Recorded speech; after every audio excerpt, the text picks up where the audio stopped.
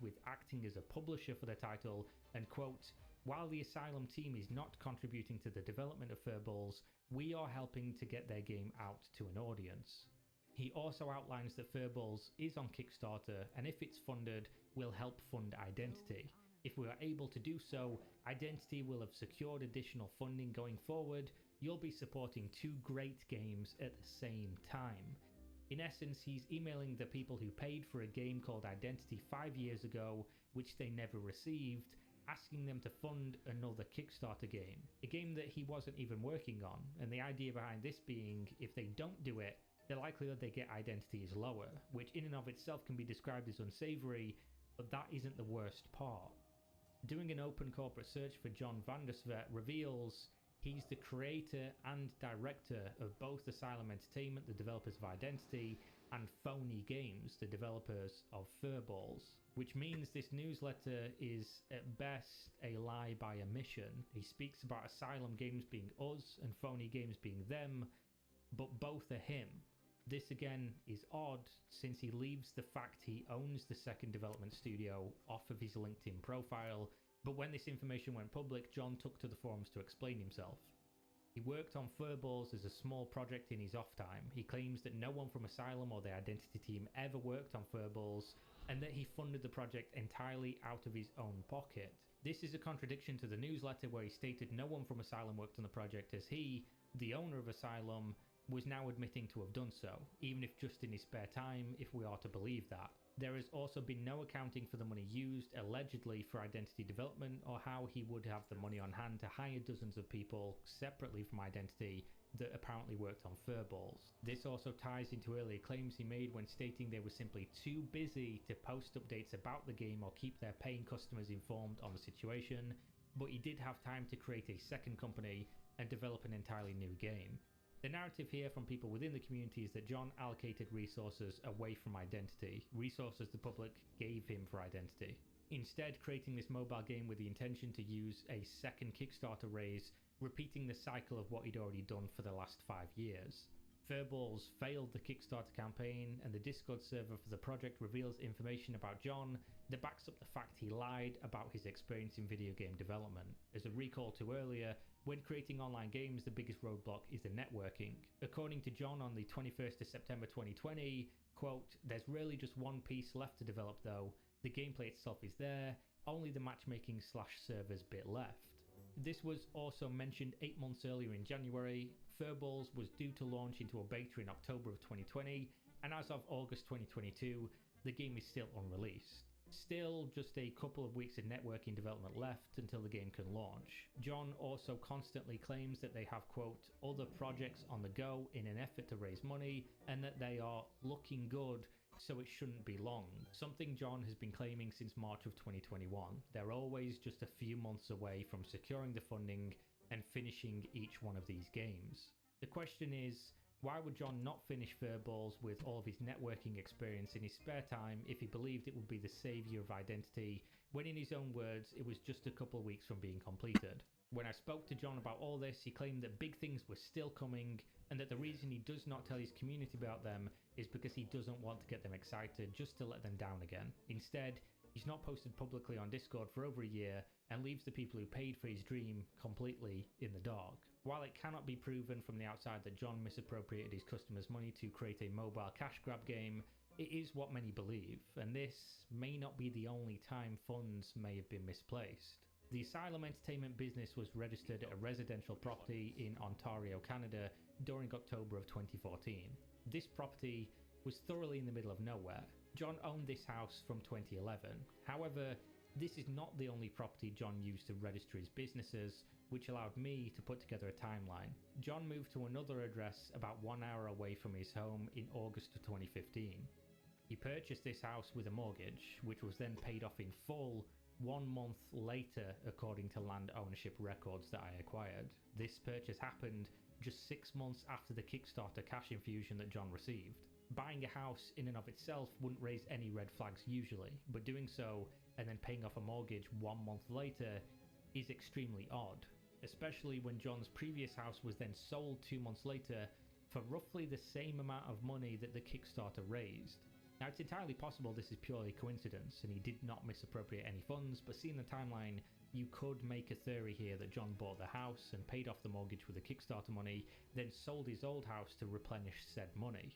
John then sold this house in 2020 and moved to a more expensive house where he currently holds a mortgage. In my conversations with John, he claims to have paid himself almost no salary during the time working at Asylum, and that he is in fact over $80,000 in debt on the venture. While I can't say if this is true, it does seem odd that he was able to consistently move up the property ladder into increasingly expensive homes while making a loss on the business, while not paying himself much of a salary, and while also paying to make multiple other projects that didn't take money from any of the identity funds. In my experience of Kickstarter, the more ambitious the idea, the more it tends to ignite the imagination. It's very possible that John is the dastardly scammer that people believe him to be. In my experience, life is very rarely black or white and exists entirely in the grey. It's most likely that John had a dream, he saw the opportunity to give the dream a shot using the low personal risk of crowdfunding, and entirely overestimated his abilities as a developer, and more importantly, as a business owner.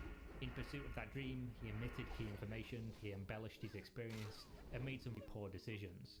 These are characterizations that John disagreed with when we spoke, not seeing the problem in anything outlined in this video. He claims they never had any offers from publishers, despite having many talks, and that he stopped pursuing funding after a while because crowdfunding was just simply going so well. He doesn't believe that what he said about his experience in MMORPG development would give anyone false confidence, and he is still working towards delivering Identity, even if it's the last thing he ever does. Regardless of what I believe, I leave it up to you, the audience, to draw your conclusion. At the end of the day, whether he was malevolent, whether he lied, or whether everything was above board, the result is the same. 7 years, $1.6 million, and no game. John was the beneficiary of the MMORPG Kickstarter craze of the early to mid 2010s, and Identity turned out much like the rest, existing only in the imaginations of those who dared to dream of their perfect game. Previously. Oh god, no, bro, please don't. Target Gravity Bind on Progression Series Season 2. Come on, baby. Come on, baby. Come on, baby. Yes! Snipe Hunter! Woo! Let's go, baby! Oh, man, that's it. Oh, man. That's so Holy disappointing. shit. Lovely band ticket. In this series, both Nim Nim and myself will be opening 24 booster packs or one box of a core Yu-Gi-Oh! Booster set. We will build a deck and play a best 2 out of 3, and the winner will receive a small prize to upgrade their deck. However, in each episode, we will open another box of the next set that was released, moving in chronological order, constantly upgrading our decks before dueling each other at the end of each episode. But this time around, we'll be introducing side sets, a new banning system, and plenty of other fun surprises that you'll just have to watch to find out. This is the Yu-Gi-Oh! Progression Series Season 2.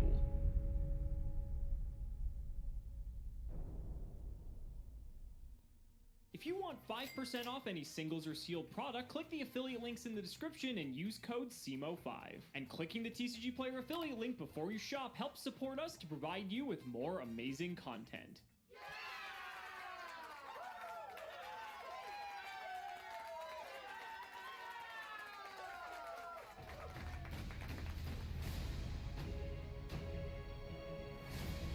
Our baboonless baboon deck didn't carry us to victory last week. We were looking for a quick win, but couldn't quite snap it. Unfortunately, that puts us in the loser circle this week, but I returned to the banning to ban a card because I spun it on the wheel. Pretty lucky. Alex and I have been trading wins here and there, so we haven't been to the banning in a little bit, but I find myself here at a pretty good time. Alex has gotten some pretty good cards that I really need to consider getting rid of. 2 of them that are on my mind right now is Graceful Charity as well as Harpy's Feather Duster. I got to see those both in full swing last episode. Boy, do I not want to see them again. There's a lot that Alex could be doing with the Dark Worlds and Graceful Charity. Just digging 3 cards deeper into his deck is terrifying, but I think what he could be digging for is even more scary, and that's the epitome of back row removal in the form of Harpy's Feather Duster. I am going to be removing Harpy's Feather Duster from his collection. Moving forward, that's what I'm spending my band ticket on. Hopefully, it's well spent. Well, as much fun as it is to win another episode of the Progression series, it is of course bittersweet, and that is because Gage was in the banning and Harpy's Feather Duster is no more. But let's be honest, it wasn't going to last very long anyway because the card is insane. So we get to spin our wheel. Hopefully we can get something good to help us in today's episode, because I don't think we're going to be getting that from the booster packs. Let's see what we end up getting. Stop, stop, stop, stop, stop, stop, stop! Okay, so this is pretty good, but it's not the Starlight Rare wild card. So we'll be redeeming this at the start of next episode, and that'll be interesting because I think there's some fun stuff that we can get out of Gage's collection. Speaking of which, let's go ahead and throw it on over to Gage so he can tell you all about today's sets: Duelist Pack Jaden 3 and Jesse Anderson. A couple Duelist Packs to crack open today. Let's talk about it. First one we're opening is Jaden Yuki 3, Duelist Pack 6. This set's released January 26, 2008, and it's actually got a lot of really killer reprints that we're going to be able to buff out on here. Really stoked about this set, actually. Grand Mole is an absolutely ridiculous rare card that I don't think either of us had access to yet, or either of us. I didn't get any copies, at least. I'd like to get a couple copies of Grand Mole because he's insane, just an absolute boss of a tempo card, being a normal summon that can out literally anything in the game, compulsing it back to hand. Extra deck monsters, beware, they just simply do not exist anymore in the face of Grand Mole. Dark Calling is also a pretty good fusion card for any of the dark heroes that if we, hopefully get them in the future. Infernal Prodigy is an Edison useful card, just a free special summon from what I remember. You could use it as tribute fodder. Good in a lot of Monarch strategies, actually. Control no monster, special it in your hand in attack position, and then during the end phase, if it's tributed, tribute a hero specifically, I get to draw a card. Not going to normally tribute a hero for it, but just being able to get a free Monarch material out there, quite powerful. Also want to get a couple copies of the Hero City Skyscraper 2 here. There's a deck around that. The only thing we're missing is a lot of really substantial fusion monsters to be able to summon.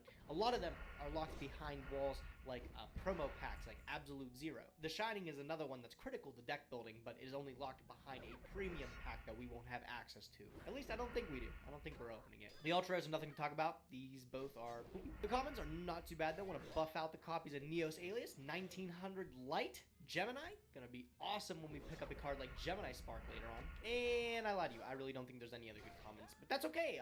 The Grand Mole, the Infernal Prodigies, and the Neos Aliases, that's what I'm looking for from this one. And then Jesse Anderson, the Crystal Beastmaster, released on the same day, January 26th, 2008. There is not a lot going on in this set. Hand Destruction might be cute to pick up for some strategies. Grinder Golem will be okay. It is banned now, but it's banned because we have certain monsters that allow you to bounce it back to hand. Maybe a combo like summon Grinder Golem on our opponent's side, summon, Grand Mole could be something crazy. Outside of that, I really don't see this card out much right now. Sky Blaster is the same kind of thing where we get all these tokens, but there's nothing to use them on.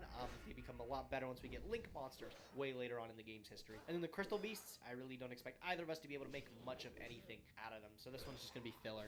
Twister, the reprint though. First things first, I got some champion packs to open since I am in the loser circle. Champion pack 5, I believe. I got 3 of those bad boys. Let's see what I get. Don't actually know what's in CP5. Been a minute since I looked. Hammer Shot is a very good common card, but it's one that I think I have 3 of. Not too excited about that one. Okay, not too excited about that one either. Anything? A Rescue Cat. It is what it is. Right, let's get into the Duelist packs today. Opening 30 of each. We'll start with the Jaden Yugi. Let's go for it. Duelist pack Jaden, my man. Duelist pack 6. 30 packs. Let me see what kind of heroes I can grab. Alright, so the Snatch Steal was probably the highlight because it's probably going to go all downhill from here. Duelist packs are a bit hit or miss. They have the potential to contain some crazy cards, or they look something like this. 30 packs of Jaden Yuki 3. Let's get into it. There is actually a couple cards I am looking for out of here, and I will take some copies of Neos Alias, because if we could play like Hero Beat or something in the future, that'd be pretty cool. This card I'm actually quite excited to see, Neospatian Grand Mole. First of which, it's one of my favorite cards ever. Second of which, we didn't get this card back in, I believe, Power of the Duelist, and so this should be pretty easy for us to nab, and maybe we'll play it in today's episode. I guess pulling cards like Dark Calling and the like could potentially be useful later on when we start getting all of the other crazy hero support cards way down the road, but I mean, by that point, we may have had multiple reprints of them. There's an ultra rare. I think I actually missed a couple of super rares. It was the one evil hero that can like special summon itself out, I believe, but Wild Cyclone, it's a neat pickup, but I think the Grand Mole and the Neos Alias are just a little bit better. Another holo, Infernal Sniper. Really cool name, cool artwork, but sadly a terrible card. Pack number 1, the Dark Calling off the gate. Okay, pretty cool. And I'm looking at. That's like the second Neosalius, I think. Like to get the third one. But I'm pretty sure I have a super rare one back when we actually opened the set. So now I think I have a full playset. That's the first grand mole of many I hope to attain. Hope to get a full playset of them. Oh, I just skipped it. I got the super rare fusion thing. Nobody cares. Hey, that's a good super rare though. An Infernal Prodigy. I'd like to get 1 or 2 more of these, but one of them in the collection is not too bad. Especially with our Monarch deck we have currently. I don't think that's too bad of a pickup. I like it. Second copy of Wild Cyclone going in the bank. Wow, we actually pulled a full playset of Infernal Prodigy. Why couldn't have this been a useful holo from a good duelist pack? All right, make it 4.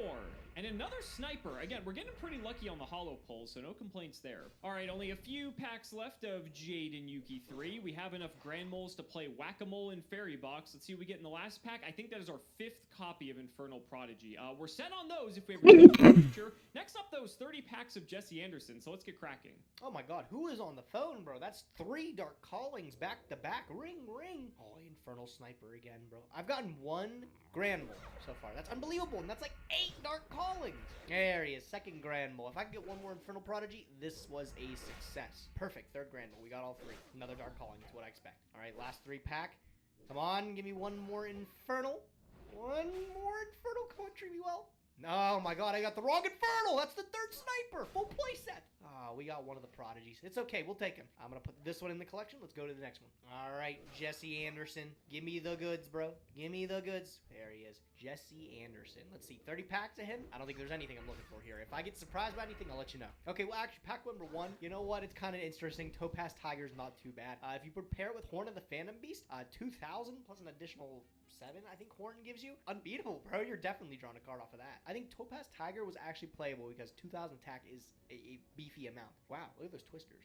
Nice. Pretty much these are all I want from it. Sadly, I think this duelist pack isn't too good. I say that as I get a Grave Squirmer, which is like maybe one of the more playable cards in the set. I don't think Crystal Beasts are really viable, as much fun as that would be, but there are a couple things in here we could use later on. Another super rare back-to-back Crystal Tree. Again, I think Grave Squirmer is a little bit better. I am happy to see this, however, Twister. So Twister was a rare in Strike of Neos, I believe, and so again, it's not the best spell in trap removal, but if one of us starts to get on a floodgate-oriented strategy, this could come in out of the sideboard if we have 3 of this and be another out to it that doesn't waste our Dust Tornado or MST. Man, seeing all these cards is just giving me major trauma from Sealed Showdown. Counter Gem is the ultra rare, again, a Crystal Beast exclusive card, so probably not going to use it, but we did get an ultra. Second copy of Grave Squirmer, again, not the worst card, it's not super great, but I mean, it's at least like somewhat playable. And there's the 3rd Grave Squirmer. There is 1 card I'm still hoping we get, and that is a copy of Grinder Golem, because that could be very relevant for far off into the future. Let's see if we can nab one.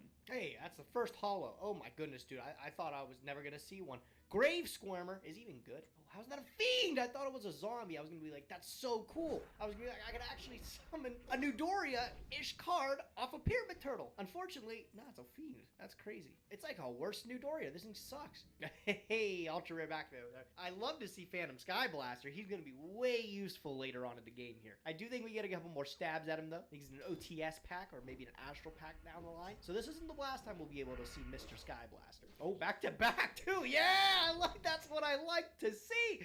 That's gonna be so good. Danger Thunder is gonna be crazy. All right, all in all, got 3 of the Topaz Tiger. I got 3 Twisters, 3 Hand Destructions, and 2 of the loveliest Sky Blasters known to man. I do not think I could ask for anything better. That's really all I wanted. Cool, I love it. Save it to collection. Don't think we got too much to build with today, but I'll see what I can do. No Grinder Golem yet, but there's our 4th Grave Squirmer. Fantastic. Oh, there's the Grinder Golem. This is actually a pretty decent card for some decks, and so I would have liked to get multiple of these potentially, but I have the 1, and it's going to get banned at some point, which means it'll be limited in our format, so we'll save this in the collection for later. This may be actually quite relevant. Another Counter Gem ultra rare as we get into the last few packs here. I'd like to see 1 more Grinder Golem potentially. Oh, Phantom Sky Blaster though, that's actually a much better ultra rare. Again, this card's actually quite playable, and so maybe not now necessarily, but in the future this card could be quite good once we get to Link. So let's see if we get again, our last pack, nothing too great. I'm not going to respin this because let's be honest, there's really nothing else great out of here aside from like the Grand Mole, the Twisters and such. So we're going to lock it in and let's go ahead and get to building. I've got some ideas. All right, I think I got something together that I'm happy with. I'm curious to see how it's going to do. It's chaos, but I decided since we decided to ban Harpy's Feather Duster this time around, I'm going to load up on trap cards because it seems like the only big removal is Dust Tornado or Mystical Space Typhoon. So I think a lot of these back row cards are going to be a lot better now. I decided to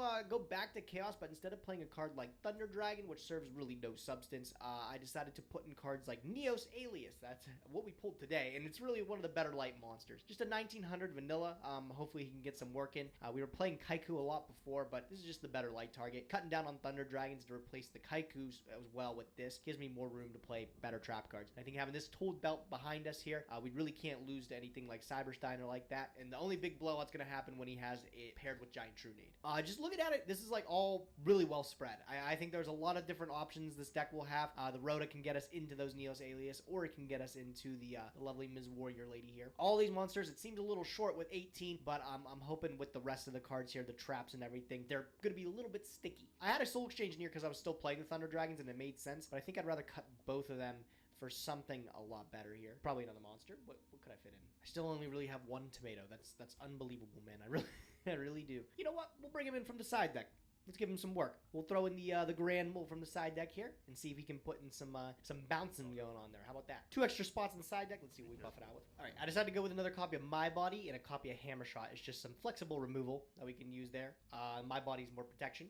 This looks pretty solid. I'm okay with this. Like I said, I want to focus a little bit more on the trap cards here. See if that's going to be able to win us a game or two, especially with the absence of more back row removal on Alex's end now. We'll see how he adjusted to it, but hopefully these 19 monsters can clutch me out a win or two. Shouldn't be too much of a surprise to see the good old Grand Mole in our deck for today's duel. I'm primarily sticking with the same game plan. I did swap out some things to play a bit more of an Earth-centric focus, while also being able to take advantage of some of the zombie synergies. We do have cool stuff because Card Trooper, since it can mill cards, it can get the zombies into the graveyard so we can revive them with Book of Life, just to try some different things and see what works. I think the core of our deck is pretty strong, and the fact that we can pivot in all these different directions, like just with a Dark emphasis, the Dark World emphasis, and then now the zombie emphasis, I mean, yeah, the bulk of our deck is essentially the same game plan where we're trying to like get to Cyberstein and the like, but we can do it in a variety of different ways. So we have Card Trooper, we have Cyberstein, we have Warrior Lady. We're on 2 Exiled Force because Giant Rat can get into it, and also we just have more targets for Rhoda. Double Decoichi to get us some more draws. Jinzo can just lock out traps, although Gage hasn't really been playing many trap cards as of late, although last episode he was playing some Floodgates, so that's a bit of a strange one. We have Magical Scientist, of course, for tutor ability, Triple Mystic Tomato to get to most of our good cards. Then we have the Neospatian Grand Mole. We can get this off of Giant Rat, which is neat, and I really hope to show off how powerful this card is, because once you get initiative, you can just bounce stuff back with Mole every single turn, and it's just a disaster for the opponent to deal with if they have no way to interact with this. We have 2 Pyramid Turtles can fetch either Ryukoki or Vampire Lord, also Spirit Reaper, which is kind of a neat interaction. Say again searches most of our deck, and Snipe Hunter just for hitting stuff on the field. Then for the spells, we have the 1 Book of Life, which acts as another Premature Burial, although we can only use it for certain targets. We have Comfy, Darkhold, Giant Trunade, Graceful Charity, Last Will, MST, Pot of Avarice, Pot of Greed, Premature Burial, Rhoda, and Smashing Ground. I gotta be honest, I'm very shocked Gage did not ban Cyberstein, because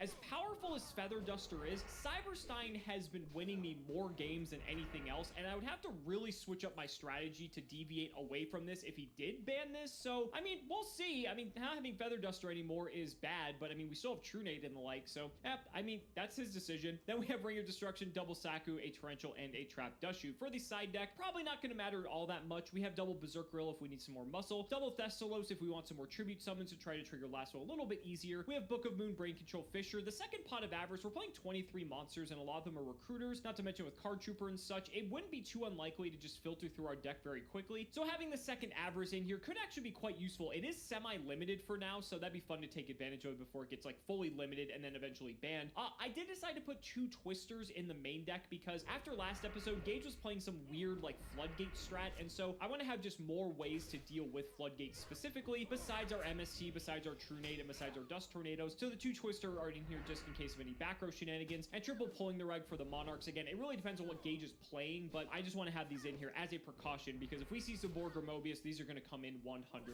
So it's going to be a fun time. I hope we can play some whack-a-mole with Gage, and hopefully we can take another W. So ladies and gentlemen, let's not make you wait any longer. It's time to duel.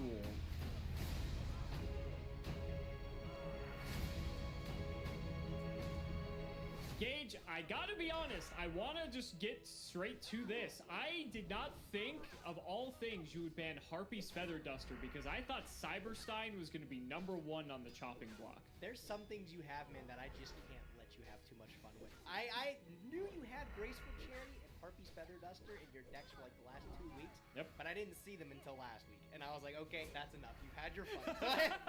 I had to at least axe the Harpy's Feather Duster, and I think it was the right choice. Yeah, in all really hope fairness, it helps out. if you're going to play the long game, it's probably better because, like, as good as Stein is, I think Stein is going to fade out of relevancy at some point, right? And not too far off, like maybe once we start getting to like Sinker era, but we'll see. Anything's possible. And if you spin another ban ticket, well, there you go. But I think Graceful Charity is still on your radar before that. I think that's next on the chopping block. Yeah, probably. Duelist packs, though, these are always a mix. They're either great or they suck. And in this case, not too great. How are you feeling? I actually think Duelist Pack 3 is really neat because we get a couple more chances at Grand Mole, one of your favorite cards in the game. You know it. Yep, so that's another stab at that. Plus a couple other decent hero cards that might come up later. One of the things I realized is a lot of the hero fusions are promo cards. So it's stuff that we would really never see that, we can capitalize on Miracle Fusion. As for Jesse Anderson, I ain't got anything to say for him. That one is bad. Good thing we have that promo wild card slice on the wheel so that maybe we can take advantage of that in the future. And like you said, Neos Alias in this pack was a common, and before it was like a super or an ultra, I think. So this made it a lot easier to get our hands on that if we do ever play some deck that, would incorporate that stuff. But yeah, I agree. Jesse Anderson just sucked. There was one good card in there, but we'll talk about that later. Shout out the patron. It is Chloe Stevens. Thank you for the support. Let's see how we do with rock, paper, scissors. And buddy, as much as I would love to just revel in the fact that I just won this, I hate that I have to make the decision to go first or second. Every time. I think second's been the wave, though. I think the extra card is just too good. So best of luck, buddy. See how it goes. Best of luck, dude. We'll see how it goes. I will go Standby Phase into my main phase, okay?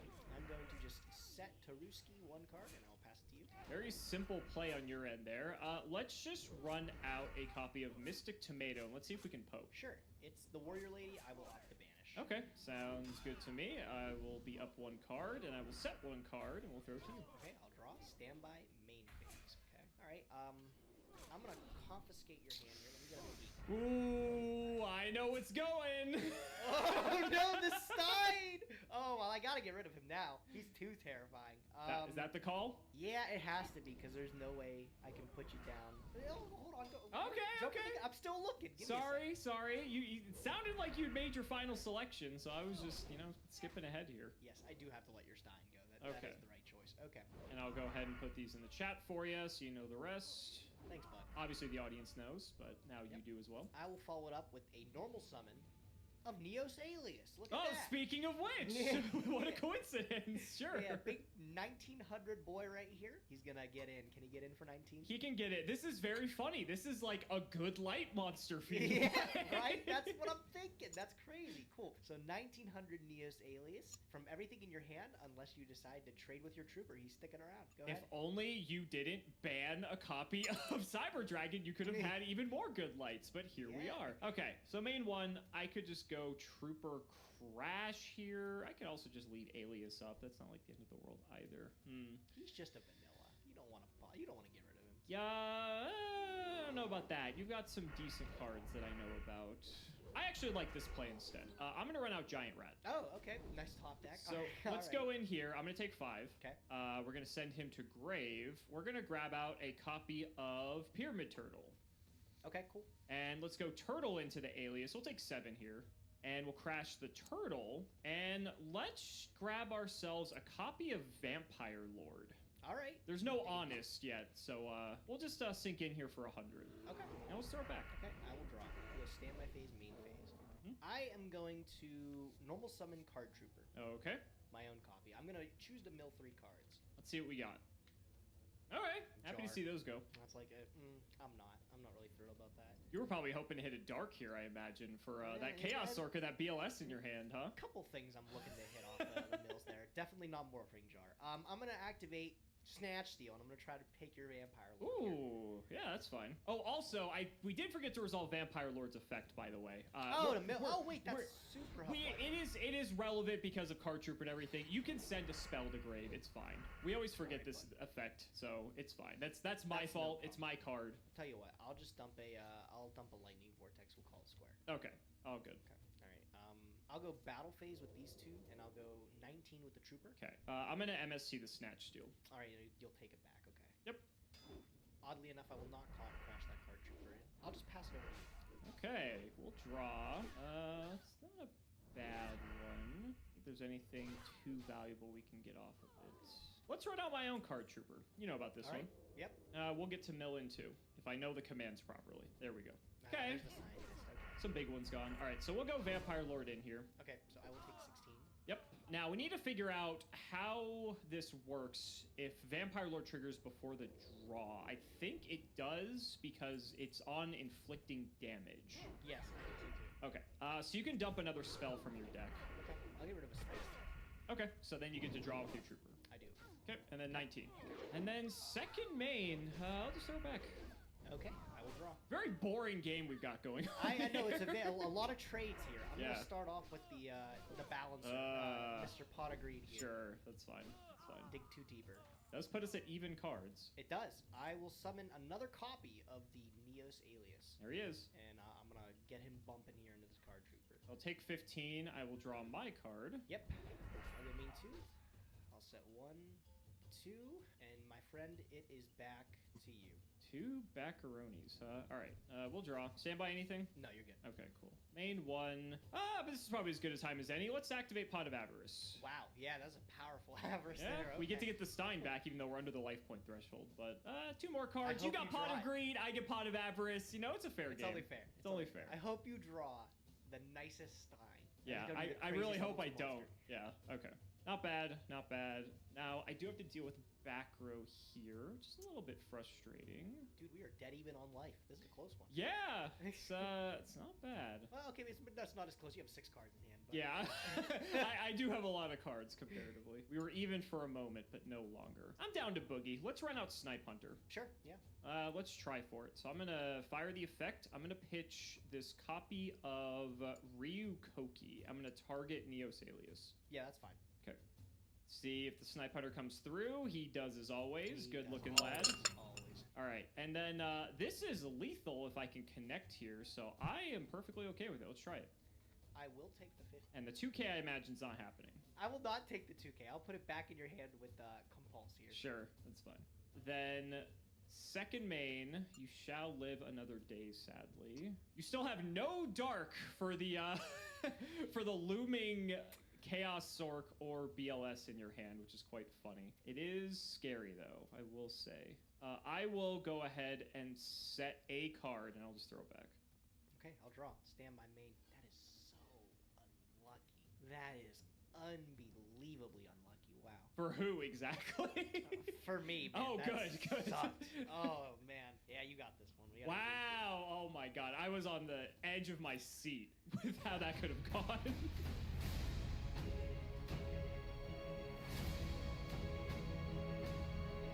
Couldn't find the right mills off of that card trooper, man. You don't know what I had in hand. It could have been anything, but I just could have been literally I anything. couldn't find the exact cards that would attribute to my strategy. Weird.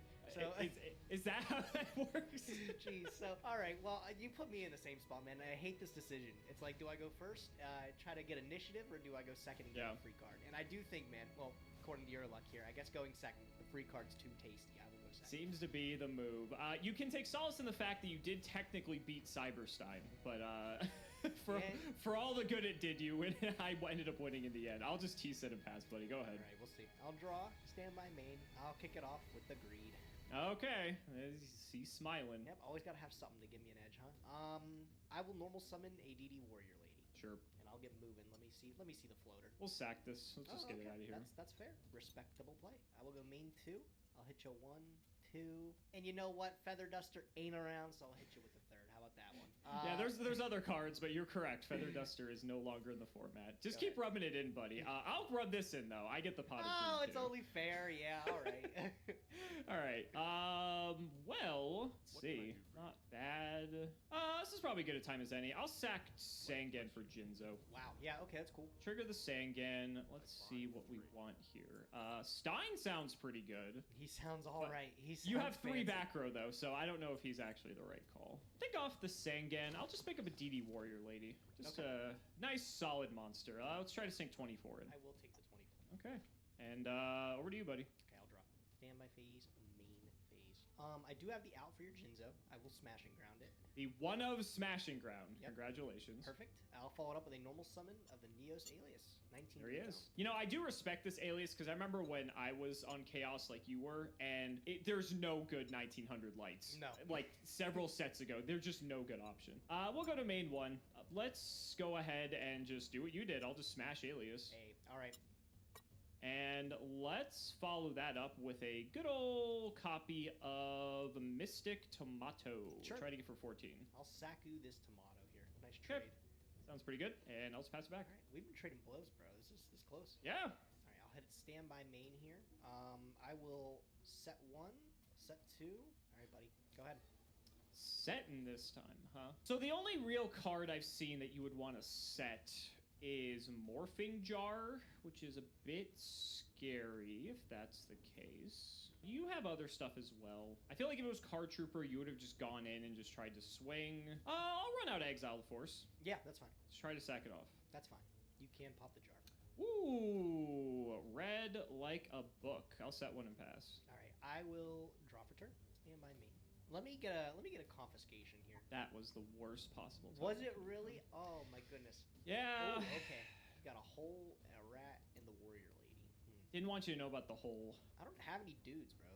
I'm like, do I let you keep the hole? Like, nah, I will get rid of your dark hole. Yeah, I was gonna say, the problem is if you don't have dudes now, if you have them later, the hole is just gonna be a problem. Unfortunately, that's my turn, bud. Go ahead, your turn. Okay, we're just playing bare basic Yu-Gi-Oh here. Rat, get in. I will activate Scapegoat. Okay, sure, and I'll take out a goat if you don't mind. Yeah, that's fine. So And then put I'll 3 just- on the table there.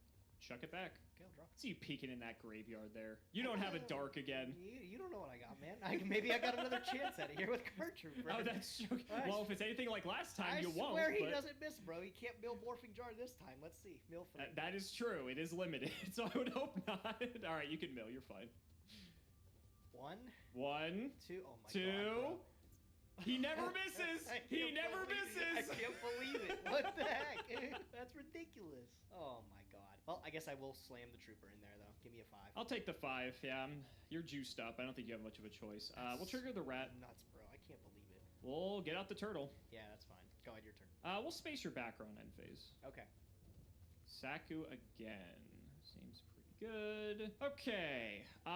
You're low on cards. Got these goat tokens I'm gonna have to plow through here. You're digging for a dark. I know you're digging for a dark. So I almost want to cut you off if I can. So let's try it. I'm gonna run out Warrior Lady. Sure. Let's go to battle. We'll go Warrior Lady into Trooper for 11, and we will banish. Yeah, that's fine. And then Turtle will just take out another token. These are saving you. Sure. And we'll just pass it back. All right, I will draw. Stand by me. So we used your rat, used your warrior lady. 2 new cards you have in your hand now. I guess is the best chance I'm getting the value out of this. I will activate Hammer Shot. Nice. Sure. Turtle's down. Turtle down. Still no plays to see. Go ahead. All right. Gage, you know I always have a recruiter. Always, always. Okay, yep. All right. But you're living. You're living. The scapegoats are doing their job. Stand by main. They've soaked up what now? 4,200 damage, I think. Too damn much. That's how much they have. I got nothing. Go ahead. Okay, I'm liking this. Just keep the pain train going. All right. Recruiter beatdown, baby. Let's do it. 14. I'll take it. I do have a back row, and I'll throw it back. All right. I'll draw. Stand by main. Give me the tomato. That is fine. Have him. I'll immediately tribute him off here for the Storm Monarch. What are we spinning? So, off of your rat, you already used Exiled Force, so like you don't have a clean out for Ryza, right? You got your Pyramid Turtle loop, but that still doesn't get around Ryza. I'd rather put you back the normal summon, though. If you're not responding with this back row, could be Saku. I'll tell you right now, Gage. It could be literally anything. This is true. This is true. All right, I am going to stack your rat. Sure. I will not run into your other Saku here. 24 is such a big number. It is. Puts me on a 3-turn clock if you go for it. And this isn't Caius. I still have the rat. I just have to draw it for a turn. I am going to go for it. I'm going to put 24 on you. All right, it was sack. Oh my god! Yeah,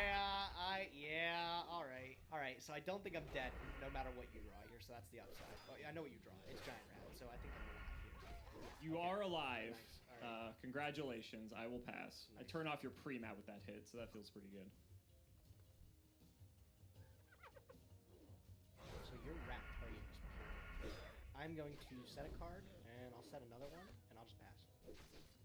We'll draw. Well, interesting. I'll go to battle. Sure. Let's try to hit. It's tomato, and I will trigger tomato. That gives you a dark. Is tomato okay? That's fine. All right, this is big here. I'll just pick up a copy of Witch here. Sure. Second main, get rid of the BLS. Yeah, all right. Yes! Oh my god, go! Oh my god, what a fucking read. Oh, I fucking hate this game. I like have to play this so I don't die. Like that's literally, oh my god. I'm going to shift this to defense. I'll throw this face down and I'll pass. I purposely waited on that tomato because I wanted to make sure you didn't get Reaper. I'll flip to Koichi. Yep. Alright, give me a good one. That's pretty damn good. Alright, let's go battle. Sure. Let's go rat into... I mean, they both have 1400 attack. I don't think it matters that much. I'll go... you could be on Jujutsu Master. I actually wouldn't mind if you Jujutsu Master this. I'll go here. It's not insane hunter. Snipe. Okay. Rat into Witch. Okay, I'll get Witch. Okay. I have to get Spirit Reaper here. So, yep. Second main, True Nade. Yep. Set one, throw to you. Stand by me. Good game, buddy. That is so rough, bro. You want to hear? Oh my god, I want to complain so bad. Oh my. Go ahead. You let go. loose. You go. Let loose. Bro, you go. Man, at least I turned off your premature burial. My very next draw is fucking premature burial, and then like. Both games, bro. I can't find a goddamn dark. The whole game I have Chaos Sword, BLS top deck in the last turn for last game. This one I've had this stupid Luster Soldier in the hand the entire game, and I didn't get to play him. I know. Look how deep into your deck you went. It took for you to find a dark. You were what, 16 cards in? Oh what, 8, my 10? God, That's insane. That's absurd. Oh my god, bro. I've got the tomatoes, I've got the witch, I've got the Sanguine, Snipe Hunter, couldn't find them. Oh. You have no shortage of darks in your deck. Like, that's not the problem. You just got completely unlucky and didn't see any of them, which is just, that's just so demoralizing on your end. Man, bro. Damn, yeah. All right, well, you got this one, but... I did. Like I said, I respect the alias push here, though. I think this is a nice little inclusion to your deck because that gives your deck some muscle because my deck doesn't really have a lot of large things unless I'm playing a deck that plays Berserk Gorilla. And so it's sort of this annoying position where I have to always find a way to deal with alias. Otherwise, I'm not going to be able to push damage through. So I either have to use removal on it or I have to get something bigger out like Ryukoki or Vampire Lord.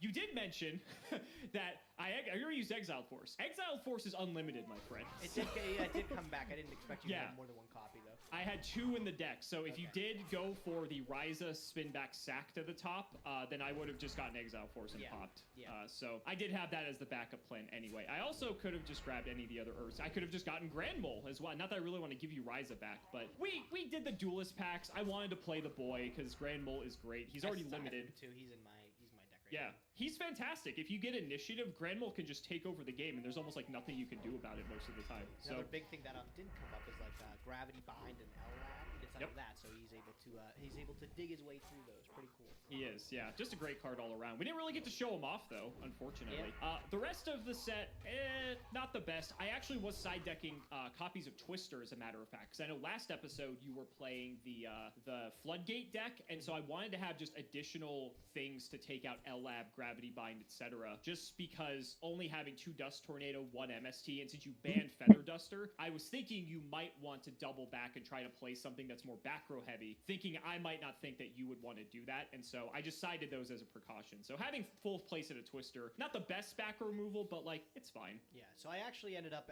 with Harpy's Feather Duster. I did play a little bit more back row. You didn't see a lot of it, but I ended up playing like 10 trap cards. Like I played like a nice little tool belt of like Calm Pulses, Sakuretsu Armors, Dust Tornadoes, everything to just, help me out a little bit. So I did go a little bit heavier on the spell and like the back row because I thought it'd be able to stick around. Didn't get to see much of it. Like the goal was to open up like Alien nucleus and put him behind something, right? Right. I just couldn't find anything to back him up. Yeah, and it's weird because like the last several episodes, your decks haven't been playing that much back row at all. When you're playing like any of your like traditional chaos style of decks, you're playing like maybe 3-4 back row. So the fact that you were on like 10 or 11, it's just again, just like the darks, you didn't see much of the back row. Like, look, this game you only got what 3 traps? It was a weird one. Right. Yeah. Oh, so Gage, end of every episode as always. Aren't you just so curious as to what I spun on the wheel? I am. I hope it's not anything good. I really need to save it this week. Bro, what you got? We haven't been to this section of the wheel in quite some time. I think but you know where you're going. Do you? What do you think's happening? Are we going to the unbanning next? We're not going to the unbanning. We're going to the No! snatching. He's buddy. gonna get one of mine. No! I get to take any one of your cards, a copy of your card. I don't get to take it from your collection, but getting a copy of that nice BLS that you have, that could be pretty Yikes. good. That could be There's some pretty good. juicy cards you have over there. I'll have to see what you pick coming up, man. Hopefully I can find my way into the banning again. I'll just get rid of it. But we'll see. So guys, that's going to wrap it up for another video. I really hope you all enjoyed. Let's go ahead and shout the patrons for all of their continued support. So shout out to Shadow1317, Mono, Tim00x3, Cameron Smith, MBT Play Medolce, Chaotic Meatball, Part 2, Pony Starks, The Synchro Guy, Dan the Man Hoban, I ship MBT and Simo, Draconic Phoenix the Immortal, Jordan Coons, Iron Blazon, Jesse Wood, Chris Hood, David Liu, Dylan Hunter, Cody Bretz, John Two-Based, Extremely Vulgar Man, Brody Eastwood, Zerius Business, MBT Caught Injecting His Fairy Lily, Carlos DT, Flannel Daddy, Valen Jackson, Hornet, Aren't You Glad I Didn't Say Alpha Tribute Ben 10, TC Gaming, thanks for the sleeve stat, Matthew Brady, Max, Twinkle Muncher, Eater of Crayons, Luabon, Yodabon, Helios 515, Simo's Chaos Cooking Draft, MBT funding the Iris with his Rothschild Wealth, that's his Roth IRA, Simping for Simo, Stolfin Amethyst, Nicholas Carpenter, Simo's Harem of Sexy Yugi Tubers, LGMBTQ, Nim Noodle, Malbranch of the Burning Tunnel, Stella and Zoa Vermilion, Wonder Waffle, James Keen, Skull Servant, and the Wandering Doomed are boyfriends. MBT cancel by all community soon, cancel by all committee soon, cancel by all players soon. Not reading cards makes the game interesting, and you know it. The MBT and MBT Yu-Gi-Oh! Stands for Morbin Time, The Undertaker versus Simo and MBT, Dalton, Hunter Reed, Shrug, Zyx, The Crystal Beast Enthusiast, ITF, Corvain, Dark Echo, TG Starman, Seamoose Engage, Viso the V, Wacky Waving, Arm Failing, Inflatable 2 Men selling crudely painted, not so funny plywood cutout folk art, and hatformat.com. Thank you so much for watching the video, and we will see you next time. The Yu-Gi-Oh! Trading card game has over 10,000 unique cards for players to collect, trade, and construct their own personal decks. But what would happen if players only had access to the bare minimum? In this series, both the RJB0 and myself will each open a very select amount of sealed product. Once we open that product, we must build a deck using only those specific cards pulled, that's it. And at the end of each episode, we discard the entirety of our pulls to the graveyard and start from scratch with a new product. Every card counts. This is Yu-Gi-Oh! Sealed Showdown.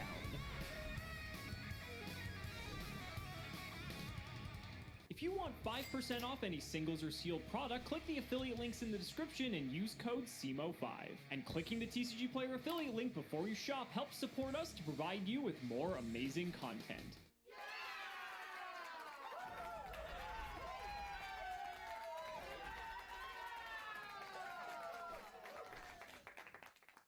Yeah, last episode went about how I expected it to, and we're moving on from one terrible set to another in Stardust Overdrive. Oh boy, I think this is going to be slightly better than Ancient Prophecy, but obviously we will have to see. 24 packs coming right up. Let's see what we get in our first set of packs here. Funny enough, I think Reptilian is actually quite a viable strategy because a lot of the Reptilian cards make the attack of monsters 0 or like have the ability to like switch stuff from defense to attack and then make the attack 0. And in Sealed Showdown, sometimes just a 2k wall is impossible to get over. So having stuff that can actually do that is quite nice. And I think that may be one of the things that we go to. In this pack, we actually pulled a few pretty useful cards here. Reptilian Scylla? I'm gonna have to figure out how to pronounce this, but 1800 on a level 4, also in the Reptilian archetype, which is useful. Toon Magician is another 1800 level 4. There's a lot of those in this set. Max Warrior being a super rare. This card's kind of neat. I think like when it attacks, it gains 400 during damage step, but then like it goes down to having half its original attack and it halves its level as well. But this is technically a 2200 on a level 4, which is pretty good. That's like technically removal. Fortune Lady Dark is also quite nice. It can actually be quite large and actually have a somewhat relevant effect depending on if we pull in the Fortune Lady stuff. And I think Reptilian Spawn just gives us some Reptilian monsters, so there are a few cards that this does synergize with. So first pack isn't looking too bad. Geminis are also quite fascinating because of Gemini Booster. This gives a Gemini monster 700 attack. There's also Gemini Spark in this set as well, which is basically removal. So if we get some Gemini monsters, we might actually see that on the table as well. Level Eater's in here, although I don't think we're going to be really playing with it. Reptilian Medusa is like a tribute monster that does like the Reptilian stuff. My signer powers continue to come through in my polls, and this episode I hope to be no exception. I'm really looking forward to Stardust Overdrive for a number of reasons. One of those reasons is, God, it's a gorgeous looking pack. Look at that pack art. Purple and the light blue just looks so good. Second, and probably contributing to the first, is the fact that this is a nostalgic set for me. One of my favorite things about this series is taking a look at the comments and seeing the folks who talk about the packs that were the first ones for them, the ones that they have specific memories for. And this one I have a lot of memories for because this is the pack that came out when I came back off of hiatus from Yu-Gi-Oh! And I remember going down to my local Fred Meyer and picking up packs of Stardust Overdrive. This art is iconic in my life, and I remember specifically trying to get a Stardust out of this set because I still didn't understand how packs worked. But Majestic Star Dragon, normally unplayable as it is a very important one for me, so I honestly hope to see that. The last reason I'm excited for this one is because this looks like it could be a fun set. There are a lot of cool things going on in it, and none of these strategies seem that overpowered or that tier 0, but they still have things going for them, and I'm really looking forward to seeing which one of those materializes for us. Let's get into the opening. We have Reptilian Poison, a respectable card. This card is really good against defenders specifically, and I am not sad to get it. Reptilian Gorgon is also a pretty important card in this set because the Reptilians have a bunch of utility effects around opponents having 0 attack, and losing tempo in this set isn't that game-breaking because there isn't a lot to be done. Reptilian Viper, I don't remember. This allows you to take control of a face-up monster with 0 attack your opponent controls, although I'm not sure that's very good. I think we want a monster that has more attack than 0, but there is some things we could do with it potentially with the extra deck. We also have the Djinn cards in here. There is one ritual monster, which is probably like a super or an ultra, and if we pull it, it is on the table because of the fact that we have the Djinn monsters, but there is some synergistic cards that could make it worth playing. This is what I was talking about. So Gemini Spark we all know because this was actually a competitively playable card. Herculean Power, though, is another one. It's a continuous spell that says, once per turn, if your opponent controls a monster and you control none, special summon a level 4 Lord Gemini from your hand. So this allows you to get 2 monsters on the field, essentially, if you have this. So again, a payoff for Geminis. And then we also have Attack Pheromones, another continuous spell that says, if a monster you control attacks a defense position monster, change that monster to face-up attack position at the end of the damage step if your attacking monster is Reptile. So if we have multiple monsters, one Reptile can get in, Attack Pheromones triggers, puts it to attack, and then our other monster should be able to clear it if we weren't able to clear it the first time. So just some really interesting cards that we can work with. Reparation of Rights isn't super rare.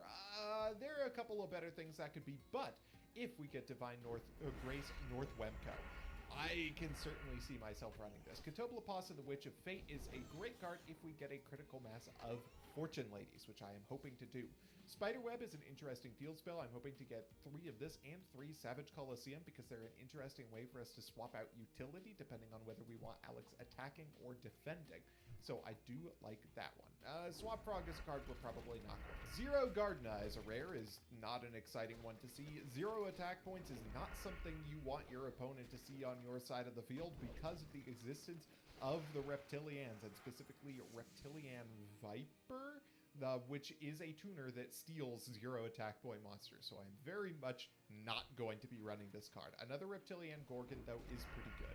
I did skip over this card. Savage Coliseum's a weird card that like manipulates battle positions and like destroys a ton of monsters. This may actually be one of the best removal cards in the set, frighteningly enough.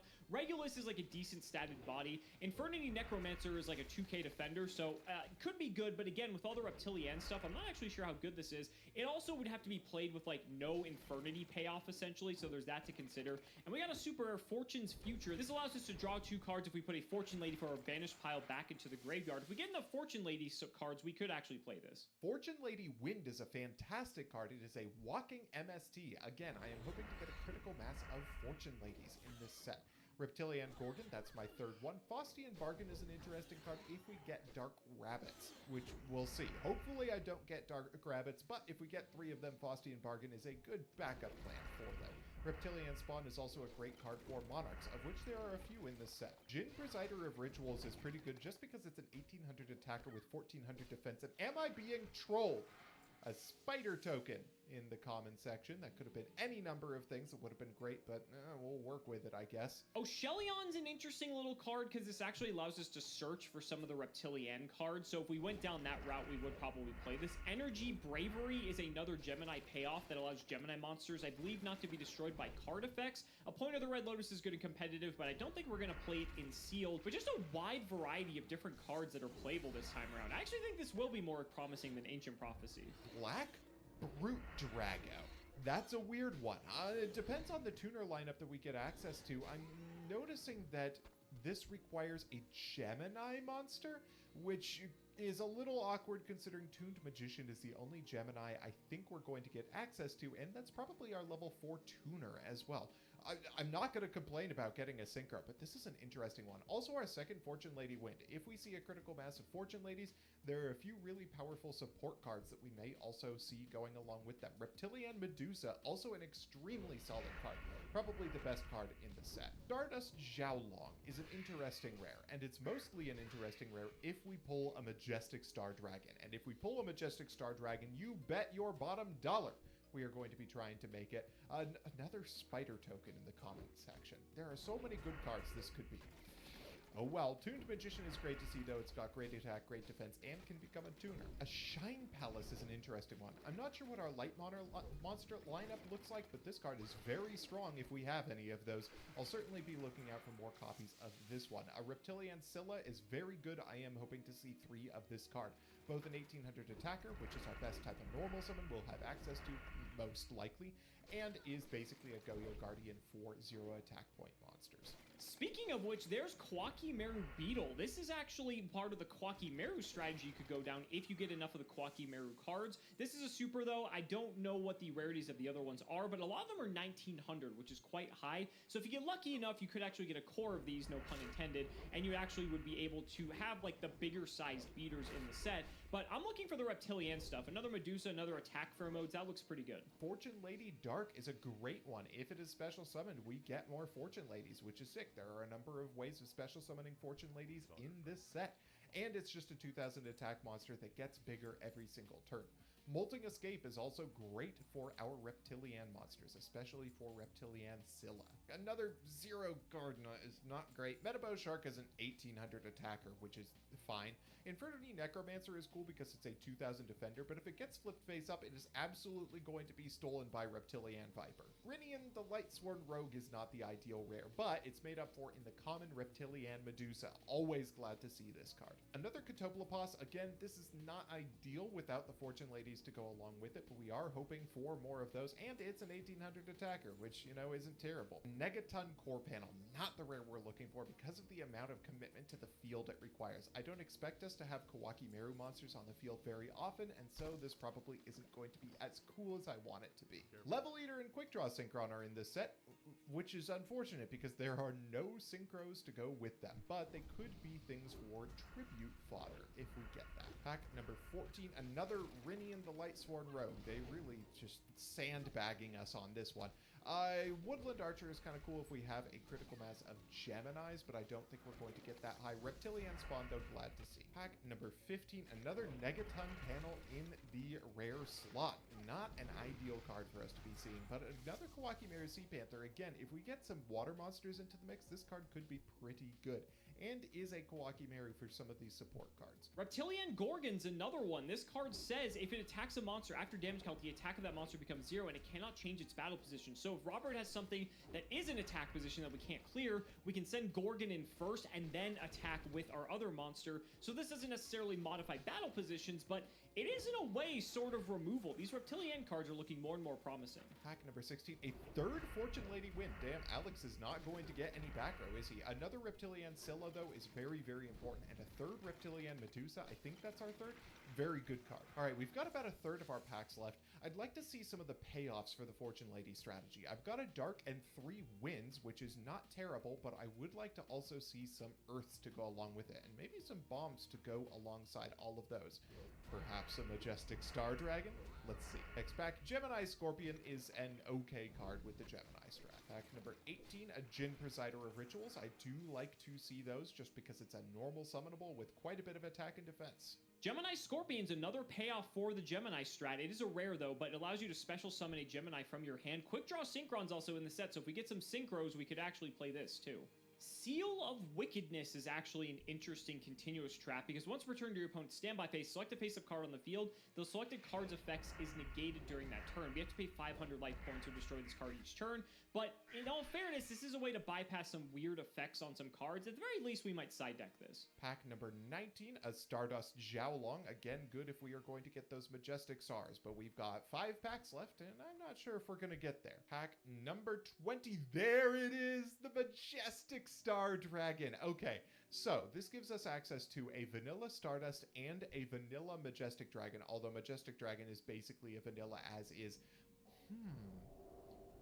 What would we do with that? I mean, certainly summoning Majestic Star Dragon in and of itself is very, very strong, but it gives us access to a free 2500 beater in Stardust. That could be good enough on its own. And the Reptilian cards keep coming. This one's a rare though, Reptilian Poison. This one's quite good. Activate only if you control face-up Reptilian monster. Change the defense position monster your opponent controls to a face-up attack and reduce its attack to 0. Again, that's like basically removal in this format, so we'll take it. We're getting so many super rares. That's another one. Preparation of Rites. That'd be great if we actually pulled the ritual monster, but we have not done so yet. Add another one, Majestic Dragon. We're probably not going to play this because, I mean, we don't even have any of the synchros yet, but that'd be really sick if we could. Next pack, Arc Lord Christia. In the secret rare slot. $1,000 for the first ed. Wow. That's a strong card. Holy, if we can tribute summon Arc Lord Christia, we are going to be in such phenomenally good shape. This card is probably the best thing we could have possibly pulled. Wow, Arc Lord Christia and Majestic Star Dragon. This is nuts. Pack number 22, Dark Rabbit. Basically a blank in the rare slot, although it does have synergy with Faustian Bargain, which we may be leaning into. A third Kawaki Maru Sea Panther, however, is something to consider in this set. We got 2 packs left. We've gotten some crazy things in the latter third of this pack. Can we close it out with something even crazier somehow? Lord British Space Fighter is not that. If we are going into monsters with very little attack, then we may use it. It's unlikely that. Pack number 24, closing out with a Gemini Scorpion. Okay, not really sure what we're going to do with this, but it's going to be something, and oh boy am I very excited about a couple of those cards that we got in the close. Let's get into deck building. And there is an ultra rare, one of the Earthbound Immortals. I'm not even going to attempt to pronounce this one's name because I guarantee you I will mess it up. So this is fascinating because we do need to have field spells in order for this actually to remain on the field, but your opponent's monsters cannot target it for attacks. It can attack directly, and if it's normal summoned, target 1 to 3 cards you control, but not more than your opponent has in their hand. Shuffle them into the deck, then discard the same number of random cards from your opponent's hand, as many as possible, and if you do, this card gains 1,000 attack for each card discarded by this effect. So this is technically a bomb, but it does have some stipulations because we do need field spells in order to keep these guys around. I think the other ones are a little bit better, but this is still something to consider for sure. All right, you guys, only a few packs left of Stardust Overdrive. Lots of cards I'm excited to actually mess around with, and wow, maybe that's the best synchro in the entire set, Reptilian Hydra. And the reason I say that is because we're already probably going to be playing the Reptilians anyway, so now that we have access to this sort of changes things. It needs a Reptilian tuner and one or more non-tuners. When it synchro summon, destroy all face-up monsters with 0 attack the opponent controls, and draw a card for each monster destroyed. 2100 attack, not the biggest, but it can beat out any normal summon for the most part. It obviously can still get attack lowered as well, but in all fairness, I think that is a fantastic card to have in our extra deck. Now let's see what we get in our last pack here. I would like another one of those. Another Max Warrior. Honestly, I will take it because that is technically removal in my eyes. I'm excited. This is going to be a lot of fun to see what we put together for this episode. Let's get to deck building. This might be just the jankiest thing I have yet to play in Sealed Showdown. Look at this deck. I don't know what I'm doing, folks.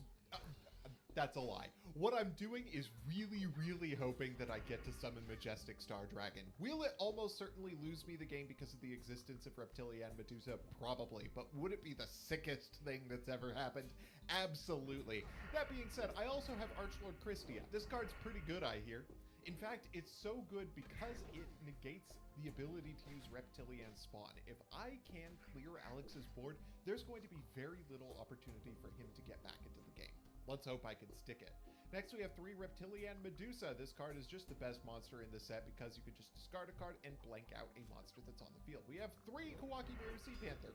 Got a lot of water monsters in here, so I figure a 1900 would at least be a removal spell. Seems pretty decent. We have 2 Jin Presider of Rituals. This is one of our stronger 1800s of our many 1800s. We've got 3 Tuned Magician, the absolute strongest of our 1800s, and it is a tuner and it is a Gemini, which is important for summoning Black Brute Drago. It's also important for summoning Stardust, and it has synergy with Gemini Booster, which I think is a cute damage step trick.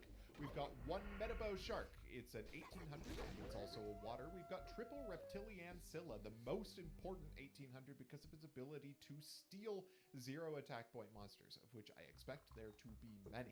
We've got 3 Reptilian Gorgon. This one's a little bit suspect, but it's a way for us to basically guarantee our ability to clear a monster on the board. We don't really have much else better to run, so just having this in rotation seems pretty good.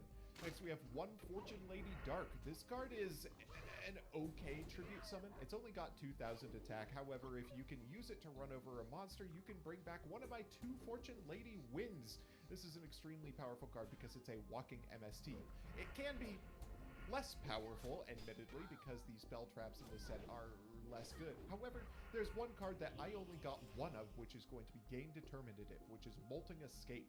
Molting Escape basically makes your reptile monsters invincible at least once per turn, and it gives them extra attack. I think Fortune Lady Wind is going to be crucial in getting rid of this card, which I expect Alex to have 3 of because it's a common. Never not salty about my common luck. Next, we have Double Oshelion. It's a water monster, and it also gets us to Reptilian Viper. Reptilian Viper not only has the potential to steal things like Infernity Necromancer, but is going to be our main way into Stardust Dragon. Reptilian Viper plus a 4 plus a Reptilian Spawn is big enough for an 8. And if that 4 is a Tuned Magician, we still can't summon Black Brute Drago because the other materials all have to be Gemini monsters. Black Brute Dragon is a terrible card. Let's move on to the Majestic Dragon. If we get this card, I am absolutely going to be playing the Stardust Dragon to go for the Majestic Star Dragon. I'm going to be angling hard into that, and it helps that this is searchable. Next, we have 2 Katopla Boss and the Witch of Fate. This is kind of a last-ditch thing for me to send it. It's an 1800. It's got 0 defense, though, which is a little bit suspect under Spiderweb. Next, we have 2 Infernity Necromancer, another card that's a little bit suspect given the card pool. I don't expect Alex to be doing much with Reptilian Viper unless he expects us to be on Infernity Necromancer. I'm not going to be playing that game if at all possible, though. As long as he doesn't go for a Reptilian Poison right off the bat as soon as I summon a Necromancer or set a Necromancer in face-down defense position, then he's going to have to use up a battle phase before he can steal this card, so I'm not that worried about it. We'll see if that becomes a problem. Next, we have 1 Molting Escape, 1 Reptilian Poison to deal with face-down monsters, triple Reptilian Spawn to guarantee our ability to tribute summon, and also our way into Majestic Star Dragon, because it provides us a level 1 in order to synchro with. 2 Spiderweb is a way for us to control the field once we have establish our board. Arc Lord Christie has 2300 defense. Just keeping that in mind for a second. Next we have triple Gemini booster. This card seems really silly, but it is a damage step trick. You can stack it if you really want to, and that's good enough for me. Makes a tuned magician 2500. Our side deck is mostly for modulating what we already have. I have one really silly strat for getting Majestic Star Dragon, which is Wolf in Sheep's Clothing plus Dark Spider. If you wolf into Sheep's Clothing, into Dark Spider, then you get 2 level 3s because Dark Spider will increase its level by 2 when you summon it, which makes it a 3. Then you've got 2 3s, you've got a 2 in Reptilian Viper. That lets you go into a Stardust with 2 cards, which seems pretty decent. It's really silly because of the inconsistency problems with Wolf in Sheep's Clothing, but I figured we'd have it in there for silliness' sake. 1 more Invertity Necromancer to modulate our defensive ability. 1 more Reptilian Viper in case the synchros become really powerful. 2 Solitaire Magician, which combos really well with our Fortune Ladies, and 1 more Fortune Lady win depending on Alex's Spell Trap lineup, and 2 Time Passage, which is just a powerful battle trick for our Fortune Ladies, and then finally 2 Gemini Spark. I'm running Gemini Booster in the main deck instead of Gemini Spark because Gemini Spark interacts the same amount with Tuned Magician, but it keeps the field presence that we have on the board, and I think a 2500 attack point Tuned Magician is probably going to be more important than Destruction and a draw. That's the deck. This one's a little suspect. Let's hope we draw that Christia. Damn, this actually kind of rocks. I like what I see. I don't think I would ever be saying that about a Reptilian Fortune Lady Gemini deck, but by Sealed Showdown standards, this deck kind of fucks. So let's go ahead and do the card by card. So we're going to start with our little Fortune Lady package here. So we have 2 Fortune Lady Dark and a Fortune Lady Earth. Now, the reason I'm playing these is because these are actually quite large by the set standards because they can be 2000 attack or 2400 attack respectively. When Dark destroys a monster by battle and send it to grave, we can actually special summon a Fortune Lady from grave. So that means we could get one of these back. And Earth is just 2400. And keep in mind, these are constantly getting bigger during each of our standby phases as well. So if Robert doesn't have an immediate answer, these become more and more problematic for him to deal with. We're also playing the 2 Max Warriors that we pulled because this is sort of removal. This thing goes up to 2200, even though it goes down after that. That's perfectly fine if we clear a large threat.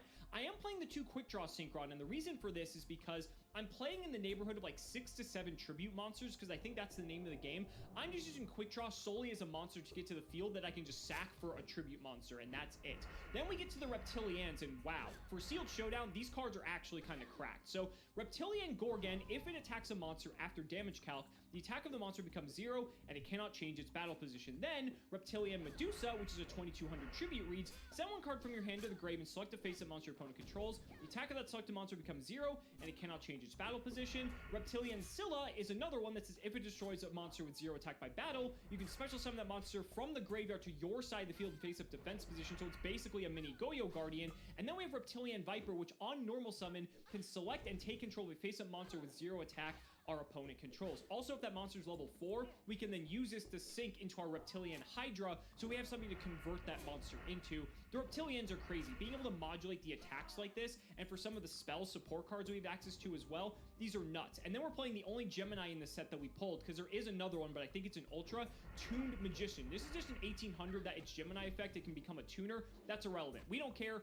We just want it because it's a Gemini and it's big. And that's it for the monsters. Then for the spells, holy crap. So Attack Pheromones is a Reptilian-specific continuous spell that says, if a monster you control attacks a defense position monster, change that monster to face-up attack at the end of the damage step if your attacking monster is Reptile. So this means the monster will then go to attack, possibly have its attack sync to 0, and then you're able to get over it with anything else. 2 Gemini Spark to pair with our Gemini monsters, because this is the only good removal we have in the entire set. 2 copies of Molting Escape, a Reptile-specific equip spell that says once per turn, if an equipped monster will be destroyed by battle, it is not destroyed. The equipped monster gains 300 attack at the end of the damage step each time this effect is applied. So fantastic for what we're trying to do. It allows us to have our monsters survive battle. It makes some of our monsters bigger and allows us to win combat. Great card. I only pulled 2 of it though, otherwise I would have played 3. Then we have Reptilian Poison, which activate only if you control face-up Reptilian. Change one defense position monster your opponent controls to face up attack and reduce its attack to 0. So this isn't exactly removal, but it's the next best thing.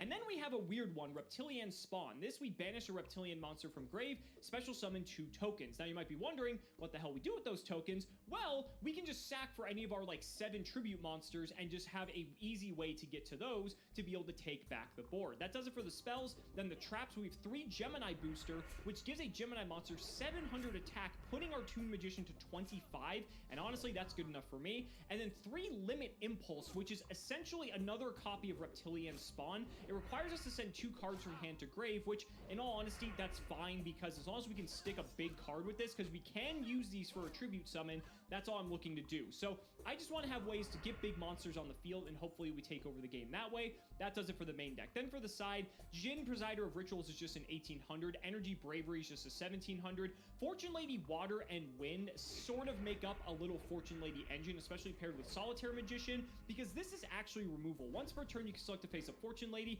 reduce its level by 3, and destroy the other targeted monster when you initially activated this effect. The problem is, there isn't really ways to protect the Fortune Lady, so as a result of that, I'm not really keen on this strategy, but it is something we could do if we absolutely need more removal. I have 3 Necromancer on the side. This is a 2k defender, but there's a lot of ways that this can go wrong. This can get shifted to attack very easily because of the Reptilians, and also it can just be immediately stolen with the Reptilian Viper. So I'm not sure how good this actually is, but it's in the side in case I identify it's actually quite useful. Savage Coliseum may be the best removal in the whole set, but it is pretty iffy at the same time, so I'm not super convinced on this, but I have it in the sideboard just in case, as well as Seal of Wickedness to be able to negate card effects. But again, paying 500 every turn, not sure if we're able to close a game out quick enough for this card to be worth it. And then we also have the Reptilian Hydra as our 1 synchro, which this card is nuts. When it's synchro summon, destroy as many monsters your opponent controls with 0 attack as possible. And if you do, draw a card for each monster destroyed. We have so many ways to sync monsters attack to 0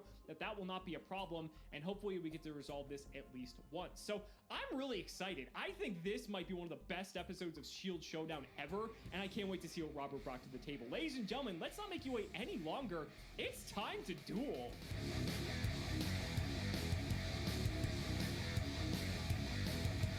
Robert, holy shit. I looked at my deck when I finished building and I thought to myself, this episode's gonna be fucking crazy. I'm so excited for this. I'm looking forward to seeing what you came up with, because I feel like my deck is super awkward, but Really? it's super janky, and I have the opportunity to do a couple of crazy things. So even if I lose, there's a possibility that I can fulfill the true purpose of my deck. Let me clarify. My deck is awkward and it's janky, but like in a very good way. I feel like compared to some of the other sets we've played in the past, there's a lot of cards that lend themselves more to sealed than in other sets.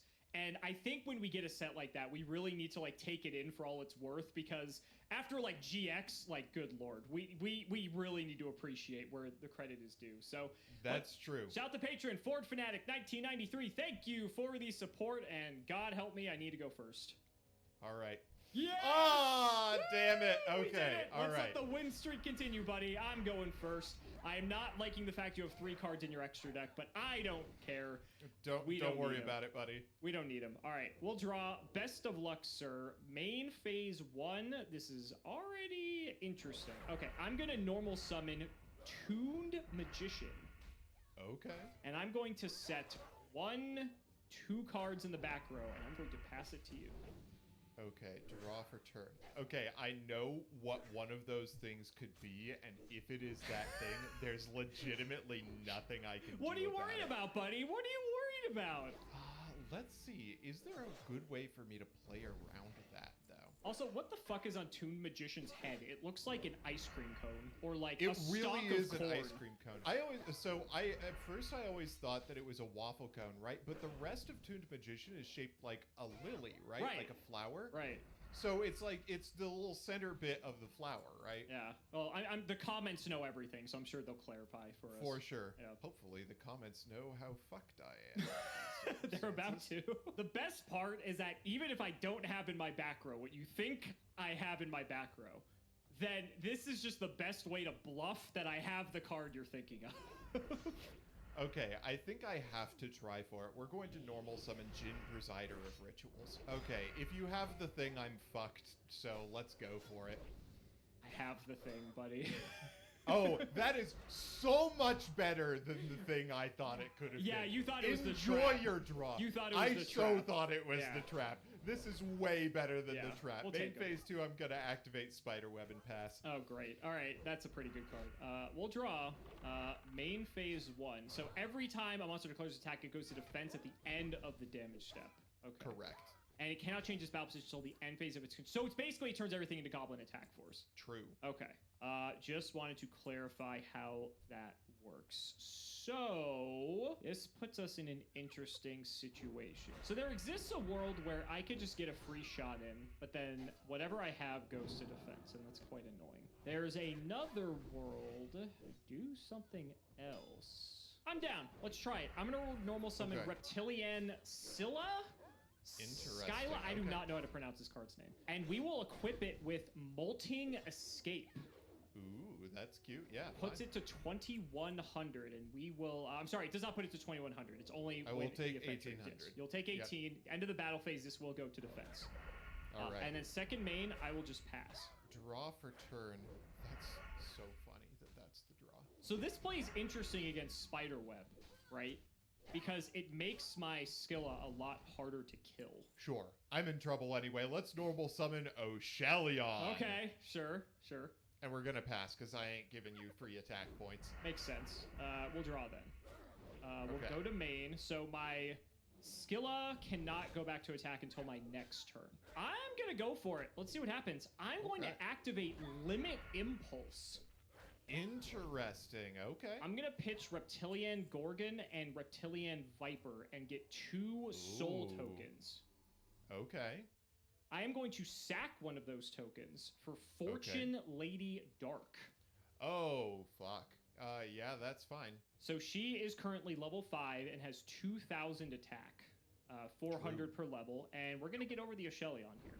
Okay, I will lose the Oshelion as well as 600 life points. I will declare Oshelion. Okay. Let's go for a Reptilian Viper. Makes sense to me. Second main, I've got a back row for you, and I will throw it back. Draw for turn. Oh, the best draw in my deck, Alex. It's so good. I That say sounded with very absolute facetious. sarcasm. It was. So now this gives you 2 gigantic problems to deal with, right? You have the Scylla, Skyla, whatever the fuck this is, that like can't be killed once a turn. And then you also have the Fortune Lady, which is just going to get bigger every single turn. Oh, that's actually kind of cute. I dig it. Okay. We are going to normal summon Reptilian Viper, and I'll take control of your token. Because it's 0? That's quite funny. Okay, sure. And then I am going to activate Reptilian Poison, targeting your Scylla. Okay, so it has 0 attack. Correct. And then zeros crash and do battle damage in this time, or that the zeros crash with each other in this time period, right? We can check. Because I never remember this. I can never remember this one. Okay. Someone said 10 years ago on Reddit, so that would be 2012, that neither Okay. is destroyed. Then in that case, I think what I will do is go to battle phase. Okay. And I'll attack with Viper into Scylla. Okay. Neither has any attack, and so my Viper will just go to defense. And then I will pass the turn to you. Okay. So I'll draw. Stand by. My lady goes to a level 6. Mm-hmm. And we'll go to main 1. So my Scylla is just sitting at 0, because this is permanent, I believe, correct? Yes. Yep. Okay. Oh, shit. Oh, I think I have to go for it. Okay.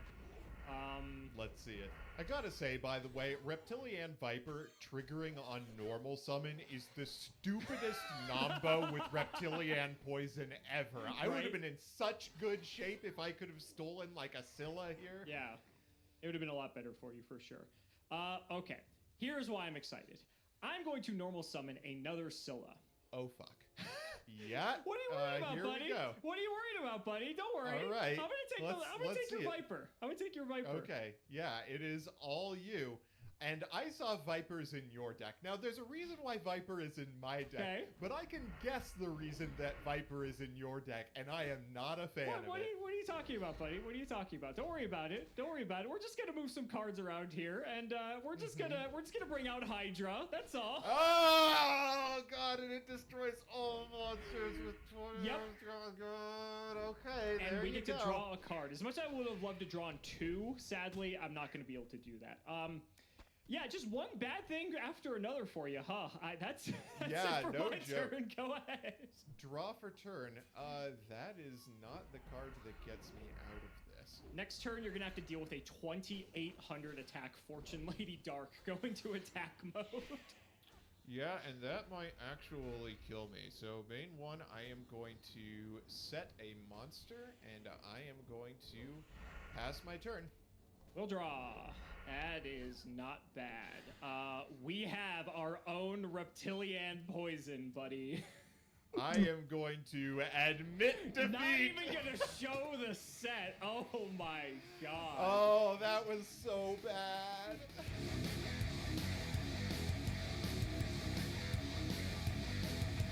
Oh boy, Alex, let me tell you, my time-honored tradition of opening game 1 with every brick in my deck is just truly sticking with me.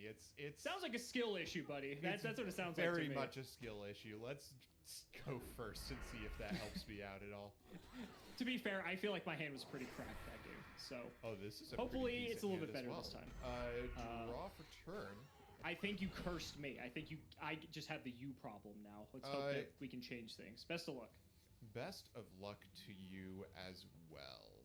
We start by normal summoning our Reptilian Scylla. And then I'm just going to pass turn with that on the board. Beat my 1800 beat stick. We'll try. I don't know how well that's exactly going to go. I think I'm going to set 2 cards and pass. Uh-oh. Okay, draw for turn. That's a pretty good one. Let's normal summon out an interesting one. I'm going to summon Reptilian Gorgon. Okay, sure. Let's go to battle phase. I'm going to attack directly. 14 and 18. Yep. Main phase 2.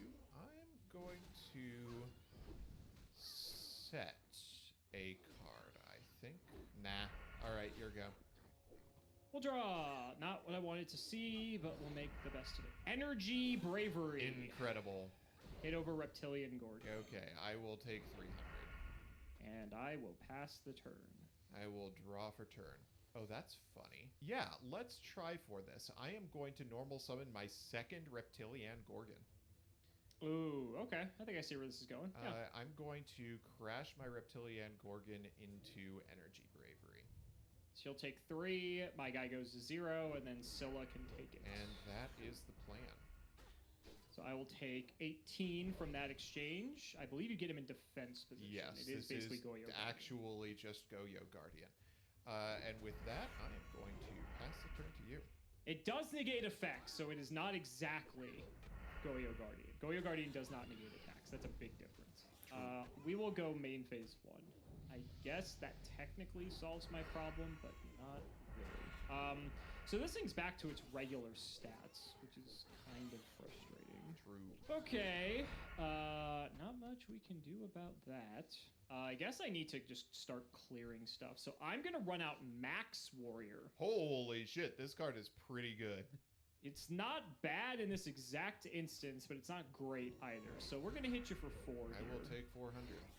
And then until my next standby phase, I am halved, sadly. Not the best. We'll just pass. Draw for turn.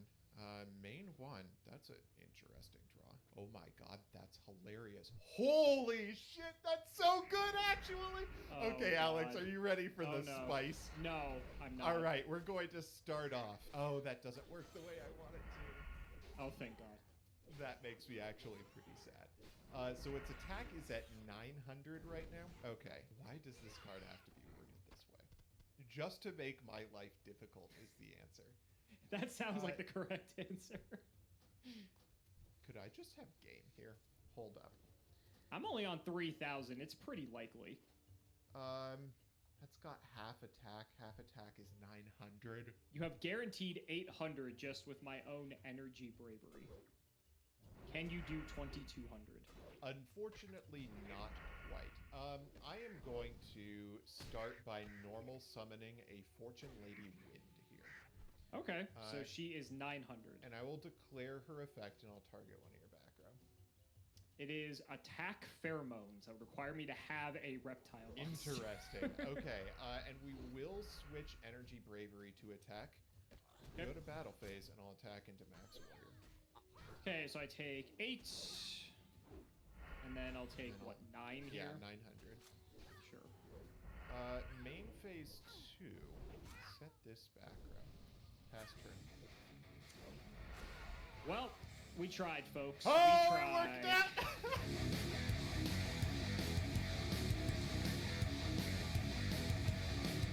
You want to talk about bricks, buddy? You're over there complaining. When you see my hand that second game, holy shit. I'm also kicking myself because the energy bravery, I think, would have been something that could have unbricked me that I sided out just because of something that I was thinking in the first game. So I might be getting punished for that, but at the same time, it's hard to say in hindsight. I get to go first, and hopefully that will be enough to do it. And hopefully our hand does not look nearly as bad as it did last time. Oh, wow, this hand is... Oh, my God. Ooh. Okay. This hand is not bad. All right, so we're going to go main one. I am going to run out a Reptilian Scylla. Okay. I'm going to set one card. And I'm just going to throw it back. Okay, let's draw for turn. That's an okay one. What would I rather do here? I think I would rather normal summon a Jinn Presider of Rituals. Okay. Let's go to battle phase, and I will attack with the Jinn. We can crash. Okay. Sweet. Main 2, I will set a single back row and pass the turn. We'll draw. I guess it is now or never. I will... I guess it's never, actually. I cannot do this, actually, the way I wanted to. Uh-oh! Reading! Who would have thought? I'll set one in that case, and I will just pass it to you. Okay, draw for turn. That's a pretty decent one. Let's normal summon ourselves our good old friend Reptilian Scylla. There you go. And let's go to battle phase, and I'm going to attack indirectly. 18 is fine. Okay, main 2, I am going to set a back row and pass turn. You'll draw. Okay. So now I have some thinking to do. I think this is probably the better play, so I am going to go for it. I am going to activate Limit Impulse. We're going to try this again. For it. Okay. Molting Escape, attack Pheromones. Yep. I will sack one of the tokens for Fortune Lady Earth. Oh, that's a big one. She's That big, is a big 2,400, and only getting bigger. Let's try for it. Okay, I will take 600 here. Okay, and that is going to do it from me. Go ahead. And draw for turn. Oh my god, I just spent I don't know how many minutes looking up a ruling. There is, fun fact, an official Yu-Gi-Oh!-card.com rulings page for Stardust Overdrive Sneak Peek from 2010. And how is that yet, still up?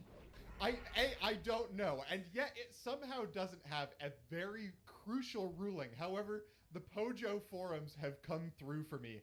I am going to normal summon Reptilian Gorgon. Okay, that's so fine. the question is, if a Fortune Lady whose attack is continuously recalculated goes to 0, does her attack go back to normal when her level increases?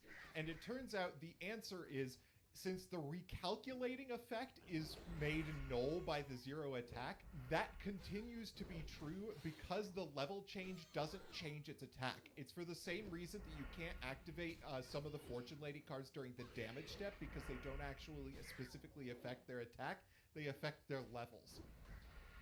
Okay, so what happens? What does TLDR it?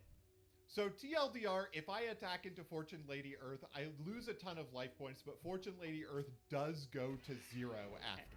she'll still gain the level, but she will not. But okay. will not gain attack afterwards. So we Okay. are going to make the attack with Reptilian Gorgon. So and you're I'll gonna take my 1,000. 1,000. Yes. Okay. And we'll declare Gorgon's effect. Okay. And that's what I got here. Okay. So I will draw. Now, what's relevant here is that I still gain a level, and you still take 400 damage per Earth's True. effect. So that is quite relevant. However, this is also quite relevant. I'm just going to sack Fortune Lady Earth for Reptilian Medusa. Oh, for fuck's sake. Yeah, And, that's fine. Let's just hit you for 22. Yeah, I'll take 22. Okay. And that's it for me. Go ahead. Okay, draw for turn. I get to do it. Oh, God. I'm gonna normal summon Tuned Magician.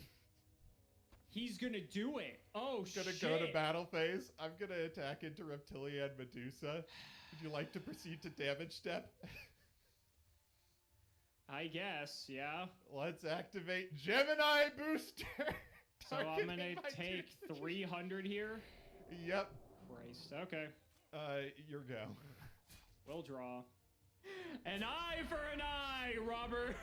Okay, let's go. Let's do it. I will attack. Okay. In the damage step. There we go. All right. That was fun. Yay. Glad we did Alright, this. This was a good time. I'm passing. Yeah. Draw for turn. Oh, that's an interesting card. I need one card, and that turns online. Let's normal summon ourselves a Scylla. Let's preclude the possibility that you get yourself another Medusa easily. Okay. That will die. It's funny because that has 0 attack, but it's a token, so I don't believe So I you don't get to Go-Yo Guardian Yes. it. Yep, it is your go. We'll draw, and... Oh, I don't like the sound think... of that. Oh, if this goes off, I think I just win the fucking game here. Oh, Alright. that sucks for me. I will summon Quick Draw Synchron by pitching Reptilian Scylla. Okay. And I will sacrifice that for Fortune Lady Dark. Oh, shit. That is a very strong card. It is a very strong card. It also is pretty strong when you look in my graveyard and know if there's another Fortune Lady in there for me. Oh my god, you have Earth again. Yep, that's Earth's fine. back, baby! Let's go! 2,400 coming to the dome!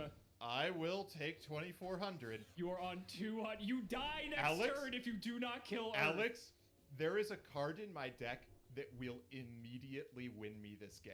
It is. Draw your last I have pathetic 3 card, copies fool. of it. I have 3 copies of it. No shot. No shot. It's not it. Damn it! No. Oh, No. buddy! Concede, buddy. Concede. There it is. Woo! Oh my god. Okay, so show me what you would have done in the best case scenario. So, if I had drawn it, which What's the card? Let's see the card. me and not drawing a crucial 3 of in my deck Okay, during any sure. of my games, Reptilian Spawn summons me 2 tokens, right? Yep. Mhm. Which I can then sacrifice for Arc Lord Christia. Holy fuck! Holy shit! But no, You're right. the other best pairing that we have to name is me and drawing 2 of the thing that I only run 2 of in my entire deck. Oh my god, I am so pissed that that is the card I got. Deserved. That's all Oh, gonna I'm say. so mad. Oh my god. So okay, so if this makes you feel better, let me show you my hand in game 2, buddy. Okay. So Okay. my hand game 2 consisted of this and where are my this was my opening hand game 2. And so now you can see why I didn't have a lot going on. I understand. For sure. Yeah. If I had a reptilian monster to get with Spawn, you were fucked. But I did not get to that point before you killed me.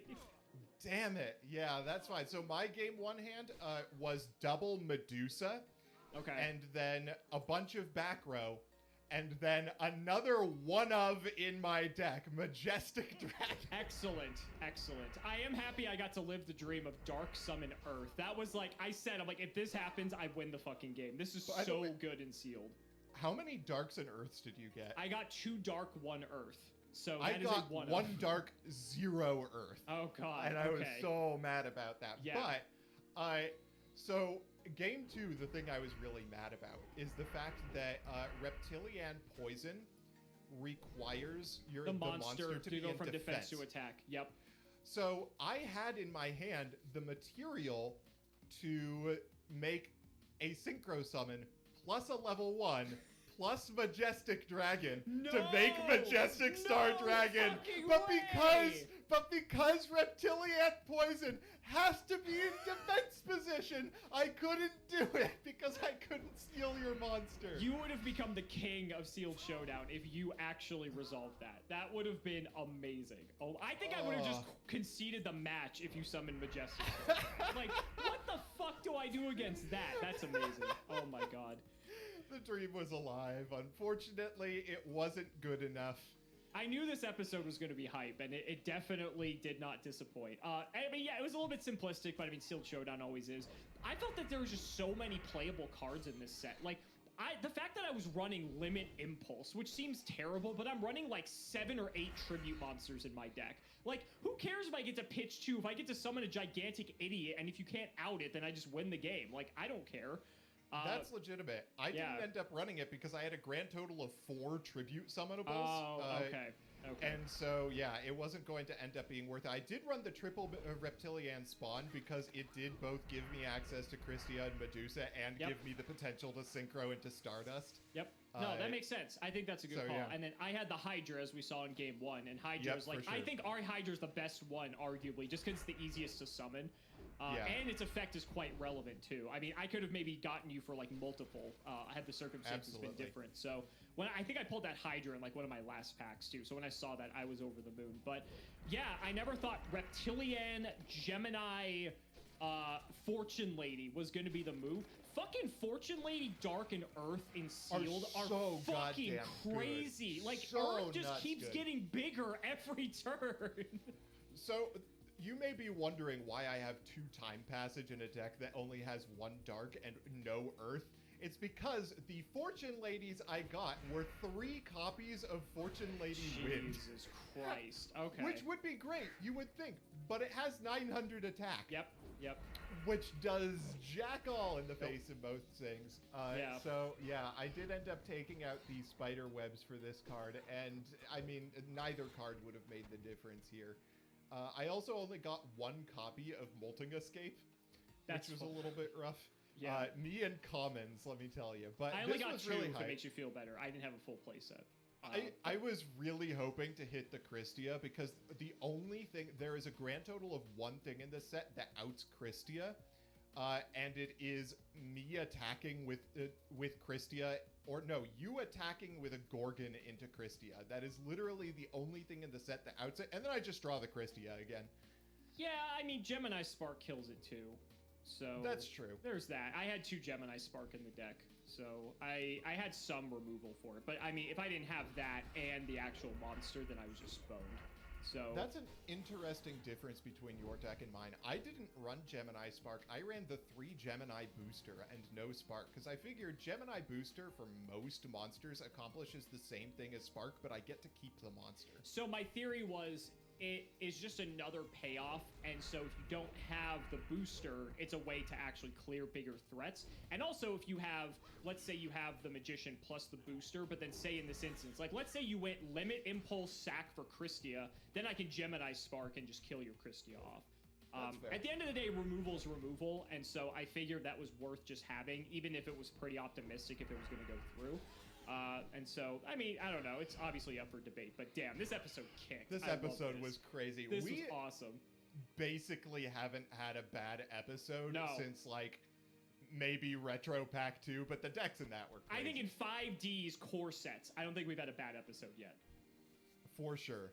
So guys, that's going to wrap it up for another video. I really hope you all enjoyed. Let's go ahead and shout the patrons for all of their continued support. So shoutouts to Shadow1317, Mono, Tim00x3, Cameron Smith, MBT playing the Dolce, Chaotic Meatball Part 2, Pony Starks, The Synchro Guy, Dan the Man Hoban, I ship MBT and Simo, Draconic Phoenix the Immortal, Jordan Coons, Iron Bladesman, Jesse Wood, Chris Hood, David Liu, Dylan Hunter, Cody Bretz, John Two-Based, Extremely Vulgar Man, Brody Eastwood, Zerius Business, MBT caught injecting his Fairy Lily, Carlos DT, Flannel Daddy, Valen Jackson, Hornet, aren't you glad I didn't say Alpha Tribute Ben 10, DC Gaming, thanks for the sleeves, Dad, Matthew Brady, Max, Twinkle Muncher, Eater of Crayons, Luabon, Yodabon, Helios515, Simo's Chaos Cooking Draft, MBT funding the Iris with his Rothschild Wealth, that's his Roth IRA, Simping for Simo, Stolfin Amethyst, Nicholas Carpenter, Simo's Harem of Sexy Yugi Tubers, LGMBTQ, Nim Noodle, Malbrand to the Burning Tunnel, Stellan Zoe Vermillion, Wonder Waffle, James Keen, Skull Servant, and the Wandering Doomed are boyfriends. MBT cancel by all community soon, cancel by all committee soon, cancel by all players soon. Not reading cards makes the game interesting, and you know it.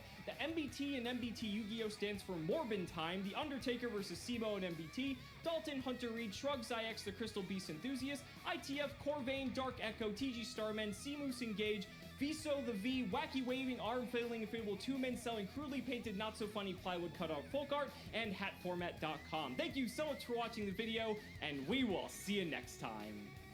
For the Alliance.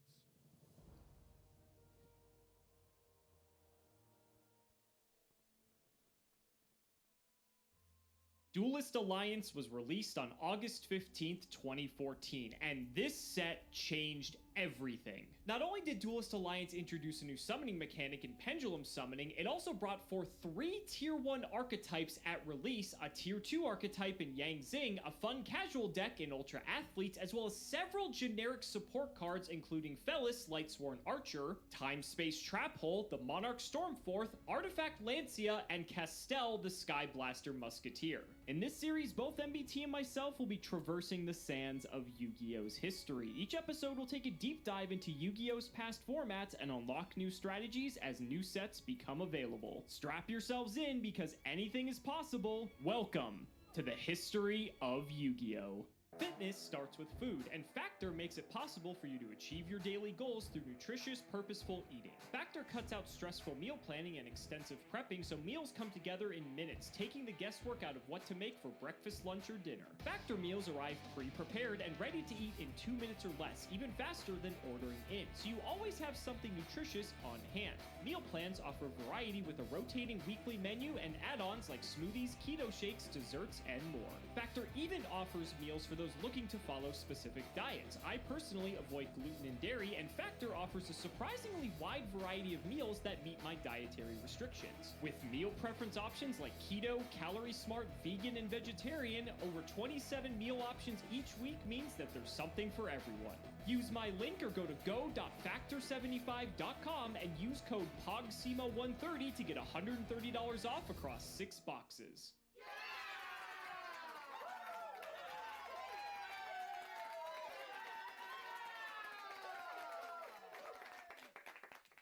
I never thought we'd actually get here, but this is Duelist Alliance.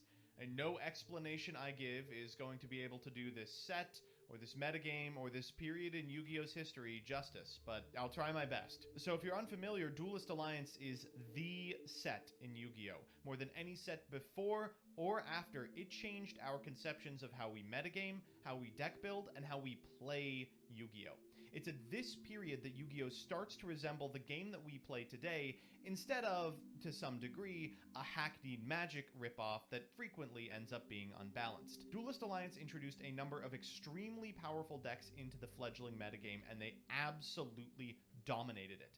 Over the next couple of weeks, we're going to be looking at the archetypes released in this set, but keep in mind, the next couple of sets will be just as pivotal. For now, let's talk about Satellar Knight. So early in the Duelist Alliance metagame, Satellar Knight was the deck to beat. There's a couple of reasons for this. Firstly, it resembles decks that existed previously. It's kind of, if you squint, Fire Fist. It's sort of Hat. It makes rank 4s every turn. Altair is an analog to Wolfbark. For that reason, duelists were comfortable with it. Far more comfortable than they would be with something like Burning Abyss. Secondly, it's not a difficult deck to build. It's clear which Satellar Knights are good, play 3 of all those, which of them are pivotal to Extension, play 2 of those, and which traps are good in the upcoming format, 3 apiece. As a result, the deck was solved faster than pretty much any of the other builds. Shadal, for instance, will go through several different iterations as duelists flail trying to find out what exactly they should be playing. We haven't talked much about the ARG Circuit series, but Duelist Alliance seems like a pretty good time to start. The ARG Circuit series, prior to this, was a little bit of a sideshow. Yes, you could go to one in lieu of a YCS, but at the end of the day it was an unofficial tournament, and though it did have cash prizing, that usually wasn't enough for it to become a household name. However, that started to change when pros took notice. Professional duelists started to flock to the ARG Circuit series. Suddenly you could get something for winning games that wasn't a PlayStation 3, and as a result, some of the best Yu-Gi-Oh! Played during this period was played at these unofficial, non-Konami events. From a little before Duelist Alliance until about the end of Necroz's format, ARG events honestly rivaled Konami's in terms of attendance and notoriety, and it's unfortunate that we haven't seen anything nearly as expansive since. For now, let's focus on one of the lists from that event. Again, this is Aaron Furman's first place Satellar Knight list, and it's making a lot of choices I really agree with. During this period in Yu-Gi-Oh's history, duelists were not willing to play 3 Soul Charge. For some reason I cannot fathom. I think Farfa said it best when he was kicking himself looking at an old list playing 2 Soul Charge because he wanted to draw it sometimes, but not all of the time. That's a mentality that was extremely pervasive, even at the pro level. But thankfully it started to be dispelled during this format, and it's not hard to see why. This is one of the most powerful cards in Yu-Gi-Oh's history, and being able to summon back a board full of 4s to make powerful Xyz plays suddenly gets a lot better when your Xyz can trade for your opponent's monsters without using your battle phase. Let's go into the card by card. First, we have Altair. As said, this is an analog to Coach Soldier Wolfbark. This can summon a Satellar Knight monster from your graveyard in defense position. Also, it locks you into attacking with Tellar Knight monsters. Now, notably, you can summon back Deneb, whose effect is not negated. This card, on summon, allows you to add a Tellar Knight from your deck to your hand. These two made a really powerful loop. You could go Altair into Deneb, into Search Altair, into Summon Altair next turn, into Deneb, etc, etc. A Knuckle Eye is fine. He's got a decent attack stat in 1800, and on normal summon can send a Satellar Knight from your deck to the graveyard. This is good at setting up a Deneb in a hand that does not necessarily have one. Finally, we've got 2 copies of Vega. This card's great to search if you already have something like an Altair in your hand already. It allows you to special summon a Satellar Knight from your hand, which allows you to go for more powerful plays. If you have 3 mats, you can go for a Delteros. If you have 4, you can go for, well, 2 4s. After that, we've got 2 Mystical Space Typhoon, 3 Pot of Duality, 2 Reinforcement of the Army, and triple Soul Charge. Wow. This card is unbelievable. Target any number of monsters in your graveyard, special them, and if you do, you lose 1,000 for each monster specialed by this effect. You can't conduct your battle phase the turn you activate this card. Fun fact, their effects aren't negated. So frequently, you could go bring back an Altair and a Deneb, use the Altair to summon another Deneb, summon a Vega, search a Vega, summon the Vega, summon the Knuckle Eye, and get like 6 material off of a 3 Soul Charge. We got 1 Battle Guard Howling. I do not like this card, but it was played pretty frequently during this time in this deck specifically. Triple Breakthrough Skill, triple Call of the Haunted, 1 Compulse, double Depriz, Solemn Warning, triple Satellar Nova Alpha. Whoa, this card is fantastic. It's an Omni. It sends a face-up Tellar Knight monster you control to the graveyard to negate the activation. If you do destroy the card, then draw a card. If you've spent your first turn normal summoning Deneb, this is the best card in the world. It allows you to take a card you've already plussed off of and send it to the graveyard to negate one of your opponent's cards and draw a card going net 0 for advantage after you've already plussed. It's unbelievable. We've got 1 copy of Torrential Tribute, 3 Vanity's Emptiness. So happy to see this. There are so many lists during this period that were just like, well, what if I don't want Vanities? And 2 Wiretap, another fantastic inclusion. You can see that many decks during this format were playing like 20 trap cards. In the side, we've got 2 Max C, a Thunder King Ryo, a Dim Fizz, a Chain Disappearance, a Full House, Double Needle Ceiling, triple Shadow Imprisoning Mirror. One guess as to what that's for. Soul Drain, 3 Stygian Dirge, a very funny anti-BA tech. I guess theoretically, you could also use it against Satellar Knight, but I don't know, did people really do that? In the extra, we've got Abyss Dweller, Double Castel, Constellar Omega, really good if you're playing only lights, Daigusto Emerald, Diamond Direwolf, Evil Swarm Exciton Knight, Gagaga Cowboy, Honor Arc, Giant Hand. Quick note about Giant Hand, at this time it was a prize card. You could only get it by winning a high-profile Yu-Gi-Oh! Tournament, and it retailed for about $2,000. Like Crush card before it, this powerful prize card was shuffled around as a one-of between teams. We've got 2 Rhapsody and Berserk, 1 Star Liege Paladynamo, fantastic card available almost exclusively to Satellar Knight and Satellar Knight Delteros. Gage can tell you how good this card is. So with that, welcome to Duelist Alliance. Ladies and gentlemen, Joseph and I have been waiting to say this for probably what feels like 100 episodes. Welcome to Duelist Alliance format. If there is a format that changed everything, it is this one, because the introduction of Duelist Alliance is one of the most iconic, momentous occasions in the history of Yu-Gi-Oh! I still believe to this day that there is no core set in the history of game that will ever stand up to what this set did. This set introduced 3 tier 1 archetypes and 2 tier 2 archetypes and a bunch of other supplemental cards that were just generically powerful. We're never going to see anything like that ever again, and it's sort of sad, right? Just because of how impactful the set was, I really wish that happened again. But in any case, we're going to be piloting one of the big dogs from that set, and that is Shaddoll. Now,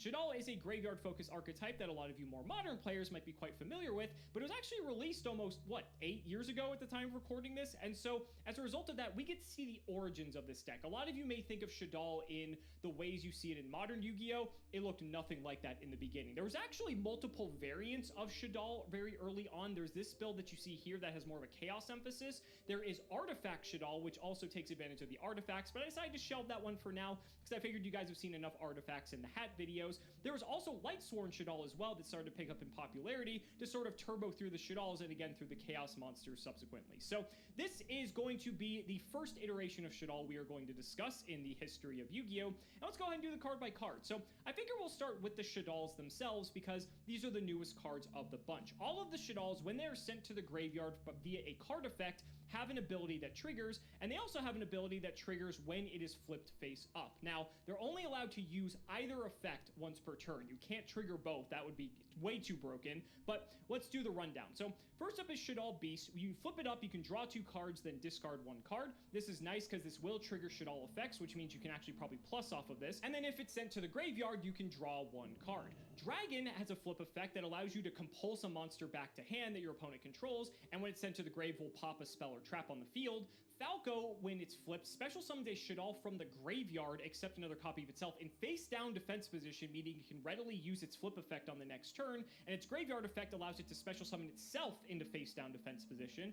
Shaddoll Hedgehog, probably one of the most important ones, because when it's flipped, you can add a Shaddoll spell or trap from deck to hand, but when it's sent to the graveyard, you can add a Shaddoll monster from deck to hand. And finally, Shaddoll Squamata, when it's flipped, you can pop a monster on the field, which is basically Maneater Bug with 1800 attack, and when it's sent to the graveyard, you can send another Shaddoll card from your deck to the graveyard. This allows you to tutor for any of the other Shaddoll cards that you have, which is quite relevant later on. And then we have what is arguably the best card in the entire deck, Shaddoll Fusion. One of the biggest issues when it comes to fusion summoning is that you have to commit so many resources into a monster just to lose to a single removal spell. Well, Shaddoll Fusion sort of fixes this with specific conditions. You're allowed to fusion summon a Shaddoll monster from your extra deck using monsters from either your hand or field as material, but if your opponent controls a monster that was specialed from the extra deck, you can also use monsters from your deck. And that's insane because not only does that mean that this means that the fusion monster is free and actually pluses you, but it also means that you're able to specifically pick which monsters you send to the graveyard for fusion material to trigger any array of effects that you see fit. This card is incredibly powerful, and hopefully we could show off just how powerful it is in this matchup, because going up against the Teller Knight, that deck makes a ton of rank 4s. There's also Sinister Shadow Games. This is a trap that says send a Shaddoll card from your deck to the grave, so it's basically Squamata in a trap, but you can also then flip any face-down defense position Shaddoll monsters face up, triggering their flip effects and then allowing you to sort of interrupt your opponent depending on what they're doing. For instance, if you have like Shaddoll Dragon or Squamata set, you can use Shadow Games to preemptively flip them to interrupt your opponent's plays by bouncing their monster or destroying it respectively. That's it for the main monsters for the Shaddoll lineup. We can talk about the rest of the other cards now. We have the Chaos Dragons, White Dragon Wyvern Burster and Black Dragon Collapse Serpent. This sort of forms a mini Chaos engine which supplements our Blackluster Soldier Envoy at the beginning. What's nice is that a lot of the big monsters in our deck are level 4, like the Squamata and the Dragon, so being able to have access to Wyvern Burster and Collapse Serpent means we're able to very easily access the rank 4 pool in our extra deck, possibly even some synchro plays because Falco is in fact a tuner. We have BLS and Dad as our bombs. We have 1 Eclipse Wyvern to search the Dark Arm Dragon. We have 1 copy Felice. Felice is neat because it's a light, which is relevant for the Chaos typing, of course, but also it's a thing that we can mill that actually can pop a monster on the field. And there's not many things that can do that, so that's kind of cool. Mathematician is one of the most amazing cards printed out of Dragons of Legend. This on normal summon allows you to send a level 4 monster from your deck to the grave, which means you can tutor any effect of your Shaddolls if you so wish. You can dump Wyvern if you want to get to Dark Arm Dragon. This card is just insane because not only that, but if it's killed in battle, you get to draw a card. So it replaces itself, pluses you. This card just does it all. I think the worst part about this card is probably the fact that it's an Earth, but that actually becomes relevant later on on once Shadal receives some new support. That does it for the monsters, though. For the spells, we have Allure, because our deck is almost entirely dark. Foolish Burial is basically any card in our deck. We already mentioned the 3 Shadal Fusion. This deck can play Super Polymerization as well, which is absurd, and as broken as we know as it is today, it was still just as bad back in the day. And then although later on Shadal would evolve to be a much heavier combo deck with the intent of just OTKing as fast as possible, it was actually a bit more mid-rangey and control-y, playing cards like Bottomless, Breakthrough Skill, Compulse, the Sinister Shadow Game, Solemn Warning, and of course Vanity's Emptiness, because people hadn't figured out just how far they could push the deck to its limits at this point in time. This is like month 1 of Duelist Alliance. So now we get to the extra deck and what we are fusing with Shadal Fusion. First of which is El Shadal Construct. This card is absurd. It requires a Shadal monster and a light monster, so Eclipse Wyvern or Felice can fulfill the condition here. And on special summon, you can send a Shadal card from your deck to the grave, triggering any of your other Shadals that you haven't already used that turn. And at the start of the damage step, if it battles a special summon monster, destroy that monster. And not only that, but this, as well as every other Shadal Fusion, when it is sent to the graveyard, you can target a Shadal spell or trap in grave, add it to your hand, meaning you get the Shadal Fusion back to your hand for the following turn, and you can just do it all over again. We also have El Shadal Window, which a lot of you might also be familiar with as well. Window requires a dark monster versus a light monster like Construct needs, and it cannot be destroyed by opponent's card effects, and each player can only special summon once per turn. A very oppressive effect, especially when we're talking about like Vanity's Emptiness and how powerful that is, to have on a 2200 body as well. And just like Construct, and get Shadal Fusion back if it is sent to the graveyard. We also have some synchros. Arcanite Magician can be made because the Shadals are spellcasters, so that's quite good. Armades was a decent card around this time as well. It's also a light. Black Rose can be made quite easily because Falco can get Beast, and that's 7 right there. Goyo Guardian has not been errated yet, so it is still as easy to make as ever. And again, Falco plus any 4 makes it. And then Leo, Keeper of the Sacred Tree, is just a very annoying card because he's just massive and basically untargetable except for in main phase 2. And then we have the Xyz monsters. Castell is another generic card out of Duelist Alliance, requires any 2 level 4s, and you can detach 2 materials to target a face-up card on the field, shuffle it into the deck. It even has another effect. You can detach 1 material, target a face-up monster on the field, and Book of Moon it face down. This was an incredible generic piece of support at Super Rare, and again, there will never be another set like Duelist Alliance, I swear. Daigoso Emerald's good for recycling, Exiton's good for board wiping, Lavable Chain's good for setting up, and 101, I mean, we're basically playing the best rank 4s in the entire game because our deck can facilitate it, and I am just so excited that we are finally here. This is just tons of nostalgia for both Joseph and myself, and it's going to be an absolute blast to play in this episode. So ladies and gentlemen, I've talked your ears off enough. I know you're waiting for the action, so let's not make you wait any longer. It's time to duel. Joseph, we finally made it after what seems to be over 100 episodes. Welcome to Duelist Alliance format. God, I am so hyped for this, and I know you are too. Yeah, this is the set that changed everything in Yu-Gi-Oh! And hopefully Literally. it will change my 0% hat win rate. I need to wash this thing. As long as Vanity's Emptiness is still in the format. Probably not, because that is just the one card that seems to plague Yu-Gi-Oh! For I don't know how much longer. Like, it's going to probably be a year until this card gets banned, isn't it? Oh, yeah. I can't believe it, but yes, it's legal a lot longer than it needs to be. Yeah, 2 brand new decks, and this isn't just the only new decks. I think next episode we're also playing new decks, and I think what's neat is that this is like the experimentation phase, right? No one knew like how these decks were going to look by the end of the format, so they look a little bit wonky. Maybe your deck is probably the closest to being what it actually ended up being in the end, just because it's Satellar Knight. I mean, there's not really much deviation aside from when Trevere comes out a little bit later, but both Shadal and Burning Abyss undergo some significant evolutions in their lifespan, and I'm excited to get into it if you are, buddy. I am too. I guess let's do it. Let's do it. Shout the patron. Aluda, thank you for the support. Buddy, do you have the hand up? I do. I went even. Is even, yeah. Is there any particular reason playing Satellar Knight why you might have gone even, buddy? No reason. Curious. Yeah, okay. Yeah, I figured as much. All right. It could be the number of stars on all your monsters. Could be how many monsters have to go into overlaying for an Xyz. Could be a myriad of reasons. I could not. Oh, you're lose if I screwed. was going first. And I probably could say the same thing. Best of luck, buddy. I'm going to have a very boring turn 1 here, actually. I'm going to go set 1, 2, 3. This is not the explosive shit all start you may expect from this deck. All right, let's go duality that I ripped off the top. Okay, that seems pretty good to me. There's a guy. There's my lad. God, I really want vanities, but no, I do need the lab. I was gonna say that's a tough call. Do you get the card that wins you the game, or do you get the card that starts your engine? Deneb effect. Deneb is perfectly fine. Wow, that's nice. I'm gonna grab Vega here.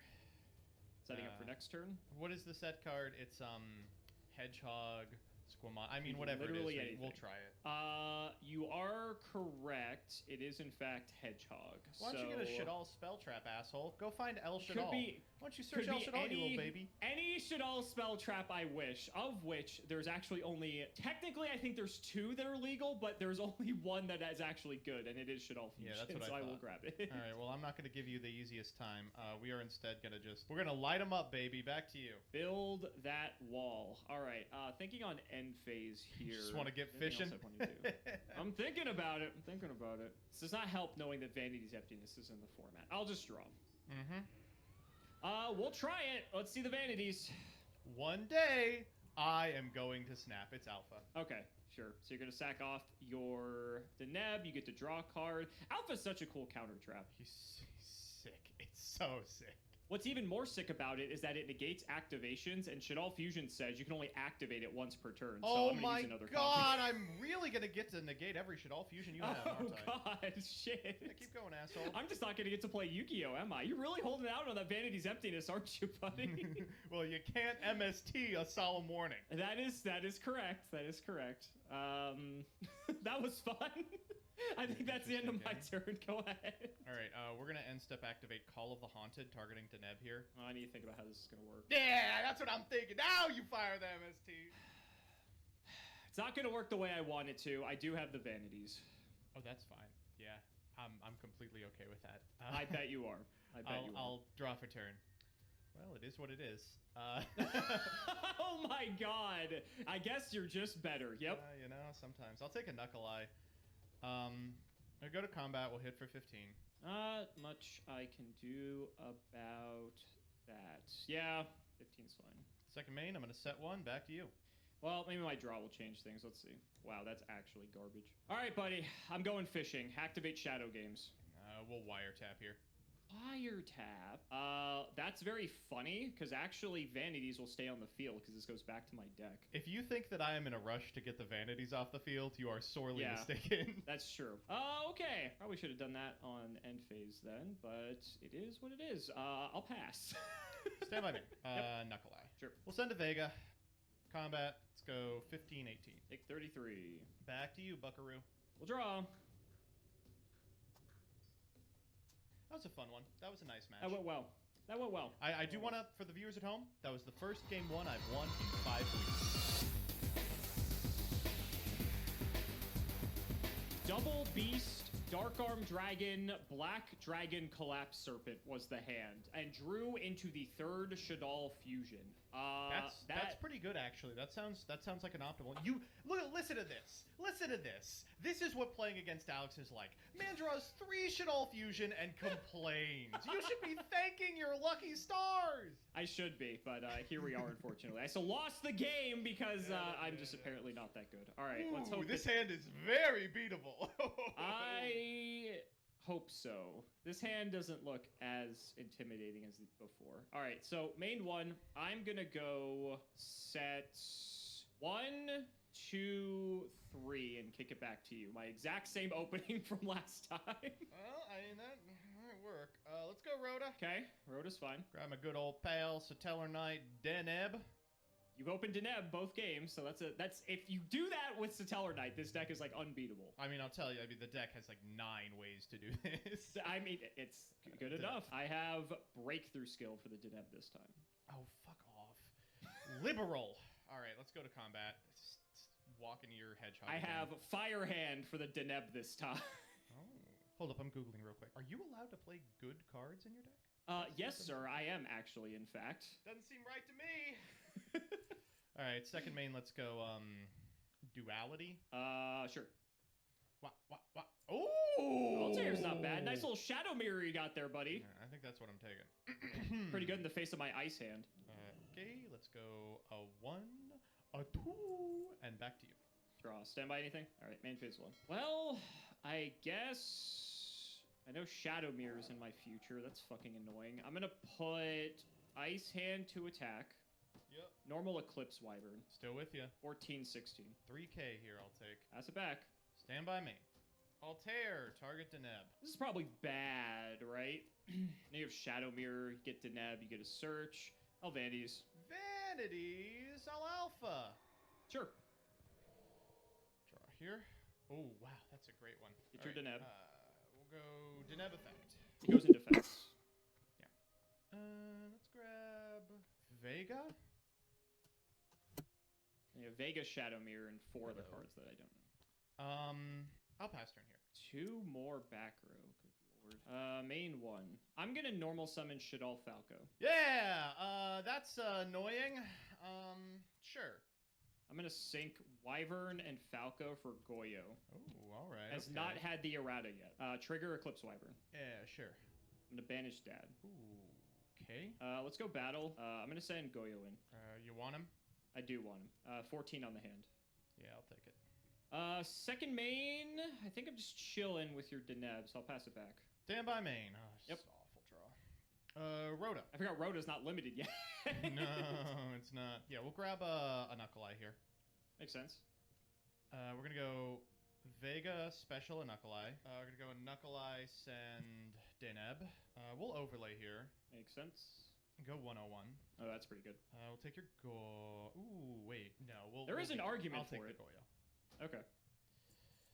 Go to combat and walk over the Deneb. Back to you. Main 1. 101's a bit annoying here. Can blank Fire Hand. I'll go battle. Yes. Ice Hand in. Well, that's a little bit of a penis move on your part, but sure. Take 7. Trigger hand. Let's pop this one. Fine. We'll get Fire. Yep. Fire Hand in on attack deck breakthrough skill, the 101. That's fine, yes. So I'll take 5. Fire Hand pop 101. Yeah, that's okay. Okay. We'll get another ice. Try to get for 14. Second main. I know you still have a Shadow Imp back there, so that's annoying. I'm gonna normal Lila. Sure. Try to declare. I'm gonna target for cost. I'm gonna target this one. That's the Shadow Imp. One of them anyway. So then she'll go to defense, and then I will proceed to end phase and mill 3. Trigger my Shadals. Hopefully you don't have the second Shadow Imp. Yeah, that's fine. So I have Squamata and Beast. So I'm going to go Beast 1, Squamata 2. I'm going to dump Falco with Squamata, draw 1, trigger Falco, resurrect itself. Sure. Throw it back. Okay, stand by me. I will normal Altair. Yep. How much I can do about that? I feel like I am running away with this game, but I've got so few life points that this is becoming a problem very quickly. That's your last Altair, too. Yeah. We'll go to combat here. I'm just going to attack into the Lila.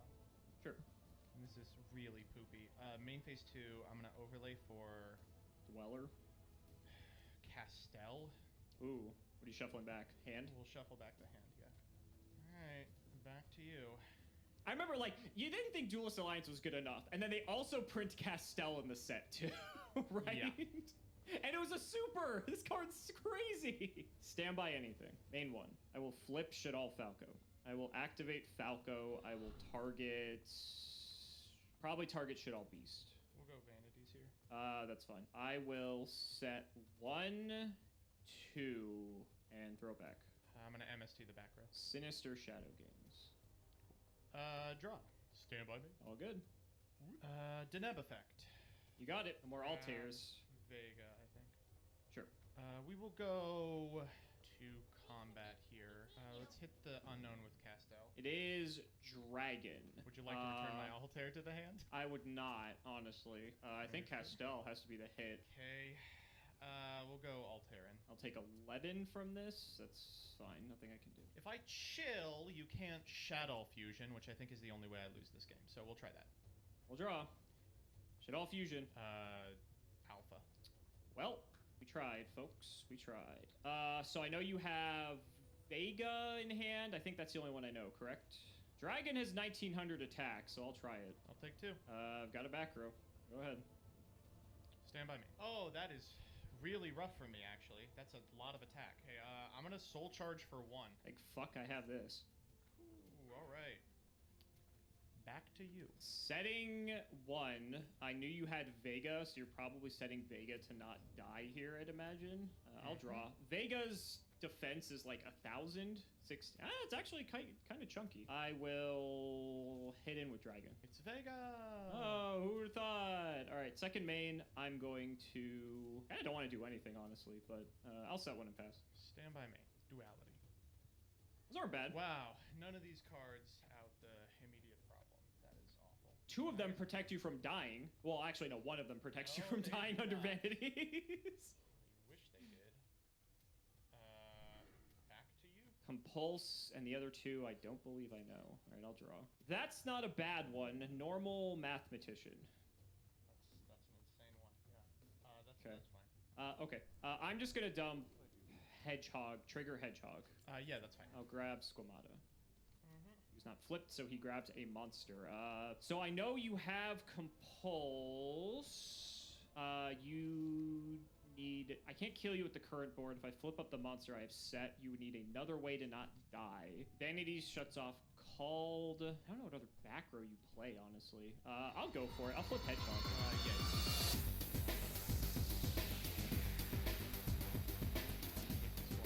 Emptiness and emptiness and emptiness and emptiness and emptiness and emptiness and emptiness and emptiness. So game determinative. This hand sucks ass! Welcome to Satellar Night, buddy. Alright, well, you know, it does do this, so. Vega set 4. Okay, so you wouldn't have done that unless you had Alpha, I imagine. Could so be I'll anything. draw. Stand by No, anything. Let's try for this.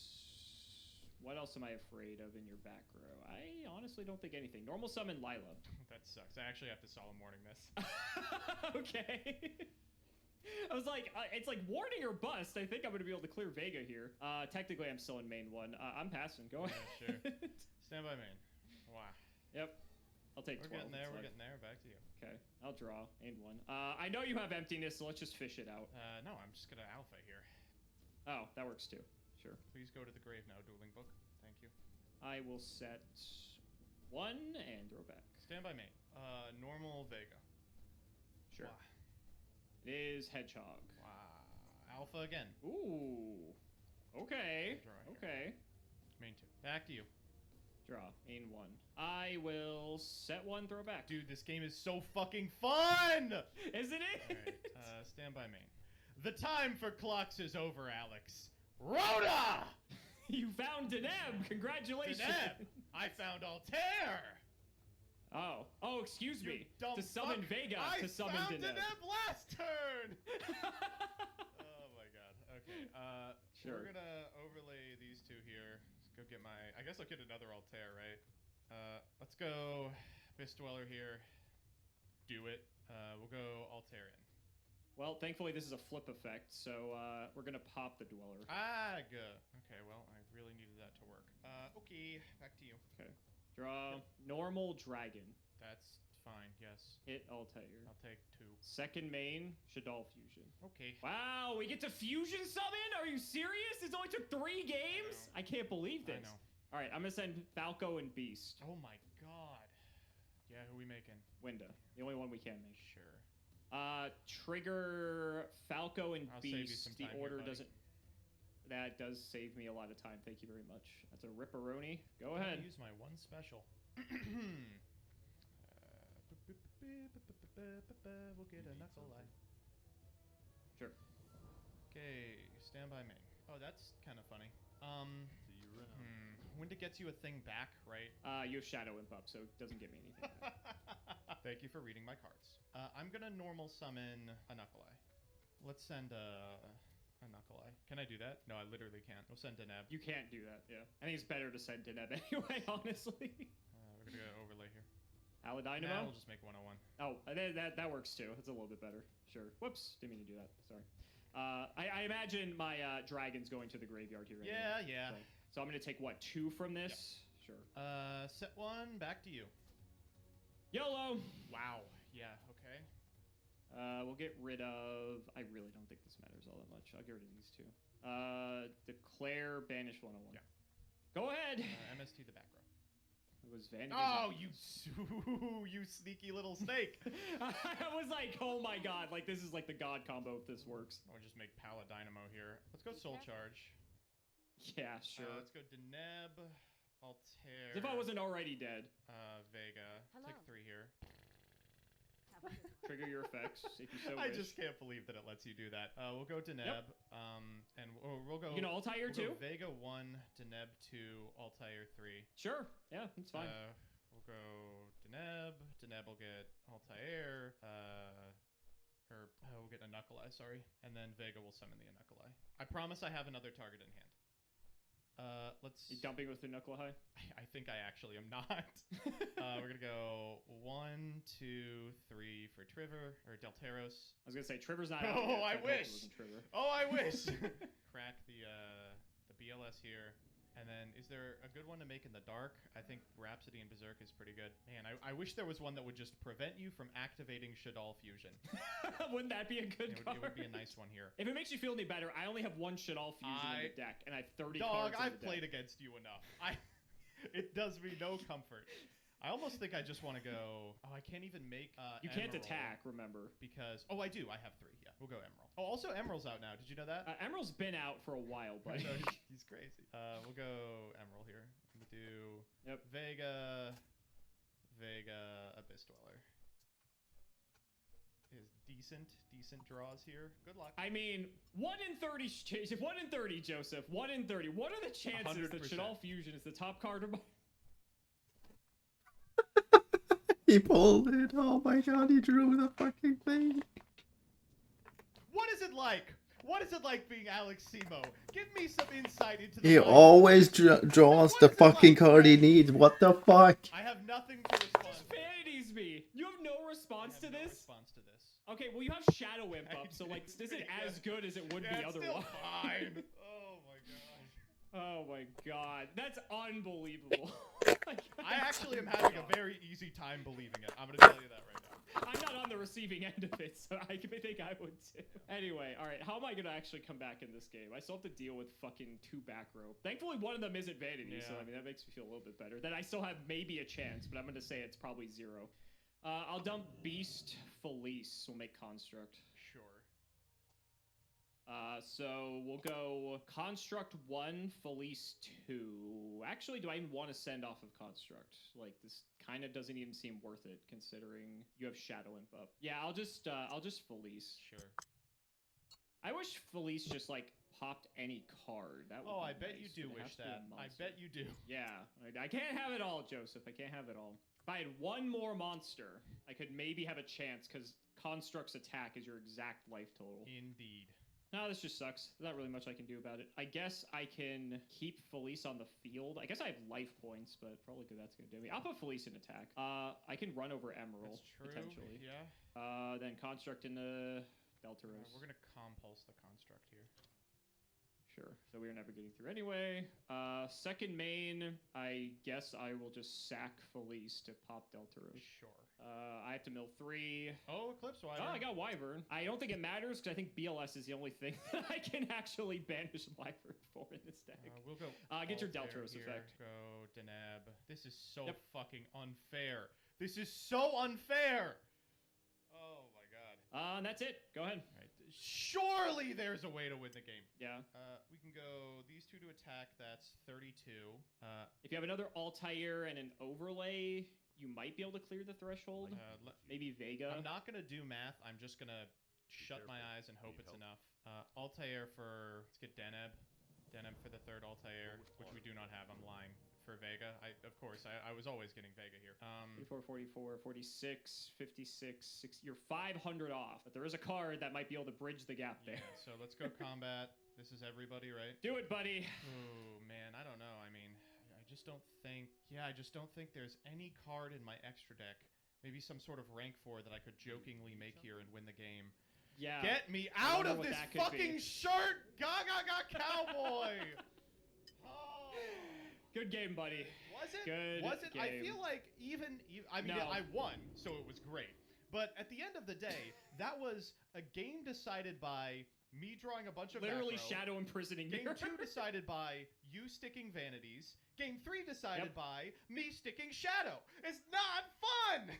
It's not. I'm surprised I was as much in that game as I Oh, was yeah. with Shadow Oh, Imp yeah. up. And that's why this deck actually sides into the hands like you saw game 2, because you need to insulate yourself against Shadow Imp. A, Ice Hand out Shadow Imp, but B, just having less darks to rely on with your deck. It's a nice sideboarding strategy, which I think is actually pretty sick. And like I said, the mind games with the fact they're playing dolls, when you went into the Abyss Dweller thinking it was a hand, the flip summon still triggers, so it's a weird little game you can play. You could have gone into another Xyz to, like, if you thought it was a Shadal, but then that doesn't insulate you as well if I do have like a Shadal fusion on the follow-up to be able to just dwell or detach. I had so, Shad Imp set. I interest- should have just flipped it pre-combat. I just wanted to be cute. I was shocked you didn't. That's why I didn't think you had it, because when you didn't flip it pre-combat, I'm like, oh, he doesn't have Shadow Imp, whatever, and then you fucking, I'm like, all right, well, nothing I can do about that. Yeah, so I actually understood our roles, which led to kind of that weird game too.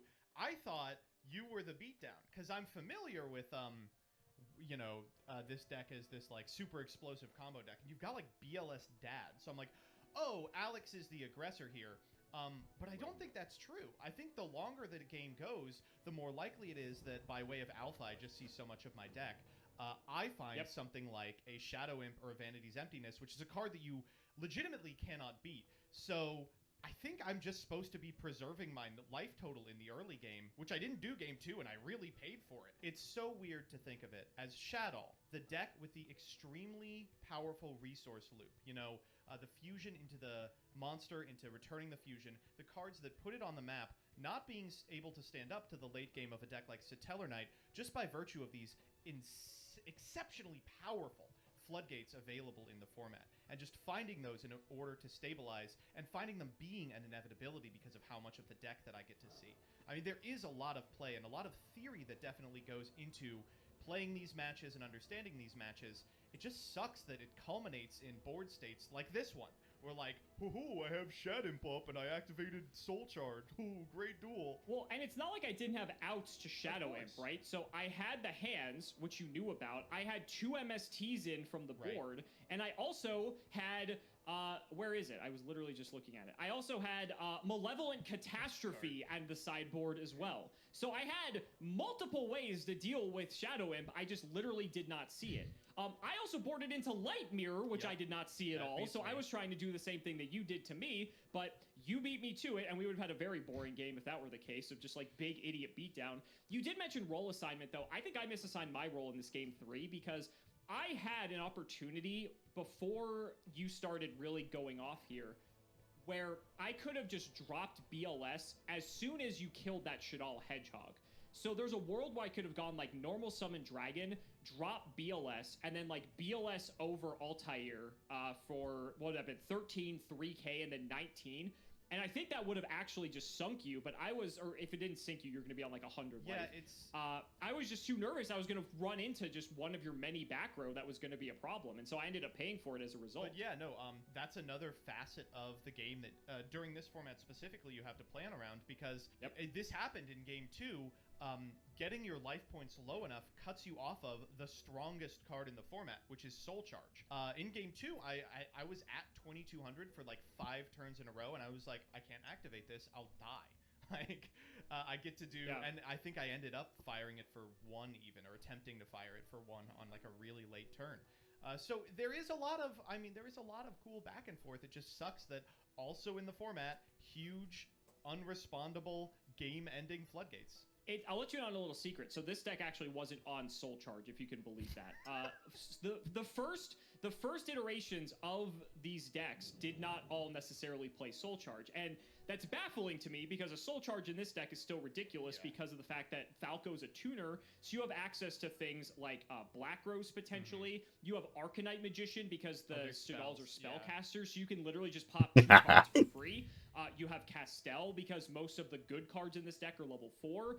You have just a wide myriad of different options at your disposal. You can even Soul Charge back like Constructor Winda if you've already successfully summoned them earlier in the duel. So it's just, it's so interesting to see like what the first iterations of Shadal's looked like. This deck was playing the White Dragon, Wyvern Burster, Black Dragon, Collapse Serpent stuff. I boarded out of that shit because that was just bricky as hell. And later on, the decks will reintroduce those cards, but I think it's once people start to really understand and like really take the deck to 11 in the aggro sense that most people know when it comes to Shadal. But early on in like this version of the deck and also in Artifact Shadal, which is the version I opted not to play because I figured people would be sick of artifacts by this point, that it was very much more control / mid-range than it was an aggressive deck. It just happened to, as a consequence of already playing the Chaos typing, could support BLS and Dark Arm Dragon, and having Construct at your disposal could end the game a lot faster than most other decks in the format at this point. Yeah, definitely. I mean, I talked a little bit about this in the deck profile, but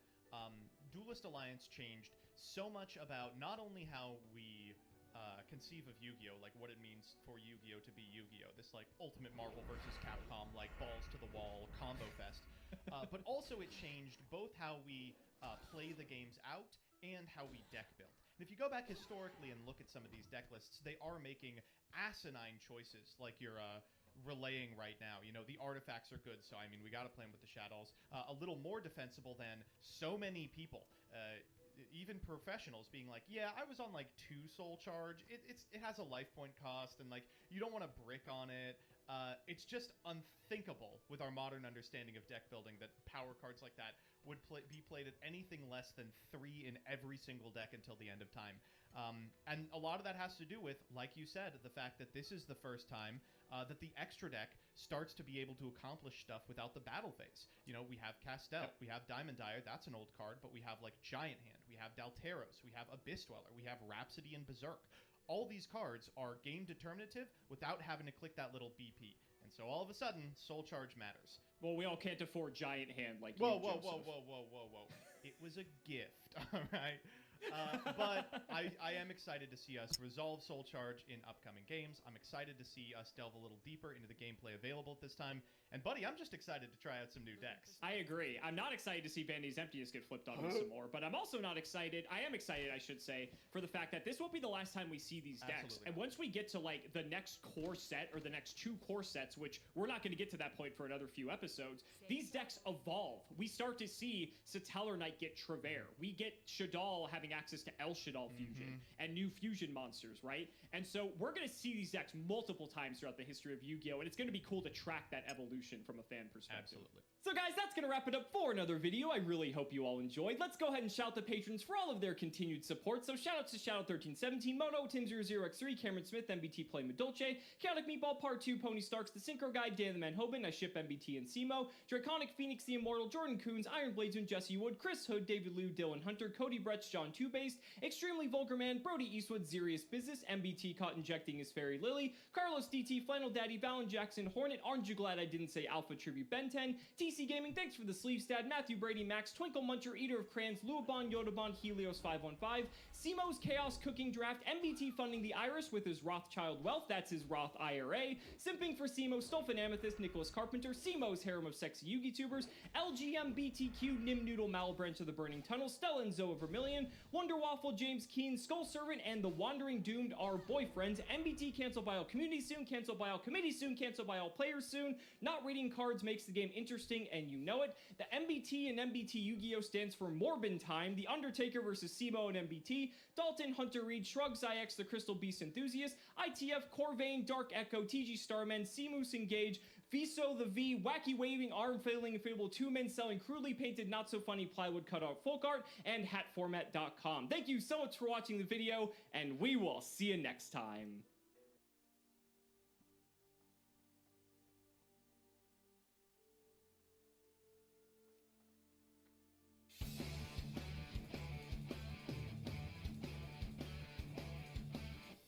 Flipping packs makes me feel alive. I flip 'em up, see what's inside. Should I pick up a spiral and get more zoos? I'm letting Twitch chat choose. I feel Nova's anger as I summon dangers. I can feel the chaos starting right now.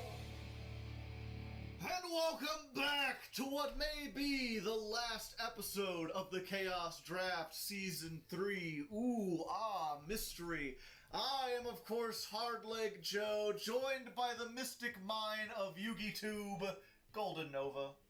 I've got Spellstone Sorcerer Karud on the line right now. We're finalizing the deal for the 10th Chaos Coin anniversary limited edition documentary. It's going to be great. It's Spellstone what now? Spellstone Sorcerer Karud, the little guy that's featured in the back end of Mystic Mine. Huh. I did not know that. I thought it was just some little goblin. Just having a little goblin time. I didn't know there was lore and everything. Wow, once again, you have walked into my domain of knowing things that most people don't really care about and don't really matter. Is there a story behind Mystic Mine that I'm unaware of? I just picked it because I was like, yeah, no one likes Mystic Mine and no one likes you. It's fine. I don't need all of your approval. All I need is victory. Yeah, you're very close. If you missed last time, Nova's up to 9 Chaos Coins. One more victory, and he does it. And for the 3rd season in a row, I will not have won my own series. I have precedent to maintain here. I can't let the previous hosts down. Yeah. And it's so weird, too, seeing the different people react to it. I was very specifically, I just read a comment where they're like, Joe, the problem is that you have too many different engines in your deck instead of building around one thing. And I'm like, did you see Nova's deck last time? Yeah, It's like Goki UA with like a rank 4 toolbox and like a bunch of little engines. I'm like, how is mine different? They're like, oh, you didn't really have a good win condition. I had a 3500 that was undestructible. What was Nova's? A 2800 that was undestructible. Like, we're both playing the same thing. The only difference was you could stall until you bought up the resources because you had the Crooked Cook that was like literally indestructible unless I had a kaiju. Unless you had a kaiju. Yeah. Which is why I've gone ahead and banned Astral Karibo from this format. Get it out of here. Jules, if the list isn't already up, put it up there. Because that thing, it's really amazing how we completely overlooked that. That was in the bonus packs, right? It's not in like a main set. Yeah, it's specifically in our chaos pack. So yeah, and I was looking at it, I was just like, it makes rank 4s a little bit easier, and I didn't realize that like with Baguska and with Crooked Cook, it just makes this thing that's like impossible to get rid of. Yeah, you said like we overlooked Astral Karibo. I don't think you mean we. Yeah. I was on that since like the second we were doing rank 4 stuff, and I never looked back. Yeah. Not that I knew it going in though. Like it just seemed like a funky little guy. It just seemed like a funky little guy, and I'm surprised with the bonus packs that we got. Like, you know, so many. I guess I may have put it too low on the rarity or something. I just underestimated it when I was putting everything up. But we didn't know how the custom packs work really, right? Like, there's like 100 cards that are in the rare slot, and like most of them we haven't seen. There's still a bunch of cards in that set that just have never appeared because of the way it like shows it up. We'll have to change it for next season. We learned things. Yes. We're always learning. But hopefully this won't be the last episode. Hopefully I'll be able to retain my victory and do something great. But we won't find out until after the pool zone. Kasplash. Here we are, ladies and gentlemen, in what very well may be my final pack pull. I have one more chance to get something good. Something that allows me to just move on in through the rest of the series. Let's hope that we can do it. I've been having the patrons look at my packs, try to help me, and we got the makings of a good dark deck. If we get some more dark stuff, maybe some more Orcus stuff, maybe some little Sky Striker stuff, we might be good. I've got the Millennium Puzzle here to help me. It's very pointy. It pokes into me. It's not very comfortable, but hopefully my pain will act as a sacrifice. So far not. What does Grave Robber do? Does Grave Robber do anything? Select one spell in your opponent's graveyard. Use it as if it's in your hand. Yeah, so that's not very great. I think I'm going to take Messenger of Peace because it's a floodgate, and I could possibly use some floodgates at this point in the game. Alright, folks, I had a blast last game. I'm glad to see that Goki UA came together in a wonderful mesh of warrior support and totally fairly won that last game. But that means we're almost at the end of the road here. Potentially, this is the last time I'll be sitting in front of you opening these packs. So, as a farewell, I just wanted to say thank you for tolerating my presence here, and, you know, good luck to the person who has to follow up my indelible performance. Let's open up Dark Beginnings 1 and make it a good one. Come on, another Graceful Charity. Okay, so nothing here is explosively powerful, but it would be funny to play Curse of Dragon, just in case we could do some kind of silly Gaia stuff later on. Dark Revelations, Volume 1. Well, another skill drain isn't bad. I do have the makings with the Dragon Rulers. You could do a pretty strong skill drain deck, although this will only be my second one. But still better than nothing. Alright, Duels Genesis, give me your Synchros. And that's the trash collector there. I see an Equeste, though. What's our Equeste count? Our Equeste count is 2. That means we're getting a third Equeste, folks. The Secret Forces. Shush. Is that the third Armageddon Knight? Let me double check and make sure I don't already have... I have 2 Armageddon Knights. Hell yeah. More consistency. All the consistency. Absolute power force. Oh, Fiendish Chain. Not exactly the best insofar as, you know, all the backer removal we have to deal with, but it's basically interruption.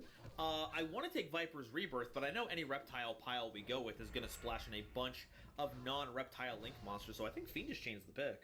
Cybernetic Horizon. This has incantations in it, so we're going to roll and hope we get an incantation. We did not get an incantation, but we got a fucking Bigfoot, and Bigfoot is, like, so good in a very limited format. What does this do? When you take a battle damage, special summon this from your hand. It gains attack equal to the damage you took. It's pretty nice. But yeah, I think we just want the secret rare Danger Bigfoot. Let's try that. It's also a good dark monster for the dark stuff that we're doing. Lord of the Tachyon Galaxy!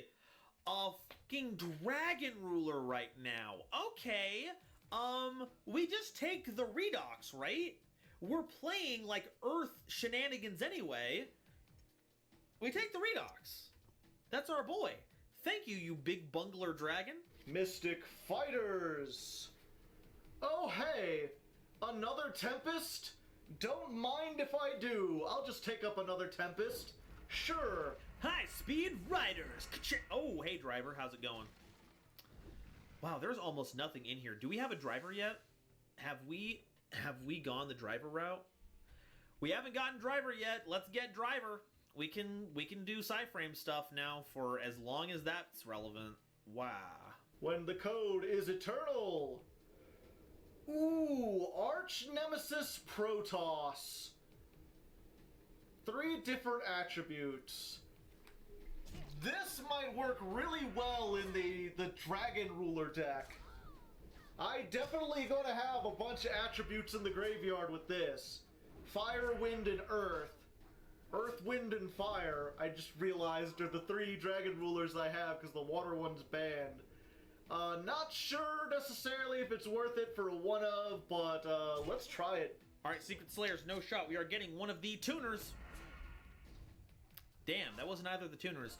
Teardrop, though, is a great rank 8. Even if we can't make the effect a quick effect, it's still a card that tributes as removal, and that is hard to battle with. Resonance is fine or whatever, but I think we get Rika Queen. And finally, Ancient Guardians, which was, in retrospect, a bad set to end on because there's nothing good in it, nothing decent. I guess we're just gonna take Megatannis. This is the one that's like a Book of Moon, right? Yeah, change it to face down defense position. That might be good if I... Wait, just a tick. Tribute one other level 7 or higher monster. Except for monsters with a level. The Ursartics have amazing synergy with the Dragon Rulers. I never thought about this because they've never been legal at the same time. But Ursartic Dragon Rulers might actually be pretty damn good. It's a pity they're water, but I might have to look into that. We'll see. Either way, we picked that. We've got quite a few good things in here, and we've still got the bonus set from today. All right, Ancient Guardians. Band. We have 3 copies of Wavering Eyes. These are the 2 Ogdoadic cards we don't care about. I don't think Butia has a good effect, so we might just be in for trade-in. Sulfur Quartz has... Yeah, let's just grab the Butia.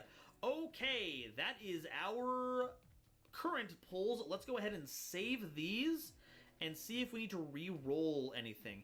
Alright, bonus packs for this episode are Battle of Legend, Light's Revenge. Lots of good stuff in this set, not exactly sure what, but we're about to find out. The Time Lords are in here. Infernoids are in here. The Glad Beast? No. No, we're not doing the Glad Beast. We don't have enough for that. Let's just take the Time Lord. Alright folks, it's bonus pack time. Prepare for Battles of Legend, Light's Revenge. Now, if you've been paying attention, I like me some Glad Beasts, and Tamer Editor is hiding in this set, so we're looking to grab at least one. At least one. So, flip them up. Not here, but we do get Noxious. We're going to grab Noxious. Okay, that's the first one. Okay, pack number 2. We got a DDD, we got another Solar Recharge, White Aura Dolphin, very exciting.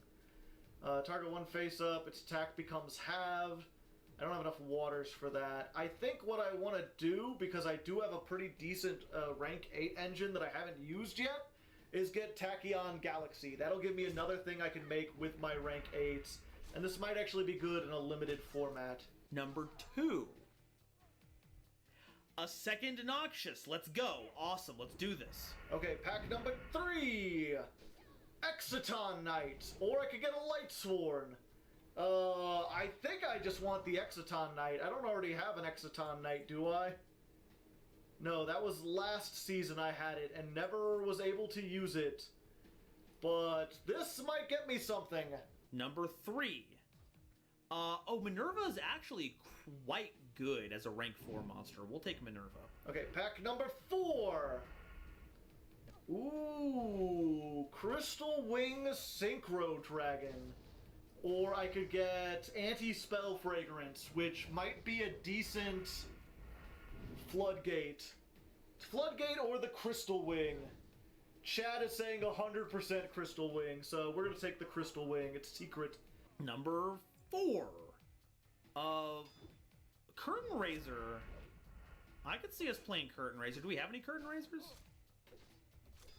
No, hey, that's a sweet Pendulum card. We'll add that. All right, and pack number 5. Nothing great. They really wanted that Solar Recharge. If a pendulum is destroyed by battle or card effect, tribute 1 monster, special summon this from your hand. Yeah. I think we're just going to take another Time Lord. Might be good. Possibly. I guess. Sure. We'll take it. So we got that, plus the Camion, and we get one more thing. We get 5 pity packs to try to round out this episode and get us the best we can get. Come on, Tamer Editor. Come on, please. Please. Please. Please. Please. Please!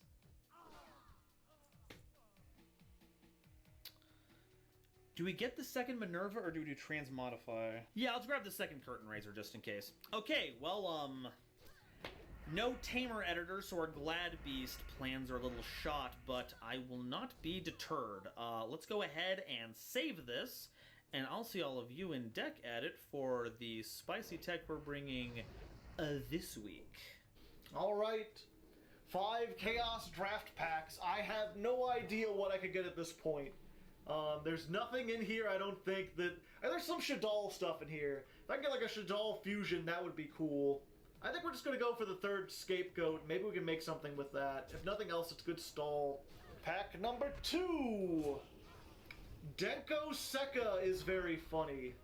And the best deck I could fit this into, like the deck that I can do stuff without using my normal summon, is is the Dragon Rulers, and they can't benefit from a light monster that is Thunder type.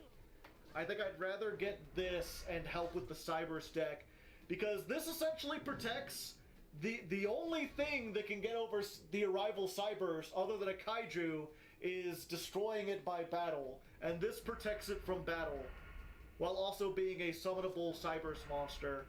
So I think I'm going to go for that. Pack number 3! Instant Fusion. Oh, but the third Dragon Ravine.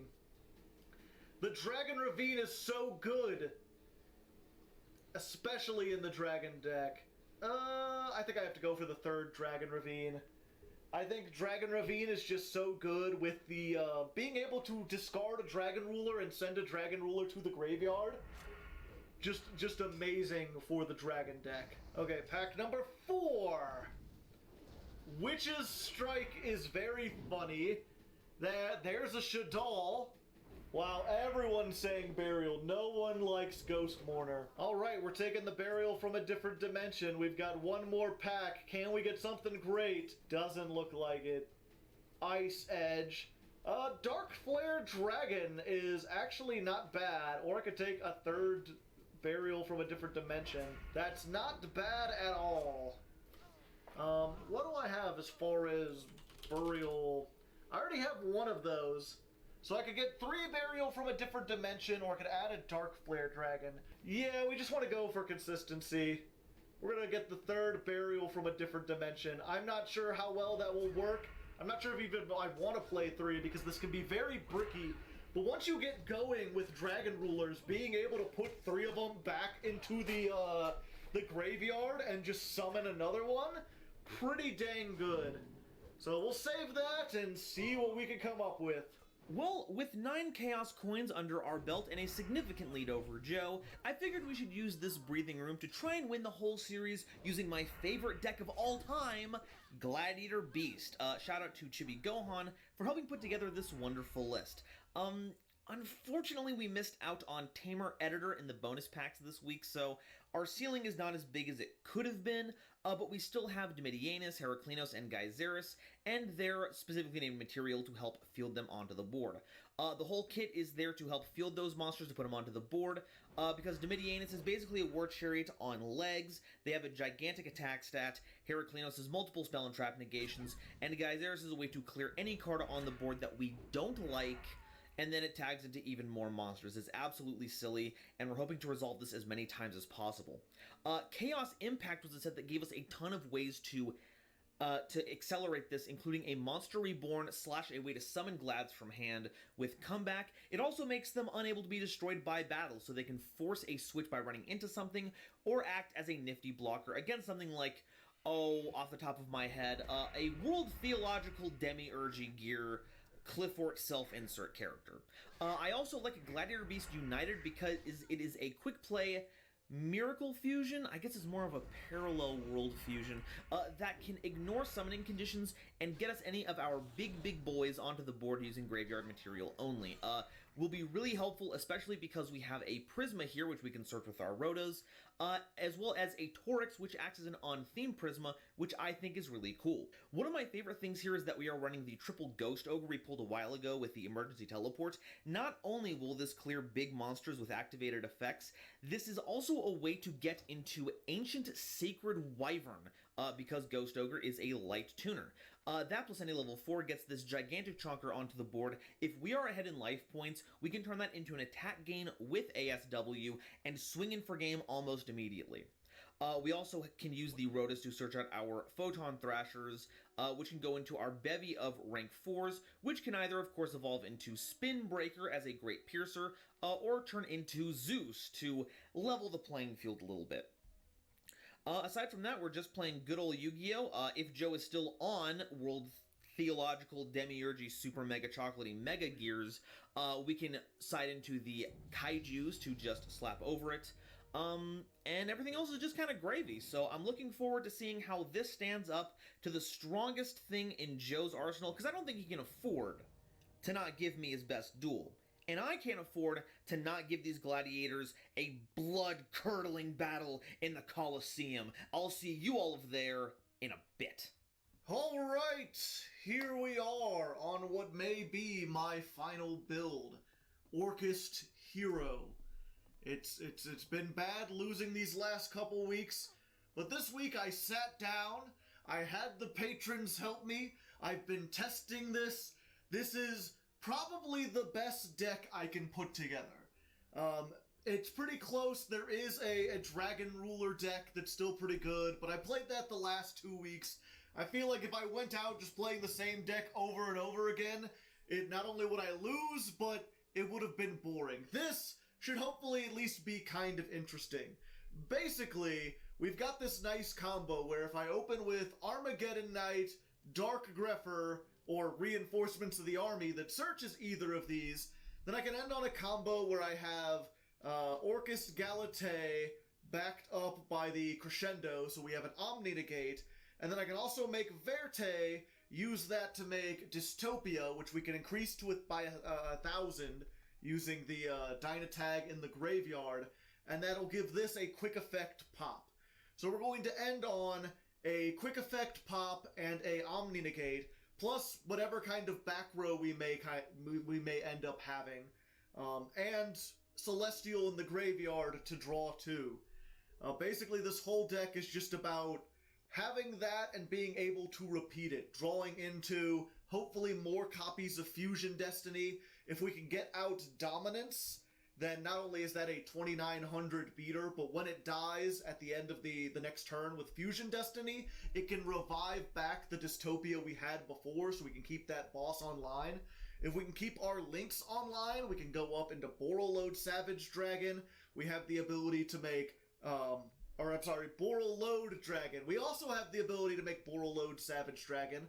Basically, Malicious plus Plague Spreader Zombie equals that. We can also make Nothung the Starlight, which is not super great, but it can get over some things, do that little extra damage. Because Plague Spreader and Malicious are both things that we can get into the graveyard with all these engines that we have to get stuff in the graveyard. And we also have things like Dark Rebellion, Ixie Dragon, a couple other rank 8s, and Witch's Apprentice, which can boost everything. We've got an all-dark deck. Every single card except for a couple of the Nightmares that we're going to make like first turn are all dark. And then we're main decking 2 Gozen Match. I originally had 3 in here, but I don't know what Nova's on. If he's on an Omni attribute deck, then this is going to be useless. So I'm main decking 2 at first. We can throw the third one in there if need be. And then if he is playing a single attribute or mostly one attribute, we can switch these out for things like Lost Wind. If we're going second, we can put in Dark Holes. If the games get grindy, we have Return from a Different Dimension. And then as for the rest of our main deck, it's mostly just like some basic removal spells like Compulsory Evacuation Device. I guess that's a removal trap. The 3 Twin Twisters, in case Nova's gone on any kind of back row. This is something, again, we might side out games 2 and 3, depending on what he's got. We've got the Kaiju package in case he's got Invincible Goki stuff. If he's doing graveyard shenanigans, we've got Skullmeister and DD Crow. We've got the Giant Trunade, although I don't think that's going to be all that useful in this particular format, because I can't super OTK on a lot of this, at least not in a way that hand traps would help him. He's got that Goki Stretch Ogre. But yeah, we've got the Twin Twisters in here that's going to help us discard the Maliciousness or the World Wand or the Nightmare if we happen to get it. Almost everything gains some kind of effect in the graveyard. And in addition, a lot of this stuff, like we're playing the 2 dragons, if need be, we can discard these or send these with something to activate their effects. But they're also 1800 and 1900 beaters. They can just hopefully, like, no matter what we top deck after that first turn, we're going to be able to get almost 2,000 damage on board, maybe more if we can make Wee Witch, or if we're on the back foot, we can set these and they act as removal. They're also level 4, so they can go up into Dark Rebellion and stuff like that. Same thing with, like, the Bigfoots. If we top deck a Bigfoot, could be removal, could be a big beater, could help us draw into things. And then we're playing a couple one-ofs like Delinquent Duo and Confiscation. It's unlikely we'll get these first turn, but originally I had these sorted out for like the Gozen Match, right? That is also something you really want to see first turn. And I felt like this is better no matter what he's playing if we can draw into these. And even on subsequent turns, if he has only 2 cards or 1 card left, being able to get rid of his only resource, as long as we have at least one thing on board, or a package in the graveyard that can do stuff, will be fine. We have 2 big worries with this. One, there's a chance that we brick on these 2. These are pretty hard garnets. We have ways to put them back in the deck by using Plague Spreader, but there's still a chance that we could brick on those, or brick on like drawing 3 Malicious, or like 2 Malicious and a Bigfoot, and then we activate Bigfoot and it discards itself on the first turn, achieving nothing. We're fairly consistent, but there's still a chance we can brick, and I'm hoping we just get lucky and that doesn't happen. The other worry is graveyard shenanigans. Nova had the called by. If he has more of those now, that can really screw us over. And unfortunately, I don't have any way to like stop that, really. I couldn't really waste a band on called by. The closest would be Skullmeister, the DD Crow. We could banish it ourselves to prevent the effect from being negated. We only have one of those, I think. Actually, let me check real quick. Yeah, I only have one of these, so it's not the greatest thing, unfortunately. So hopefully this will work. Hopefully it'll work better than just summoning Dragon Rulers every time. It's not a big invincible Bungus, but if we can go first, stop Nova from playing in the first place, we should be able to OTK on turn 2, or at the very least put up enough defenses, either with the Savage Dragon or the Borreload, or just being able to out-advantage by drawing into things like Compulse, Goes and Match, more Twin Twisters, more Hand Rip stuff, and just lay on the damage with normal summonable 1800 attack beaters. That's the hope. We just gotta see how it works out. Right, we're here, and it's time to rock your world, Nova. Are you ready to rock? No, I would like to paper, please. Are you would like to paper? Okay. I will scissors then. Okay. Good. Well good. then. Excellent. I realized that I probably shouldn't have telegraphed that, but the joke, I couldn't not do it. This will be fun. This looks like a fun hand.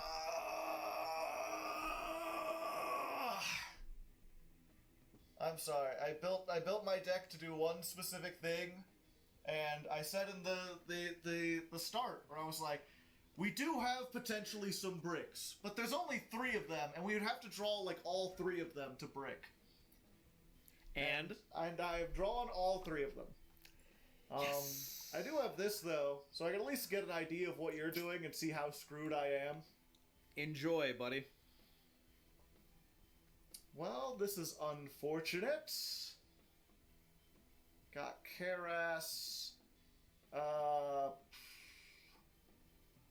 Get rid of As that. you can see, I have nothing to hide. I'm not on my usual floodgate stuff. I'm not playing UAs. I'm playing something with a bit more teeth to it. Yeah, I don't actually know what that is. I guess maybe I should have taken the, No, I was like, the triple tactics is probably the best thing there, but it's not going to do anything if I don't have any monsters to discard. Let's take 12. There you go. Okay. What is this? Just a guy with the cannon. That's all good. Okay. No, I'm asking this of my own cards. Oh, okay. I have a card that's like, I want to do something else with, and I didn't realize. Okay. Well. Trust me, we're both on brick territory. I don't want to see any of these cards in my hand. Hey, There we Celestial. Look at him. He's coming down here with his big shield. He's not great, but I know which number is bigger than the other number, so.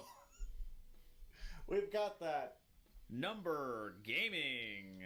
And it looks like you're playing some kind of gladiator beast thing. So that could be a Hoplimus. Just hopping along. Okay, good. I've just gotta hope.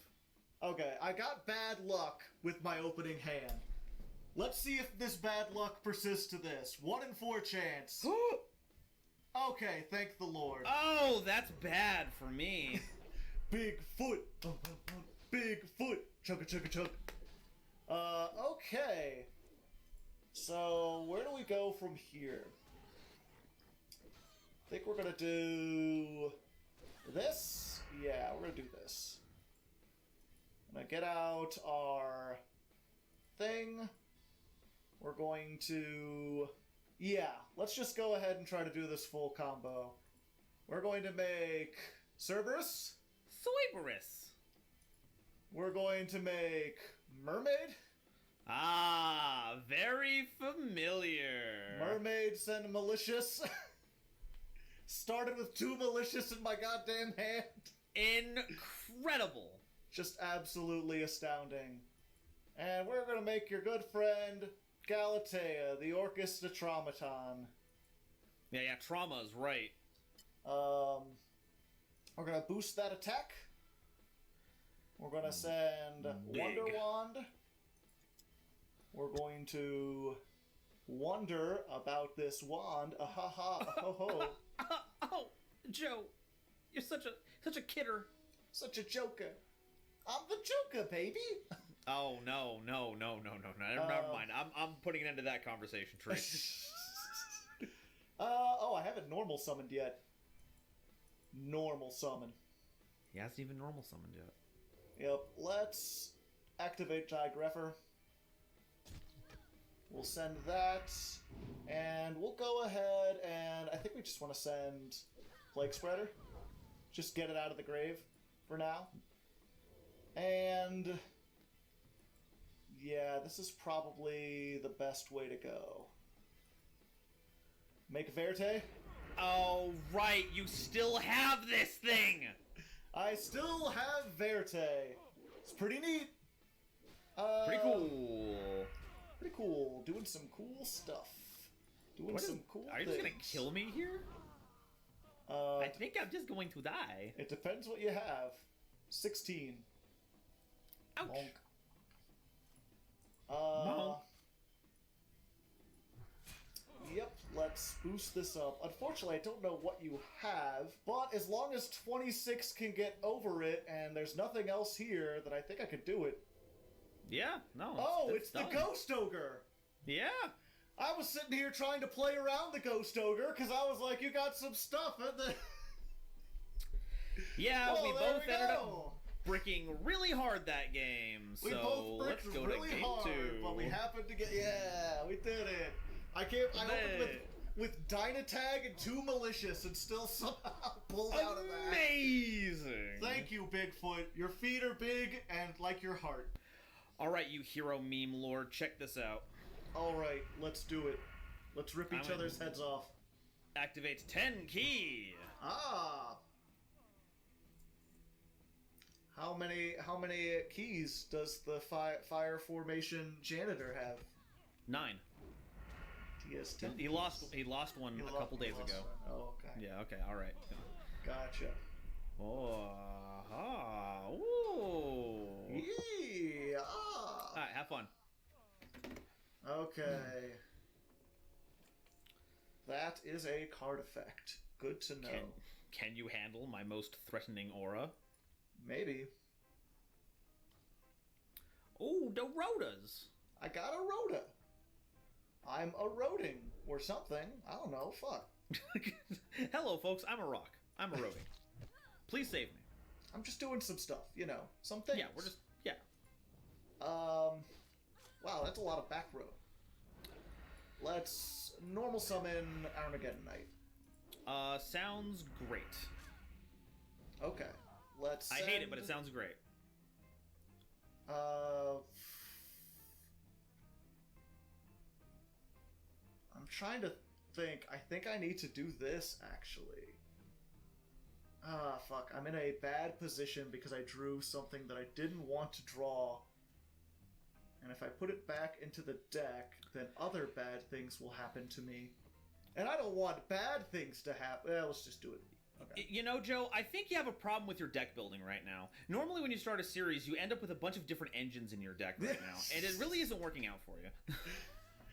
It's just really, why don't you just play pure Orcust or just pure Destiny heroes, Yeah, certainly there's enough material in those to make everything. Right? Right.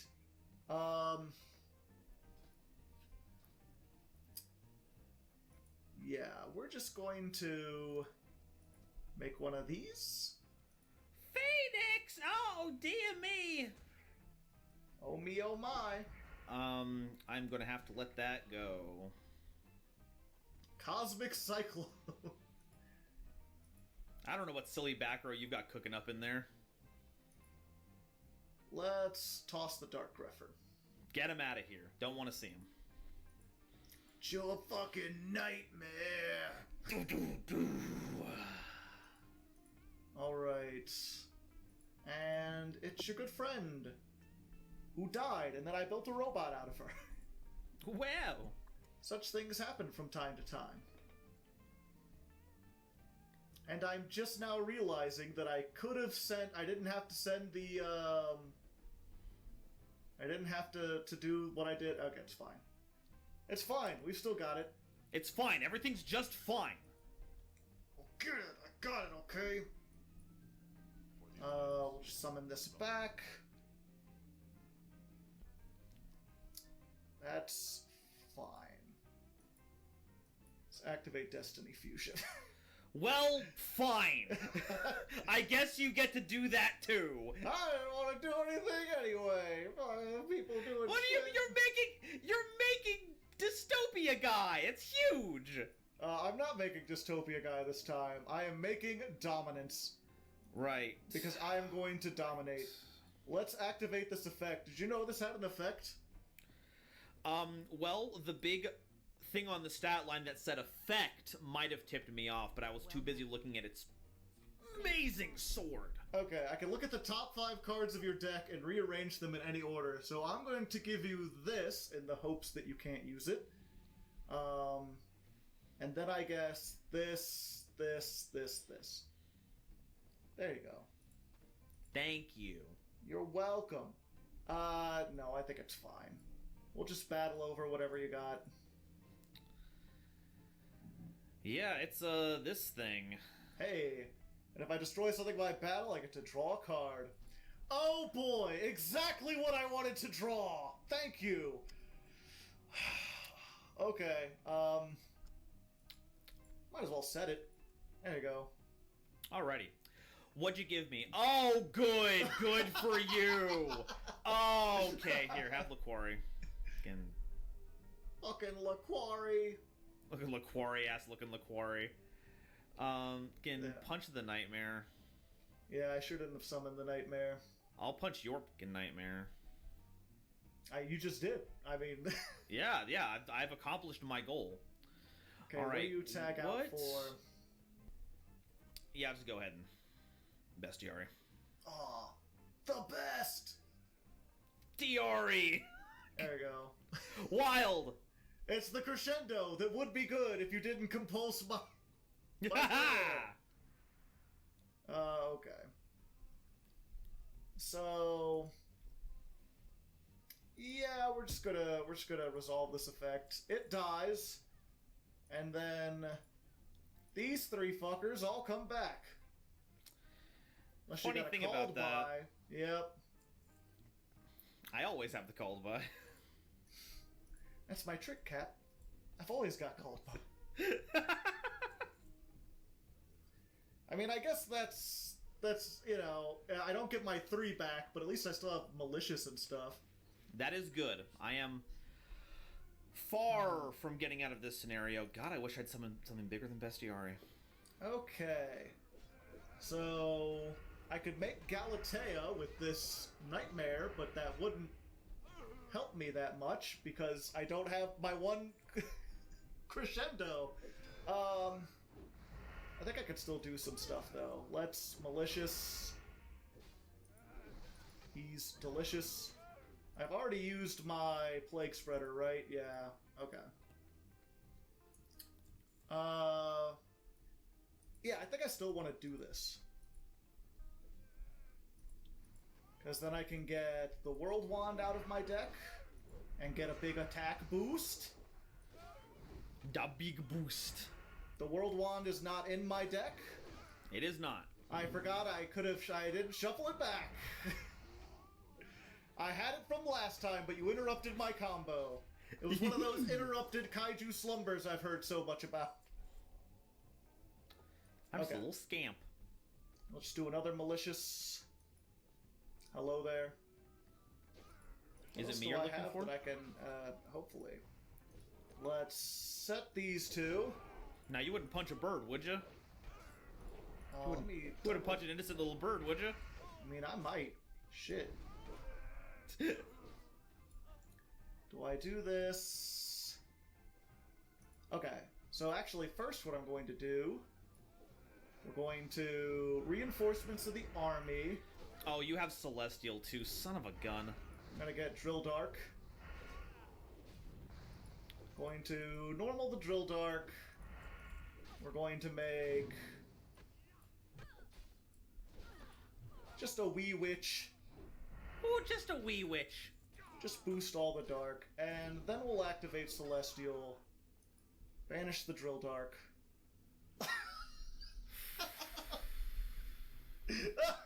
Great. I was like, any extender does it. And this is not the extender I wanted. Yeah, I guess we're fine. Because I know what you got in hand, right? It's the Augustus. Yeah, you weeb. I didn't have a better insult. I'm sorry, everyone at home. I couldn't. It's fine. These things happen. Okay. We set a card. We're good.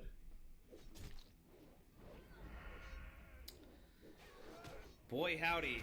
That's a card. It sure is. Yep, I forget if you've shuffled. Yeah, because you activated. Wait, I can activate this? What? Oh yeah, it's It has you added it to the deck. I did, but I thought it added from the deck. I guess I'll take World Wand back from the banished zone, so I don't draw it. Oh boy, exciting. Wait, no, you shuffled it into your deck. You got it out of your deck. Yeah, so I don't draw it again. Okay. I mean, might as well. Yeah. Just pop that. Just get it out of here. Just get out of here. Now I've got my engine back online. It's back and better than ever. Yes. Get back into the deck, World Wand. I can't search anything, but I want you to be there. Normal summon. I could make that. I don't think I need to yet. I don't think that would win me the game. No, it would not. Okay. We'll just go, I don't think you're playing Hoplomys. I don't think that's good at this juncture, so we'll try... Yeah! And you are rewarded for your efforts. Yay. I like being rewarded. I'm a happy Harrington.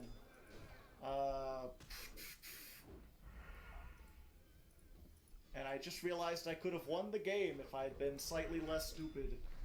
Okay, Woo. so see, this is when people are talking about, Joe, your deck building is bad. No, it's not. My playing is bad. My deck building is fine. Yeah, that Wee Witch is unfortunate. Even with the power boost from Tenki, I can't just run into. Oh, actually, no. Actually, let me do this properly. All right, with Tenki, I can search the quarry. I will normal summon them. You fool! You've left your defense position monster open for me to attack in, so that I can swap my monster out and begin my. Oh, I'm dead. Yeah, it's just not quite enough. We still did it. And one of these face downs was the confiscation, by the way, where I'm like, I guess I could discard the Augustus out of their hand, but I don't know why I'd want to. just to do that, Yeah. just an extra step of winning the game, which I wouldn't blame you for it. I'm sitting here thinking, like, this is never going to be good, because if he gets something he can play, he'll play it, and if it's in his hand, then that means he can't play it, that's not, discarding it isn't going to help. It's only good first turn. But I did it. I beat it. I'm not sure if that says a lot about my deck, or just how bad, limited gladiator beasts are. Man, we gotta do a game 3. I want to see if I can get the actual, stuff going here. Let's do it. Let's run it back with a game 3, but not before Jules puts up Those shiny chaos coins, baby. I'm day! The series doesn't end! The roller coaster keeps going, at least for one more! At least. Beautiful. Oh, I love yellow. It's such a great thing. Oh, you're going first this time. Oh, wait, you went first last time, right? Yeah. I forget. Okay. So this is a go first gladiator beast deck. Well, it was a going second deck, but you're playing like the Orchist stuff with like crescendo, and it's like, how do I play through stuff like that? So I'm hoping to be able to accrue enough like rank 4 stuff to like stop that from happening. You can't play through a single negate? Look, man, I don't want to play through any of them. At this point, you think you would be prepared going into an event to deal with stuff like this. Oh, okay, all right. I see what's going on here. I see what kind of bag you're taking. I wish I knew the actual copy pasta. That would be great. All right, Goblinberg, you're gonna make Crooked Cook now. It's not. It won't help you so much without that Astral Karibo. I have forsworn that, as people have, said that it wasn't very fun to watch. I don't know why, but it's whatever. It's all good. Two immortals just staring at each other for all eternity. Okay, go ahead. Okay. And we will Dweller. Oh, you're gonna Dweller, are you? Is that what you're gonna do? You're gonna try to negate all my graveyard stuff? If you imperm me right now, I'm going to scream. It's not imperm. Okay. Imperm. All right. Twin Twister jump scare. Basically, let's go Italy. Oh, okay. I was like, if that's a called by. Can you imagine? Can you imagine it? You won't. You won't. Don't even pretend you will. That actually does complicate things a little bit. Because I can't run over that, and I can't activate effects while it's there. I mean, if you want to, you can go ahead and do it. A lot of people don't know Ghost Ogre can use its effect on the field. It's not just a hand trap. That's what's always got me about the whole Ghost Girl, like, umbrella term for stuff like this. Because it's like, yeah, that sounds like they all do about the same things, but there's immense differences between them. It's wild. Okay. How many Fusion Destiny are you running? 3. Okay, well that makes sense. I've been collecting the Fusion Destiny. It's not great. All I can make is like a 2900 beater. He can look at the top of your deck. Granted, looking at the top of your deck has proven to be surprisingly effective, Yeah. If I'm not on a good sequence of plays, you can just Fate Seal all the good ones. Yeah, let's go ahead. Let's get rid of the Abyss Dweller. You gotta stop dwelling. Fuck, if I draw a card, you destroy me. And what's the actual effect text on Dweller real quick? This is... Cannot affect cards... Okay, so, and then if this gets destroyed, so I literally cannot do that. Yeah, so that just... Yeah. Okay. Huge punish, if so. Touche. I was like, he knows that's going to be banished to the end phase, right? Why would he even do that? And now I realize. Super-ba, troopa-ba. Super Trooper lights are gonna find me shining oh so bright. Comment in the comments if you like ABBA. What's your favorite ABBA song? Who's your favorite ABBA? Yeah. Which of the 4 ABBAs was your favorite? Did you know that 2 of their names started with A and 2 of their names started with B, and that's why they named themselves ABBA? I can comfortably say I didn't know that. It's because it's not true. I just made it up right now. Wow. Yeah. Good job. Anyway, goes in match. You have got to be kidding me. Now the floodgates on the other foot. I don't want to hear you complain ever about anything in your entire life after this. No rank force for you, good sir. Yeah, I suppose not. Go Yeah, ahead. I Summon your suppose goons. not. Oh, Jeez. I'm gonna. It's gonna be gooning all over here, boss. Obtaining maximum goons. Right away, boss. Hey, boss. You think I should take this Gladiator Beast out for you? Yeah. And this effect triggers like something Oh delicious from my hand. god!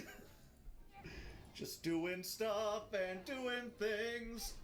All right, are you ready for this? It's okay. He won't link 4 into Unchained Abomination. No, Borolo Dragon. Okay, well, you know what?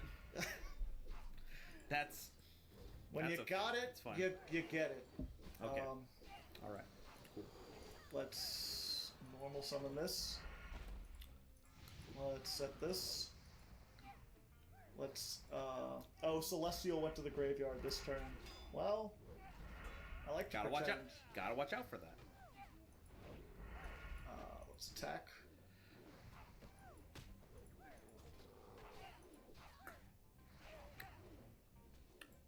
No, I don't want to steal it. You can just die. You can just There we go. die. Just Whatever. have a... Just die. Yeah, Borreload Savage Dragon. I remember when this came. This was like for a while the equivalent of like what's it called? You've got to be kidding me. It's like what Access Code was. You know, like every deck that was its own could make like a Borreload Dragon. And it was like impossible to get rid of. But in our format, it's like unless you got a Compulse. If you got a Compulse, it's just gone. Did you draw the Augustus? I don't want to talk about it. Oh. I don't want to. Well, I mean, I don't want to you talk don't have to about talk it. about it, but I'm gonna find out one way or I another. am going to...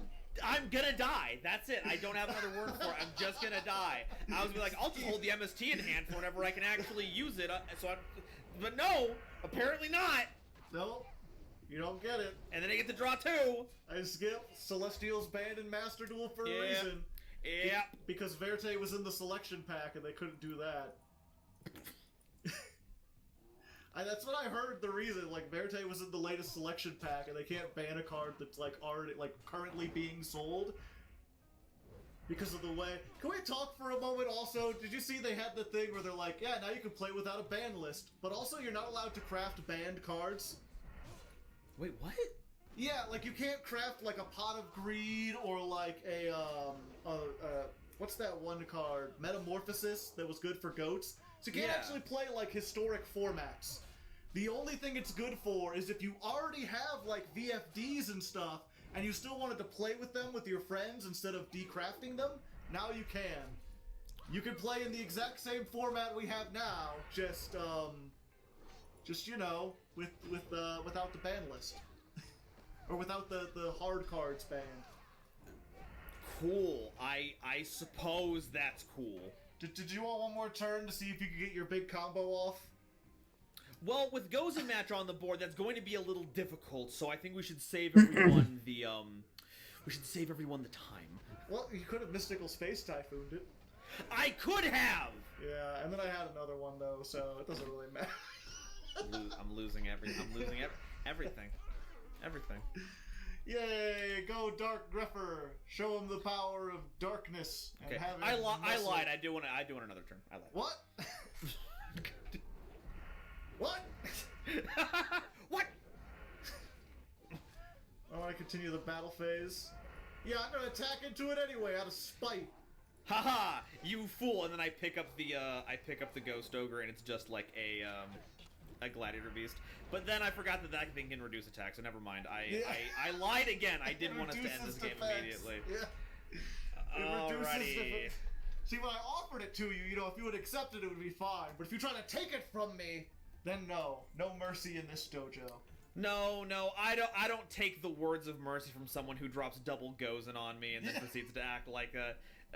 who would play a bunch of floodgates and then act like they're the good guy? Who would do that? I played exactly one floodgate, and I built my whole deck around it. And to be fair, if you had played, like, Goki UA again, this would have been useless. If it's all Earth, and just nothing happens. Nightmare Phoenix is a fire. Nightmare Phoenix is a fire. Good point. Good thing. But Virus Berserkers, those are dark. You did say that your goal was to ban all the floodgates from this format.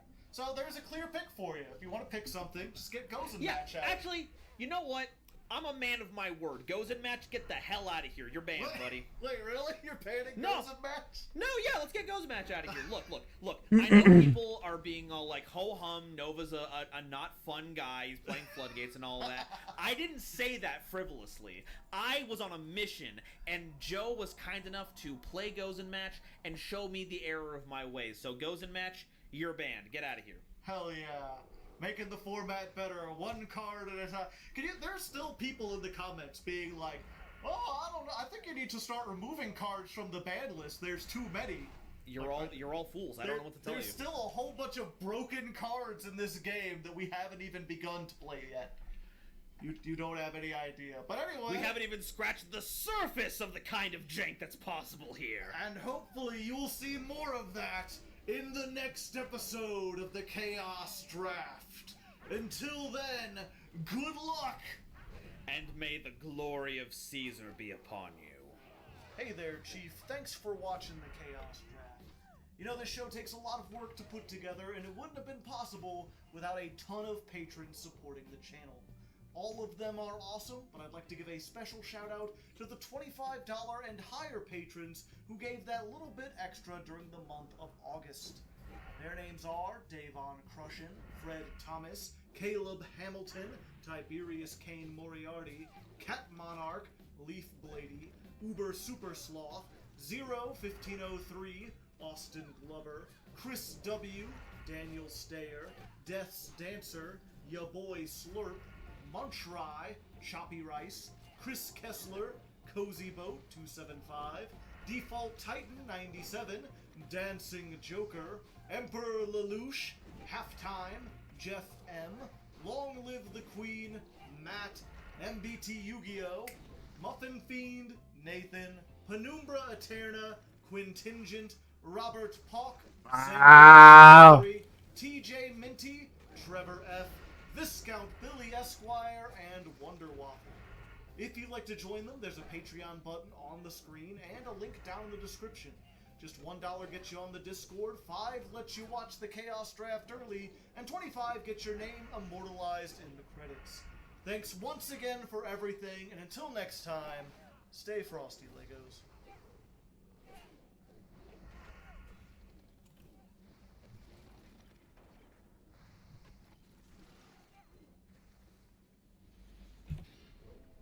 Alright, hi everyone, my name is Saint, and thank you so much for watching this video. It's one I've long since had in the making. So this is basically my attempt at a comprehensive Danger Spiral combo tutorial, and this one's going to focus on the synchro variants. That being said, the video is 3 hours long, but I have put timestamps in the description. 3 hours? What the fuck? fuck? Referencing sections, deck lists, combos, and such that you may need later. So anyway, this video finally came about after seeing a lot of people ask on the Spiral Discords as well as on this YouTube channel if there was a step-by-step combo guide for this deck, because I do understand that it can be daunting in the beginning and it can be really confusing if you have no guidance whatsoever.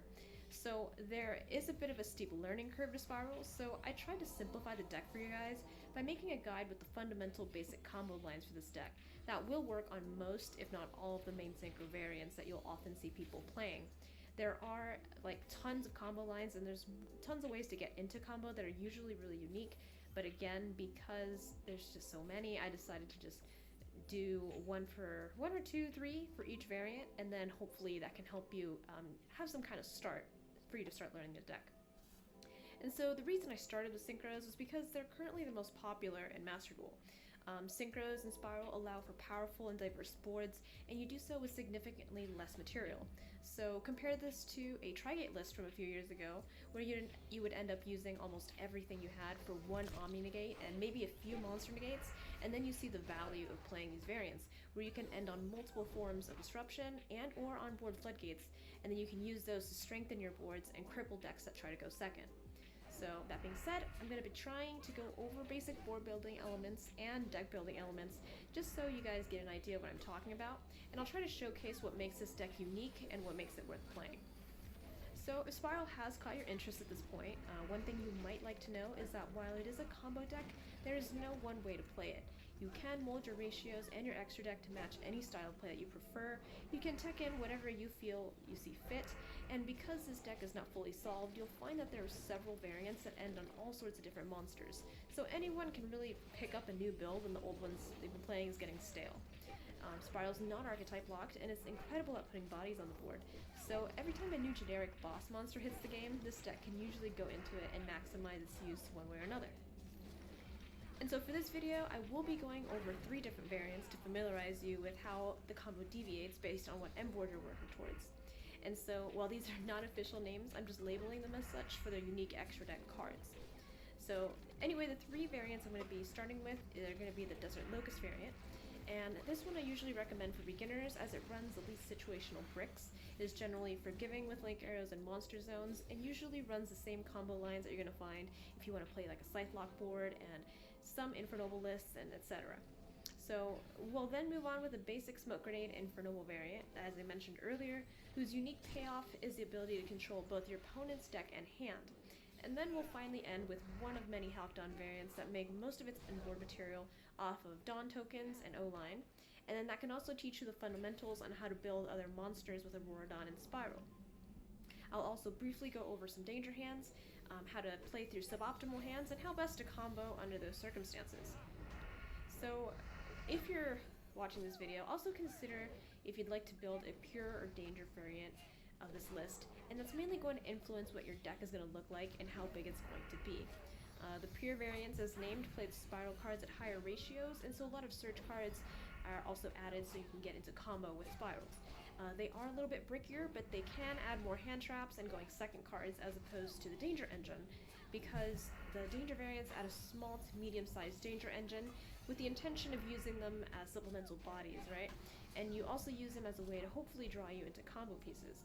So the cool thing about that is that they can give you slightly beefier boards because danger bodies can be used as materials instead of your spirals. So that saves you on spiral missions and monsters that you can use as disruption or gas during the potential grind game if your board is broken.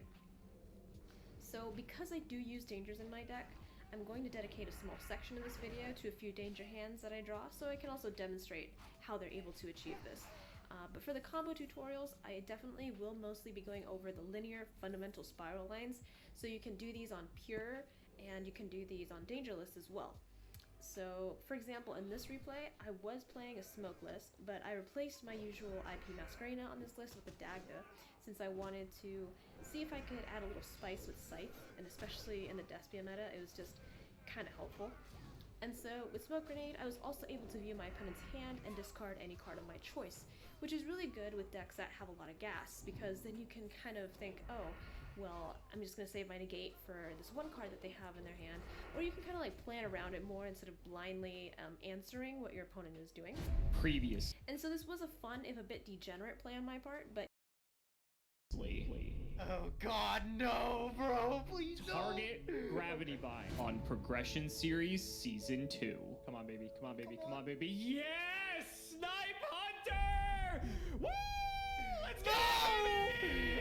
Oh man, that's it. Oh man, that's Holy so disappointing. shit. Lovely band ticket. In this series, both Nim Nim and myself will be opening 24 booster packs or one box of a core Yu-Gi-Oh booster set. We will build a deck and play a best 2 out of 3, and the winner will receive a small prize to upgrade their deck. However, in each episode, we will open another box of the next set that was released, moving in chronological order, constantly upgrading our decks before dueling each other at the end of each episode. But this time around, we'll be introducing side sets, a new banning system, and plenty of other fun surprises that you'll just have to watch to find out.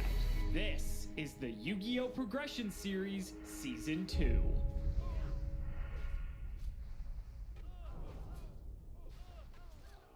If you want 5% off any singles or sealed product, click the affiliate links in the description and use code CMO5. And clicking the TCG Player affiliate link before you shop helps support us to provide you with more amazing content.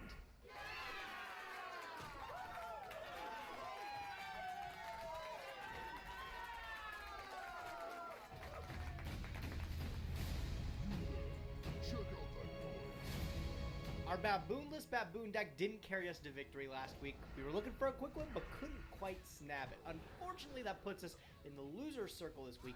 But I returned to the banning to ban a card because I spun it on the wheel. Pretty lucky. Alex and I have been trading wins here and there, so we haven't been to the banning in a little bit, but I find myself here at a pretty good time. Alex has gotten some pretty good cards that I really need to consider getting rid of. Two of them that are on my mind right now is Graceful Charity as well as Harpy's Feather Duster. I got to see those both in full swing last episode. Boy, do I not want to see them again. There's a lot that Alex could be doing with the Dark Worlds and Graceful Charity.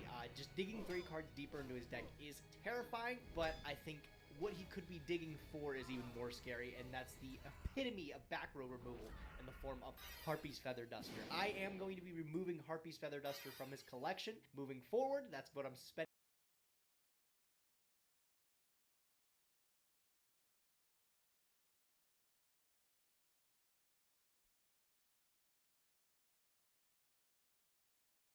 Alright, this is already amazing. I already love everything about this. I like where this is going so much. Oh, another masterpiece. Steve-O time. Yes! Bowser's Unfortunate Return. The classic Steve-O 0.6% clear rate. Bowser's Unfortunate Return. I'm so excited for this level. I'm so excited!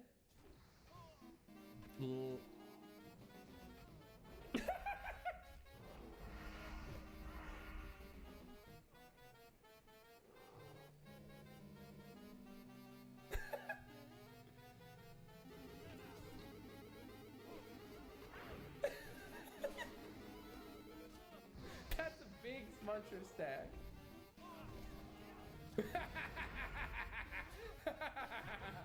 Oh, I love it. Excellent. Very good. I like where this is going so much. Oh, jeez. Alright, F me up, fam.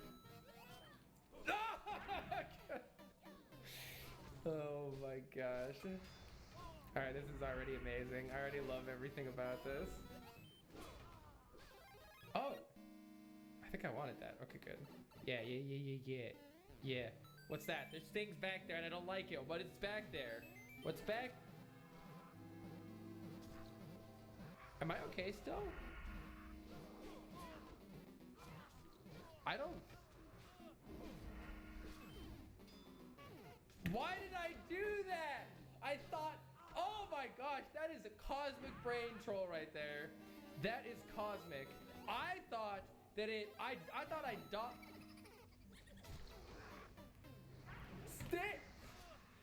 I thought I dodged the troll, and that's exactly what he wanted me to think.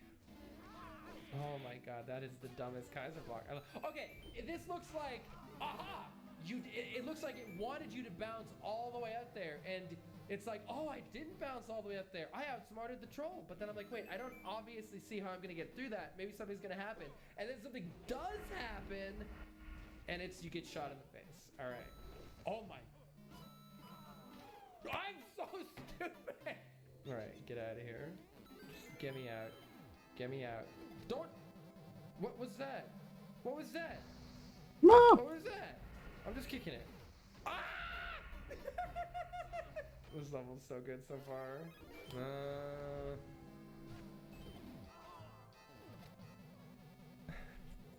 Okay. Alright, that's what the other bomb is for.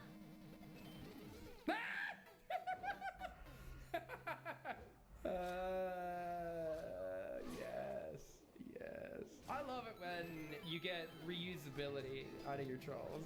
When the same shell comes and kills you again. Whew. All right.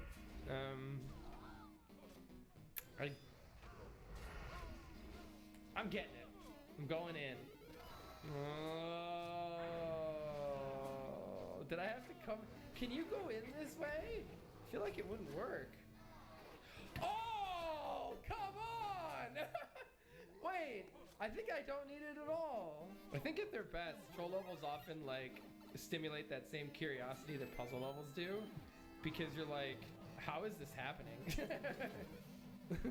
I think it's not non-gettable.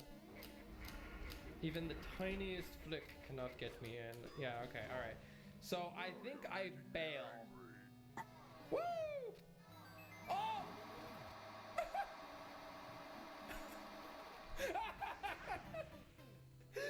Yeah, there he is! The man of the hour. We just got crushed by Bowser's titanic ass. Oh, So Zeus. do this, bail. Oh! Don't go there though. Okay. Yay. I think door. Oh my god! Wait, is that Sans? Ah! Do I want that? Maybe I want that. I just. Rude. Very rude. Very rude. All right. I mean. Oh, something could shoot. I could go here. Why does it say lull over there? I don't like that I can already see the lull over there. Is that good? Shiny get? I don't know if this is bad or not. Shell? Well, how was I supposed to have it? Oh, I can just jump up there. I can just jump up there. Okay. I think I get what to do. Now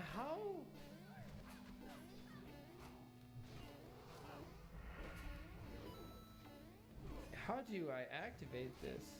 There it is. Whoa! That!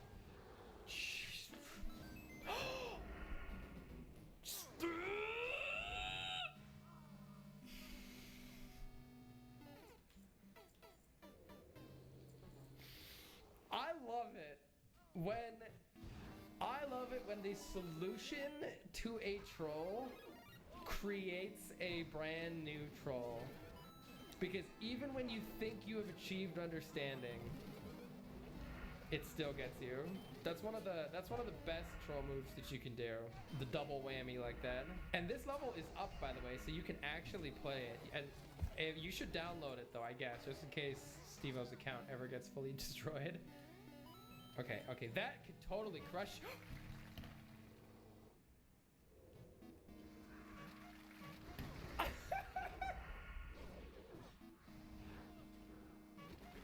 This was intentional, wasn't it?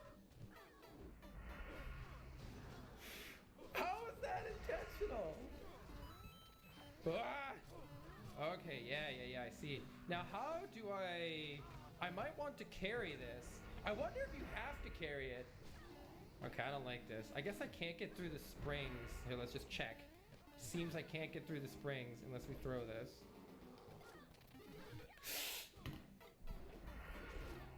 Steven. Okay, I think the play here is to just bail all the way to the left. Almost. No! That was very close. Alright, just don't get hit by the bomb. I should have dodged it down here.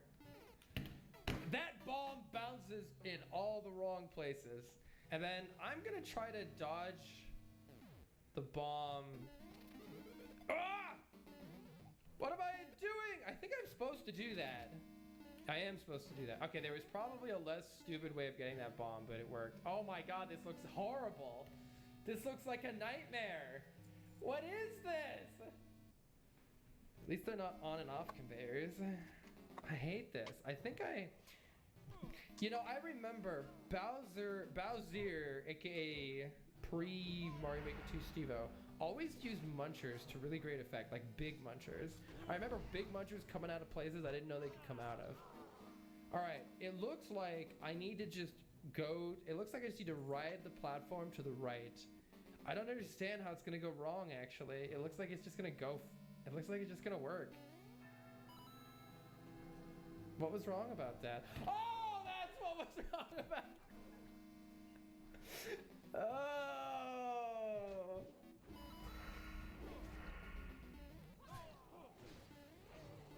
There's a checkpoint back there.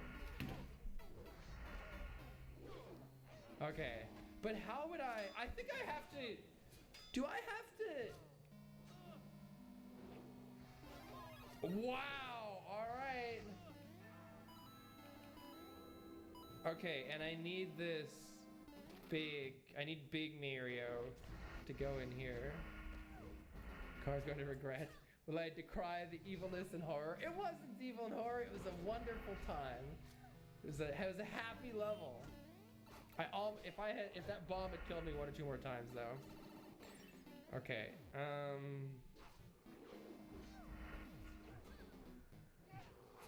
What if? Hear me out. Hear me out. I want to live in this world. I just realized that could have been an actual soft lock. Oh my god. Wait, how do I... Oh! I didn't need to hit the switch this time. I didn't need to hit the switch. For some reason I thought I needed the mushroom without looking 4 feet in front of me. Alright, up we go. Climbing.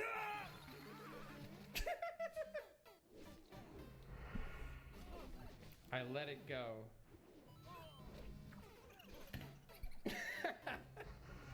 And then I don't. That is a quick jump right there. You ask one of them if they like ice cream cone, both of them say yes. Alright, down now, finally. Bowser! Alright, where you at? Where you at there? Where you at? Look at this, look at this, look at this little fuck. Get out here, young man. Get out here. I can't believe you fell for that. You can't believe you fucking fell for this. We're getting him. We're getting him. Get out of here with that. Get out of here with that kind of talk. Now we can proceed. All right. Pass the block. Just don't hit the spring. I hate it. I'm out by. Oh. I think we're good. Ah! There's no floor. Okay. All right. So everything's going. Everything's turning up. Turning up Team Carl right now. I'm gonna put this. Watch this. I'm gonna put it halfway between because I can see. Wait, no. If I hit that, I won't get. Wait. No, I can't. Oh no. I'm not gonna.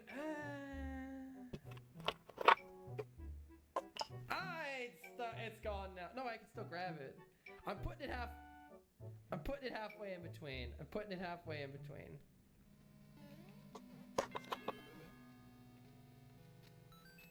Huh? Did we do it?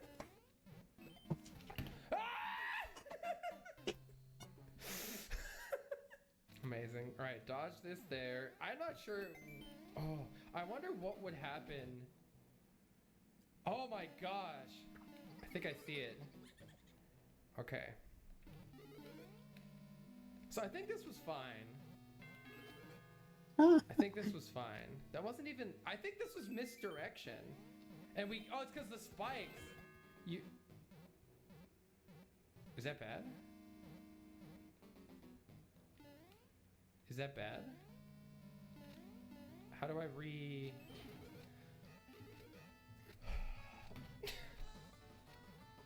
Oh my gosh.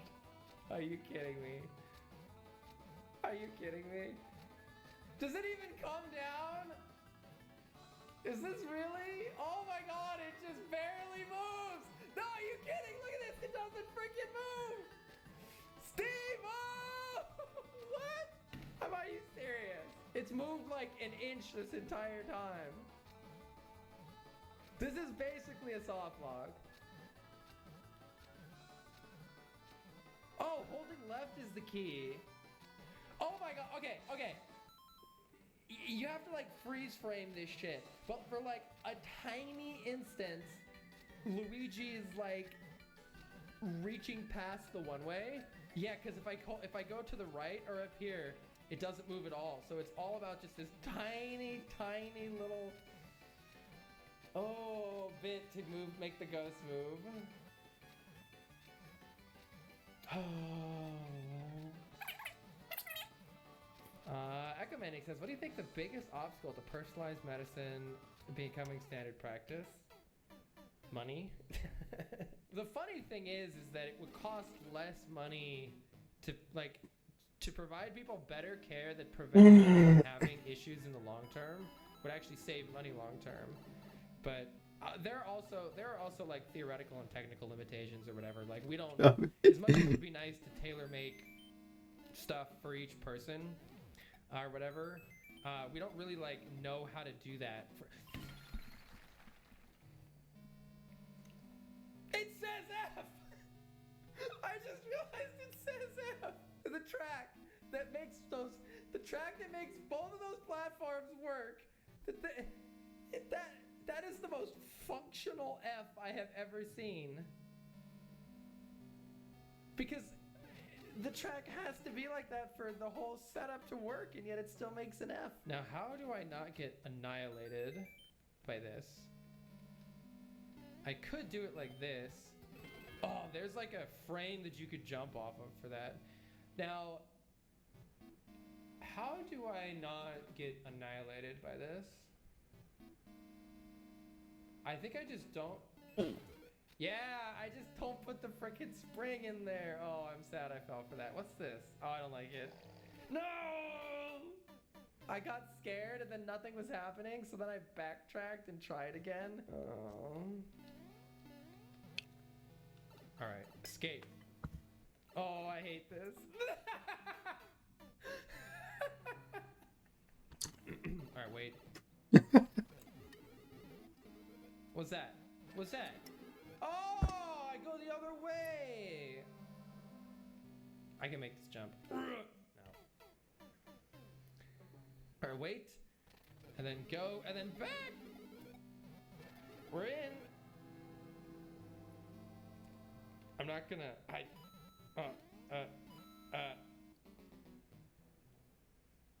I think I go back to the right. I don't think I go up there. I think I put this on and I go back to the right. Yeah, this is correct. I think it would have been a mistake trying to go up there. I have to slide under this. I don't like that.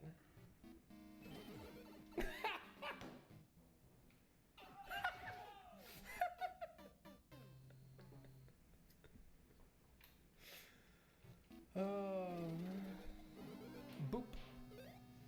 And I think I still do have to slide, but then let's just release the duck. Hey, look at that. Hey! Stop that. Stop that nonsense. I think we're good. Lightning fast reflexes, let's go. What is this horror? I mean, I can't make it there, so what choice do I have?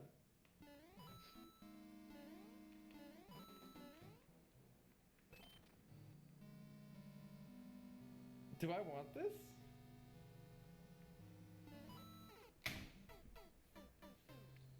What am I supposed to do?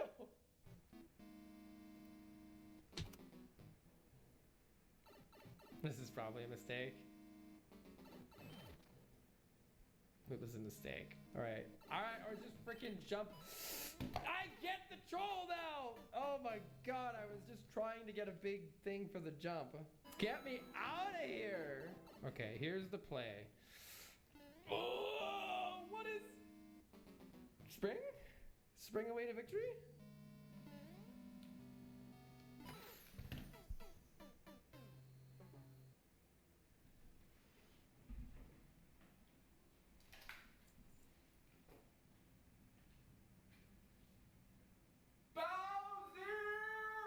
I need to know, it wasn't a Kaizo, it was a falling Kaizo, which means it had to have been placed right there, or it had to have been moving. So, are there 3 of them? Okay, alright, it was,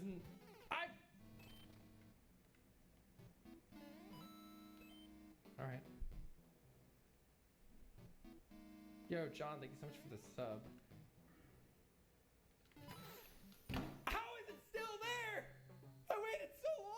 Just gonna wait.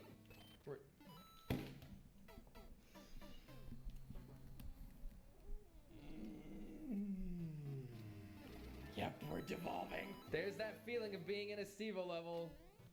Reality starts to crumble. We're just gonna take a happy little stroll into the lava, and we're just gonna relax. See the wing spraying makes you think that you have to go fast, but we don't. We can just relax. We can take our time. Let all the hidden blocks do their thing. Ah, there we go. Isn't it nice? All right. There we go. Everything is now as it should be. Why did it lose its Can I get that? I don't think so. Why did it lose its... That is jank though.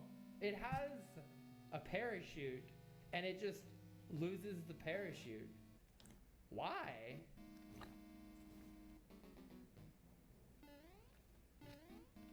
What's this gonna do? It looks like I have to kick it. I'm scared. I'm gonna hide.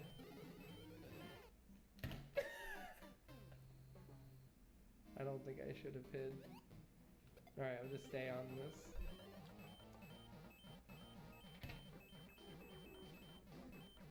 Wait, look, it keeps hitting it faster and faster. Wow, this is cool. It's a little perpetual trollshin machine. I'm stuck in perpetual trollshin. I think this is makeable. This is fine. I think there's like 1 pixel where it's makeable. Nailed it. You forgot the stream was live and paused for a couple of minutes? I've done that before. Alright, so I do this, but I just avoid... Woo! That boy is flying! Woo! Alright. What's that? Do I want to go back? No. What's that? Should I go in this? Okay, I can't go in this pipe. I could hit this, probably get fished, but I mean, oh.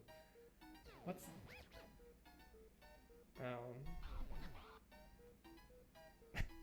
That's a crazy sound effect.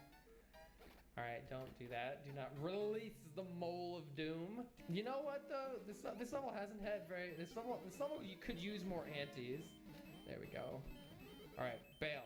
Bail. Woo! Ah! This game sucks, dude! Why didn't it hit the B switches? Do crushers not interact with P switches? You're kidding me!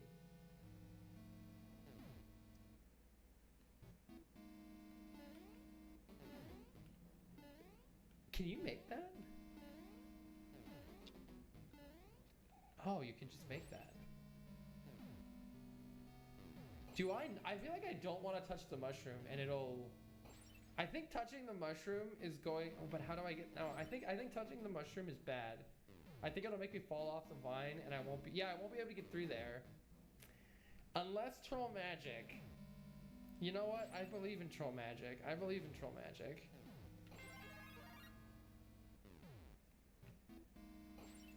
Why do I believe in troll magic? Maybe there's a block right here. Yes! Rewarded for my belief in troll magic. Let's go!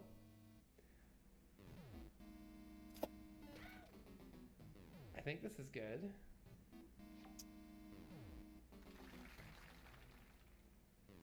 Oh my goodness. Our time has finally come. I think I'm supposed to kick this. I don't like this. Oh, wait, this is bad, this is bad. If I step on top of this, I think I see what's gonna happen. It's gonna go right here. Cause you bounce up and down while you move with this. So if I bounce on this, it's gonna go right here, and then it's gonna go back and forth right here, and it's gonna be impossible for me to go down here. So I think we have to do this. I think that's right. And then we have to hit the switch. I don't quite get how to hit. Let's just go down here. I think I throw it. Because I don't see anywhere else to proceed. Oh my god, are we dodging trolls? This is gonna kill it. Oh, I don't even know! I don't even know! I think it would kill it, and I didn't think that was a semi-solid that I could get stuck on for some reason. It looks like one of those fake-ass semi-solids that you won't actually fall through. Or no, that won't actually hold you. I didn't even get the required info right there. That was dumb. Okay.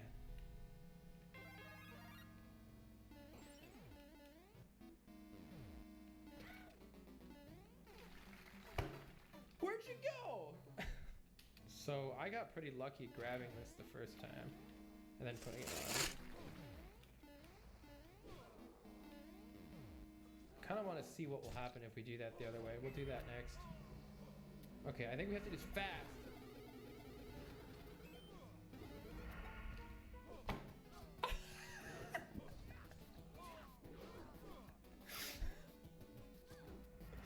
It came to life!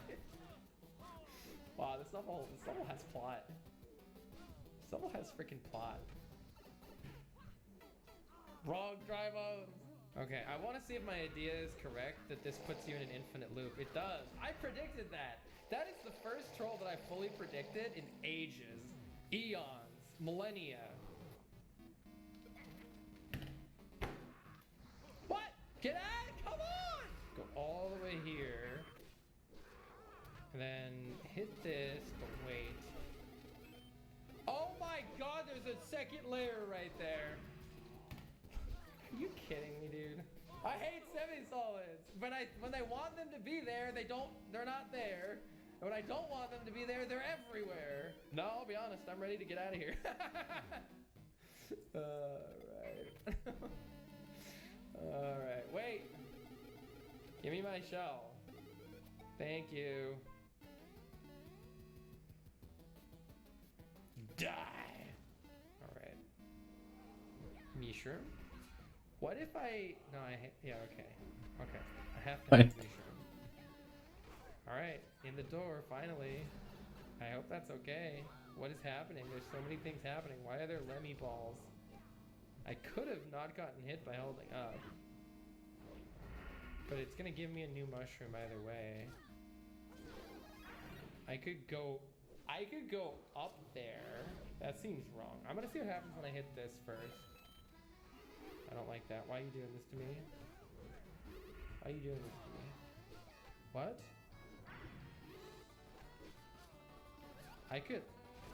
Oh, I can't go up there. I thought the ball would let me through. It won't. And I can't go up here. Oh. Was I supposed to hit that? Oh, it's this again. Back to suck room. Suckville. Alright. I'm gonna hold up this time. Oh, it doesn't. I was holding up and it didn't grab it. That's awkward. So I definitely don't hit that. Do I want to hit this? Oh, that's in case you try to duck jump up there. I get it now. That's if you try to duck jump up there. Where am I actually going? Hold on. Where am I actually going over here? It's like I want to hit a switch. I think I actually go up there. All right, we're going directly into Lemmy's balls. Operation go directly into Lemmy's balls.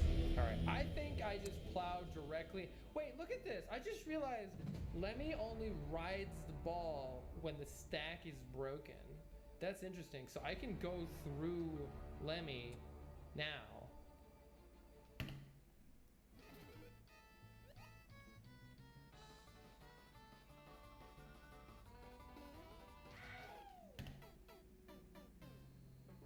Oh, platform suck. Wait, it actually was suck. That was platform suck. Proceed directly through Lemmy's balls.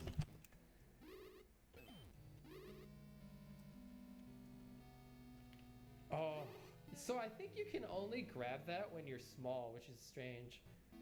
Ooh, I could have dodged that. Probably don't want to though. Yeah. Thank you, real famous. That's a long seeing saw. I mean, I have to hit it. I don't like it though. I think I did.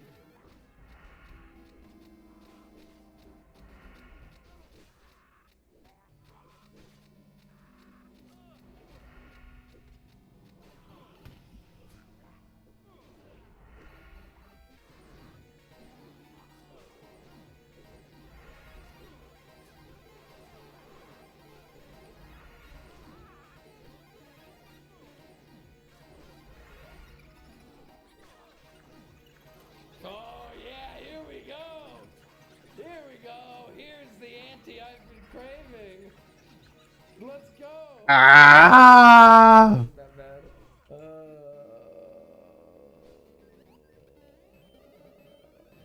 I don't know how to not die to that. You can dodge that mushroom right there. For the sake of argument, though, I want to know what happens while we're here. I want to know what happens if you go up here. Troll. Is that your only way to die? Is that one mole? Wait, what if you kill it, though? Okay, no, you can always return to Spike. You can always return to Spike. Look, this is a 100% completion. Right in the hole! Oh, yeah! There we go.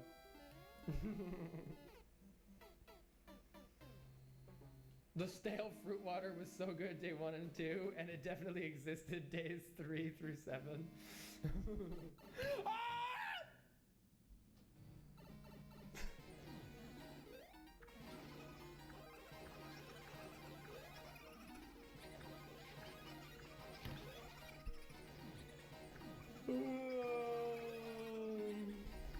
There was another one. Boing! Boing! Oh, no! Oh. Why is this harder this time? I need... There we go. Gotta... No! Okay, getting both there might be good. How did I do this? How did I do this last time? This is horrid. Oh, this is a good setup though. I'm gonna get small here. Just do one big jump. Alright, let's go. I could use more sound effects, honestly. I think I'm actually boned if I didn't think this through. Clearly. Is this not... This is not... Just stick your foot in it! I think this is makeable, actually.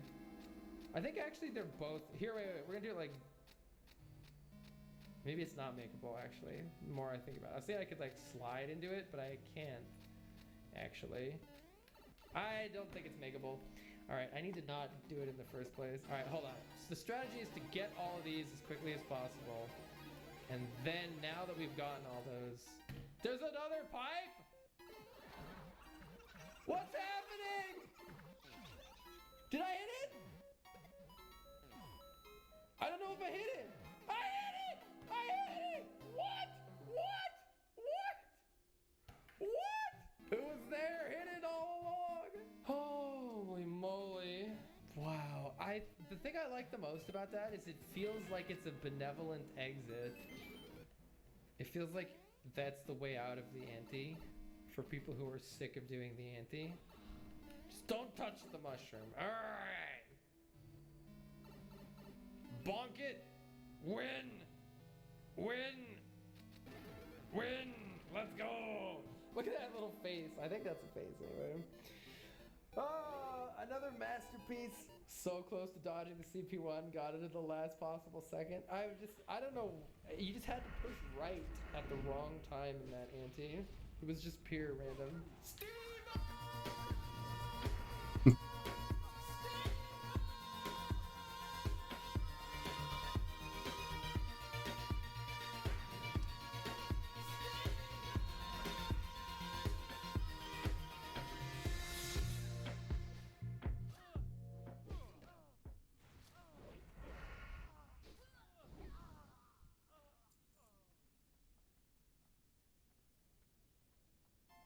Oh, I don't like this.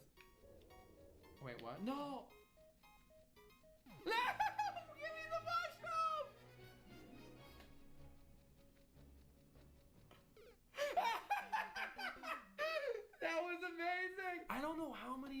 could have gotten, but it felt like at least half of those I could have gotten, and I got none of them. That was a freaking symphony of getting played like a fiddle. It's like, LOL, when you do go in the key door, you better hold up or you're gonna hit vines. Ha ha ha, look at me making you hold up after going in mystery doors. LOL, I'm a funny guy. I'm Steve-O, ha ha. Look at me. Look, I put a box around the right one. If you want the key, you better jump in the box. Haha, but wait, there's an arrow pointing to this one, but there's nothing pointing to this one. Why is there nothing pointing to that one? Because it's the right answer, that's why!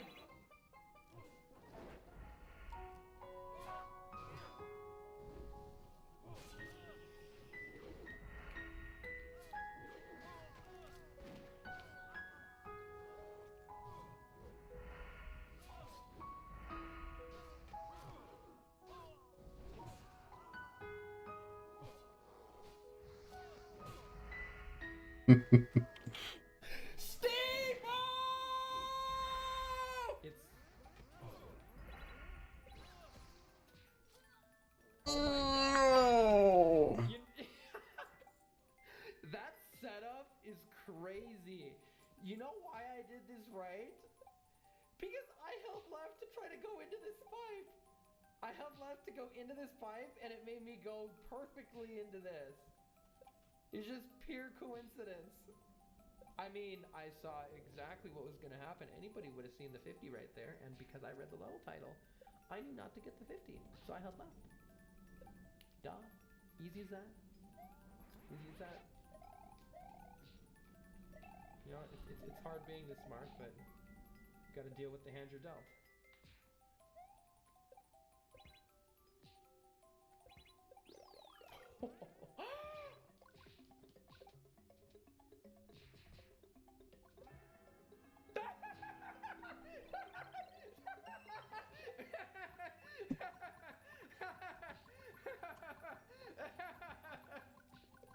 Oh my god, that was amazing. I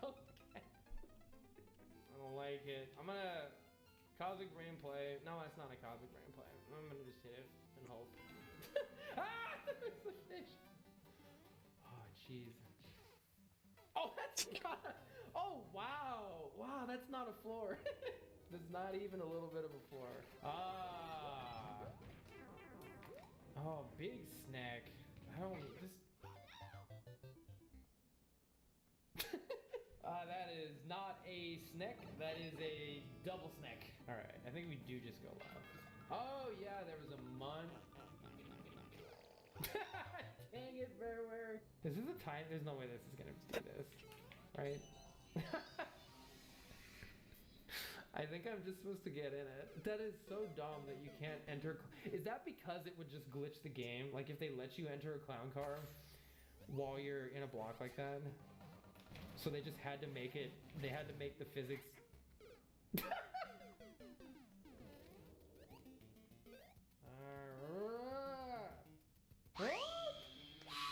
Oh.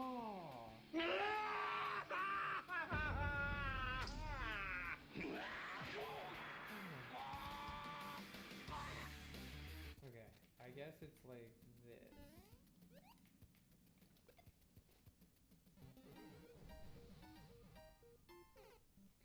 Okay, how do we do this? I think we have to just do this fast? I think that's right. What the heck? Oh, it's one of these! Did I get a CP? Because that's the beginning of the level. Oh my god. This is why it was weird. I knew there was something wrong with this section. That part right there. I knew there was something that was going to happen. Oh my god, they designed all of this on top of this. Okay, so much is making sense. Wow! They put all the...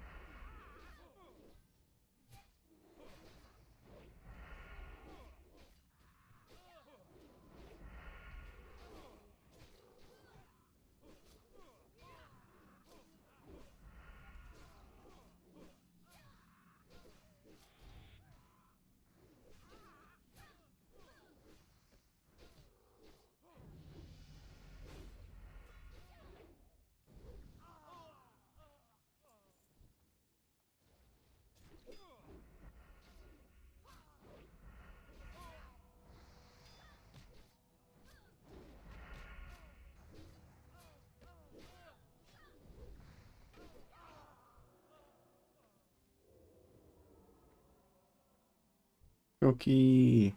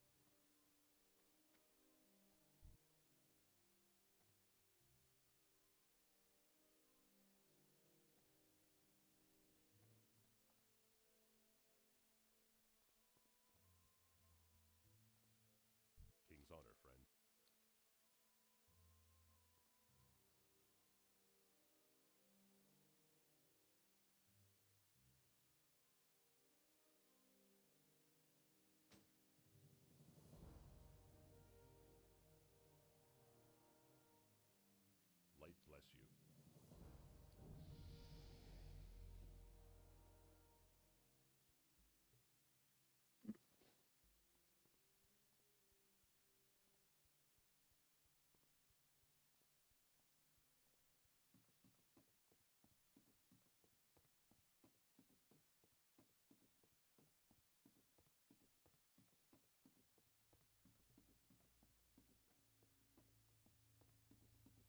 King's honor, friend.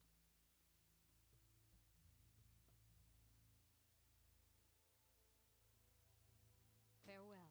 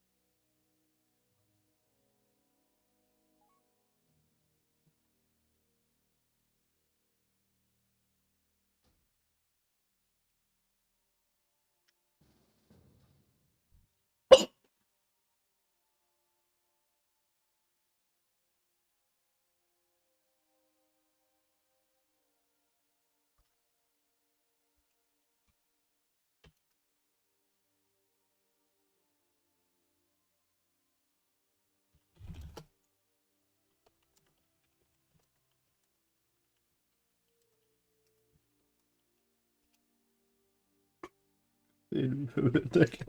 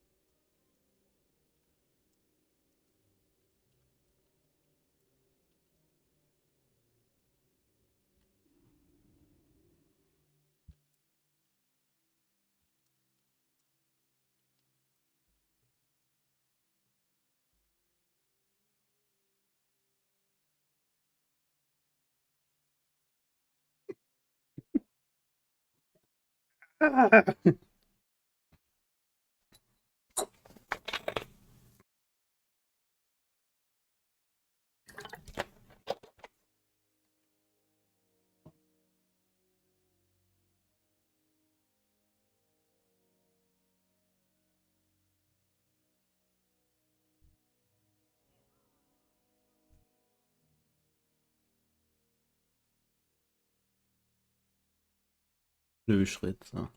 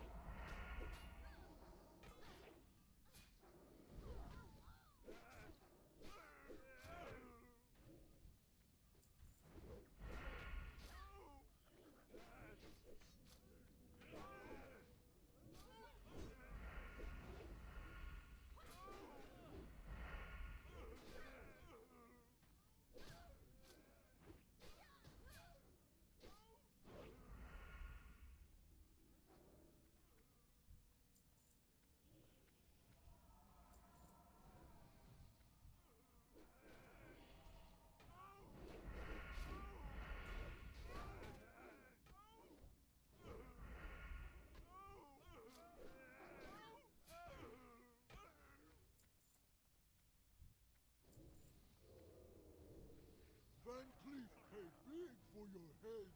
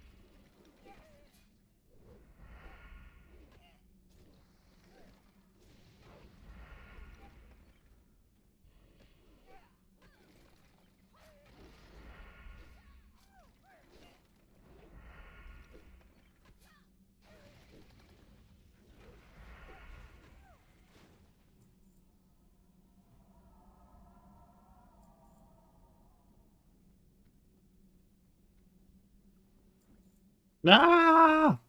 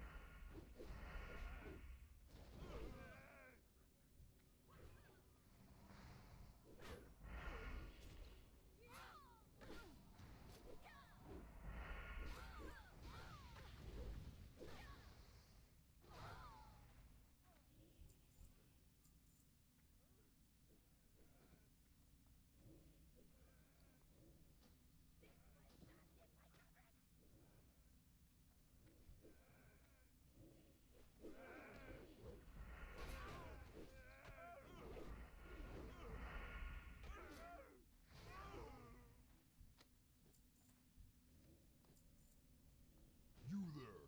Check out that noise!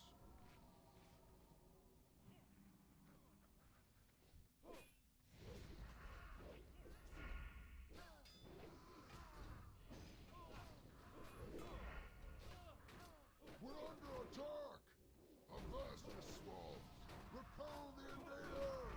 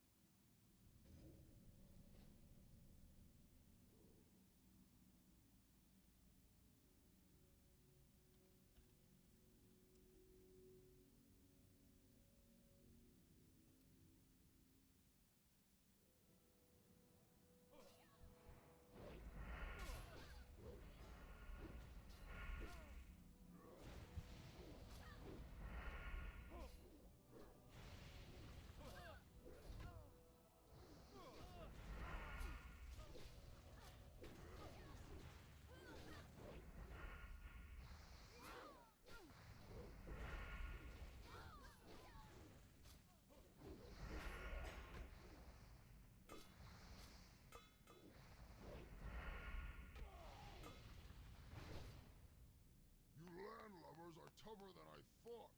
I'll have to improvise.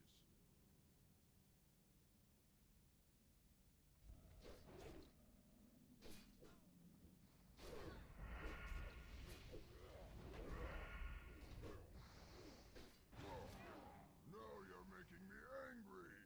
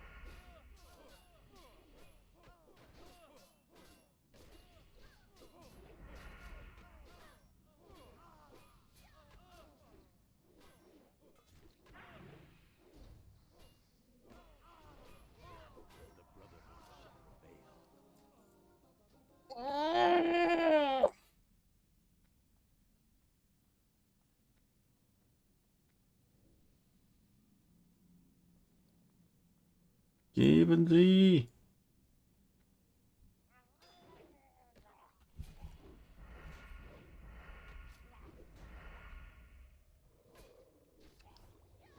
Oh.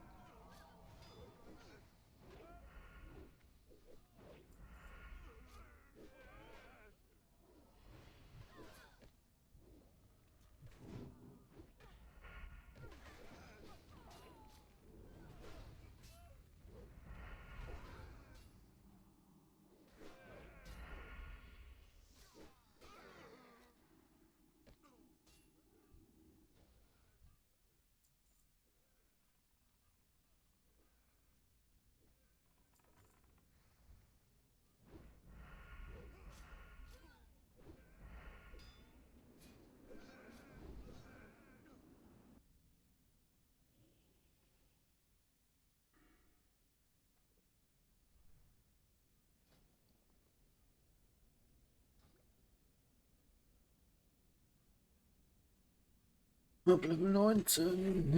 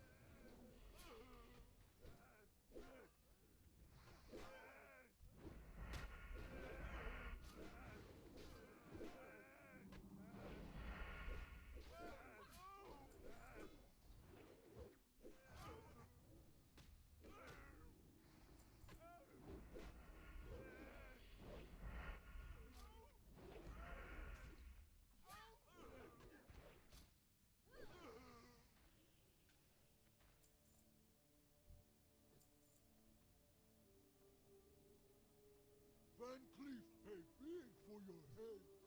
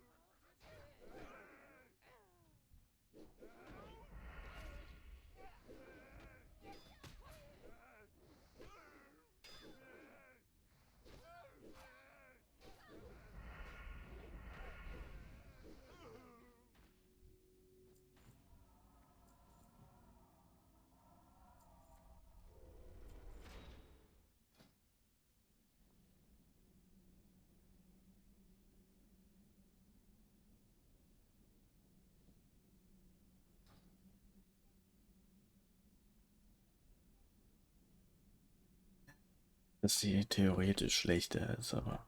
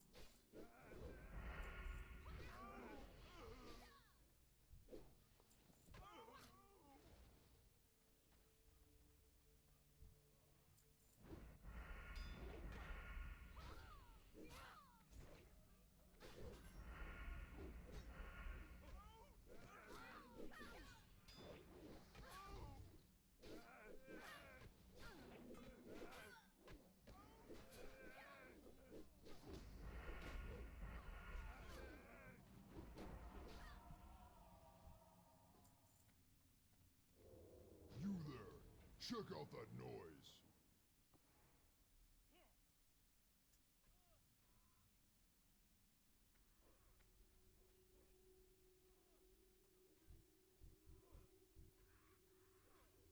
We're under attack! Avast, you swabs! Repel the invaders!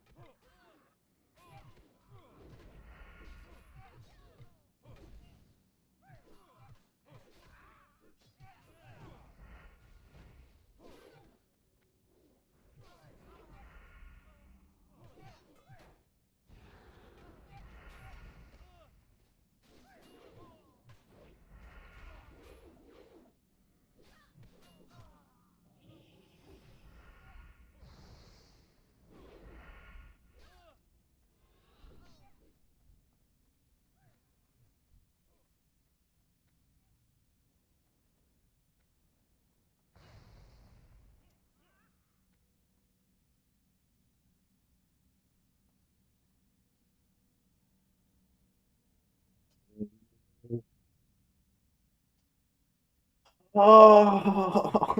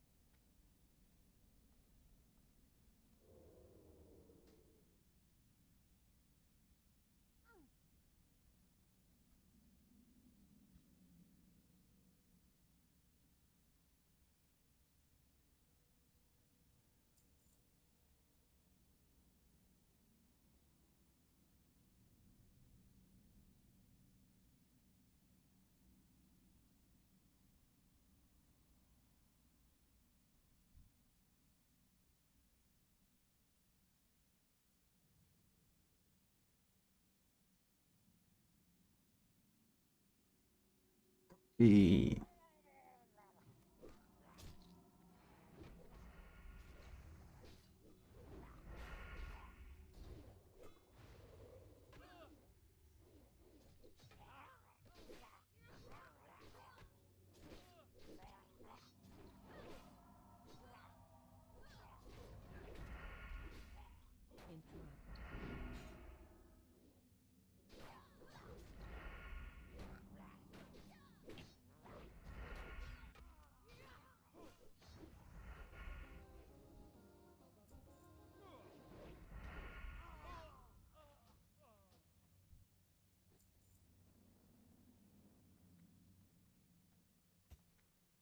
Hmm.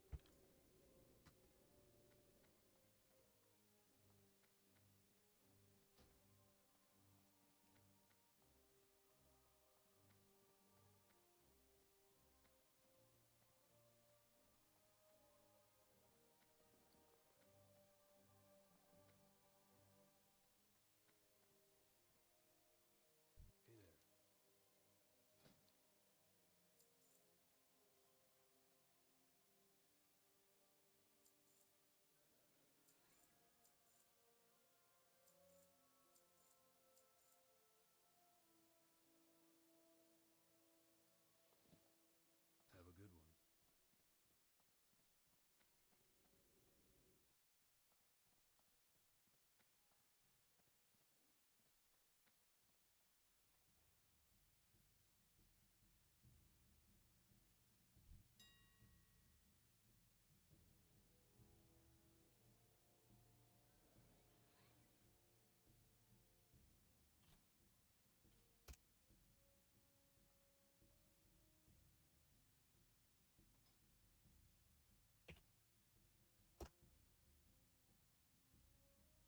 one. No.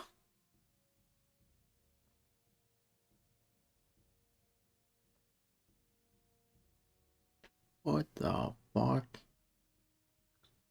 Le Fouque?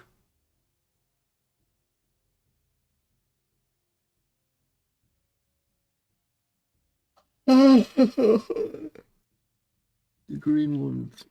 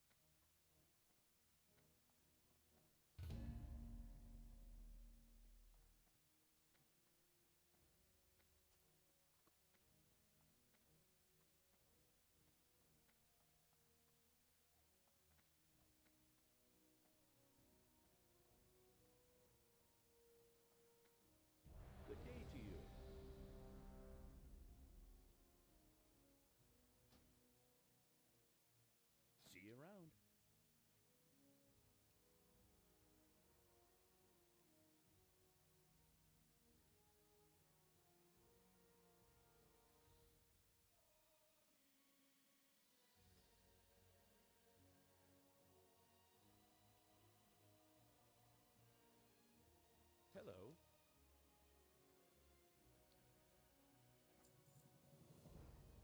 Safe travels. How are you? Have a good one.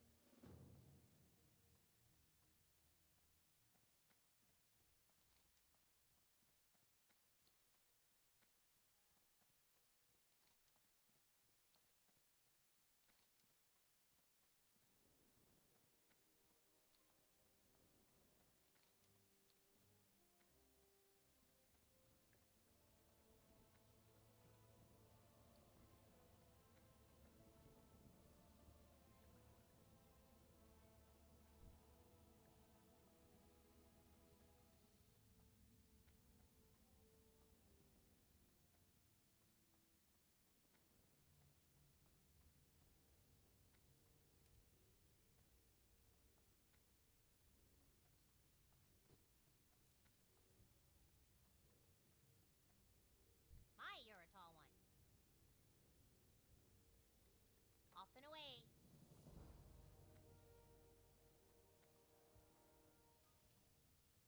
My, you're a tall one. How are ya?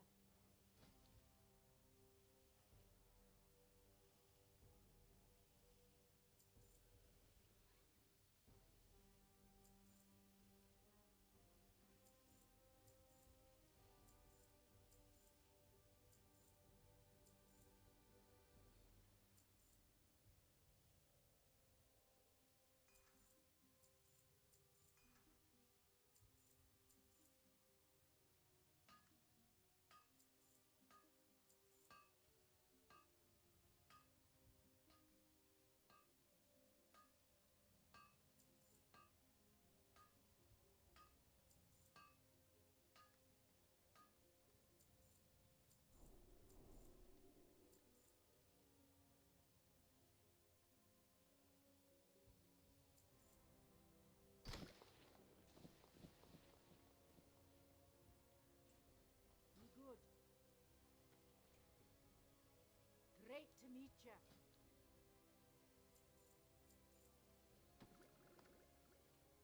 Off with ya.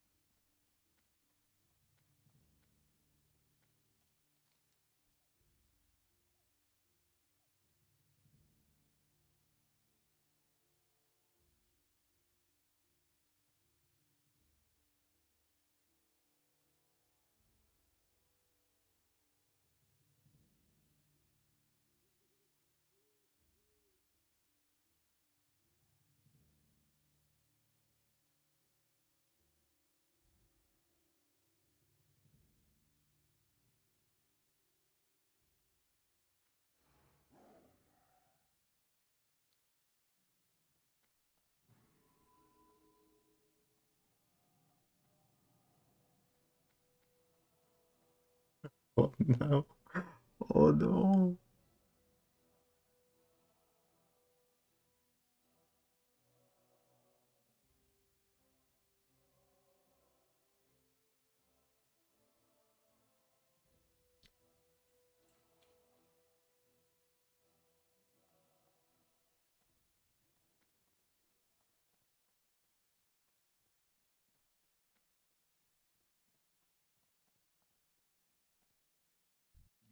Need something?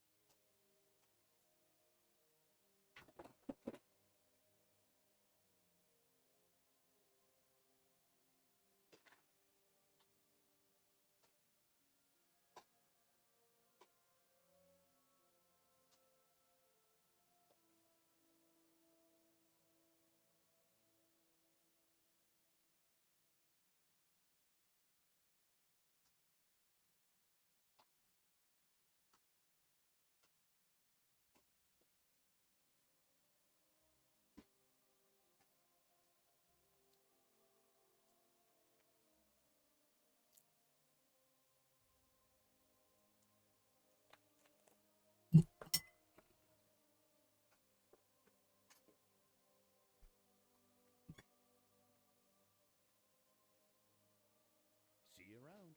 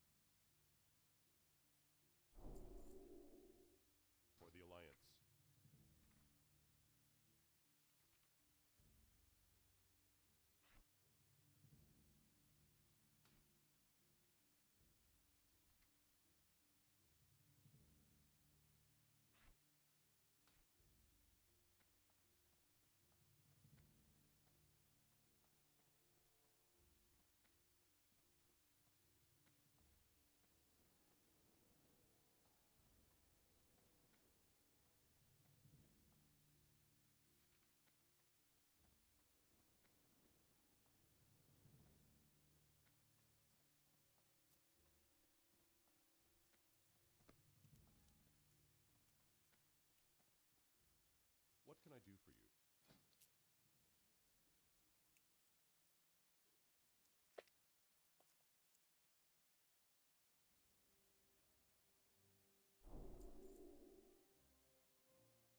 Light bless you.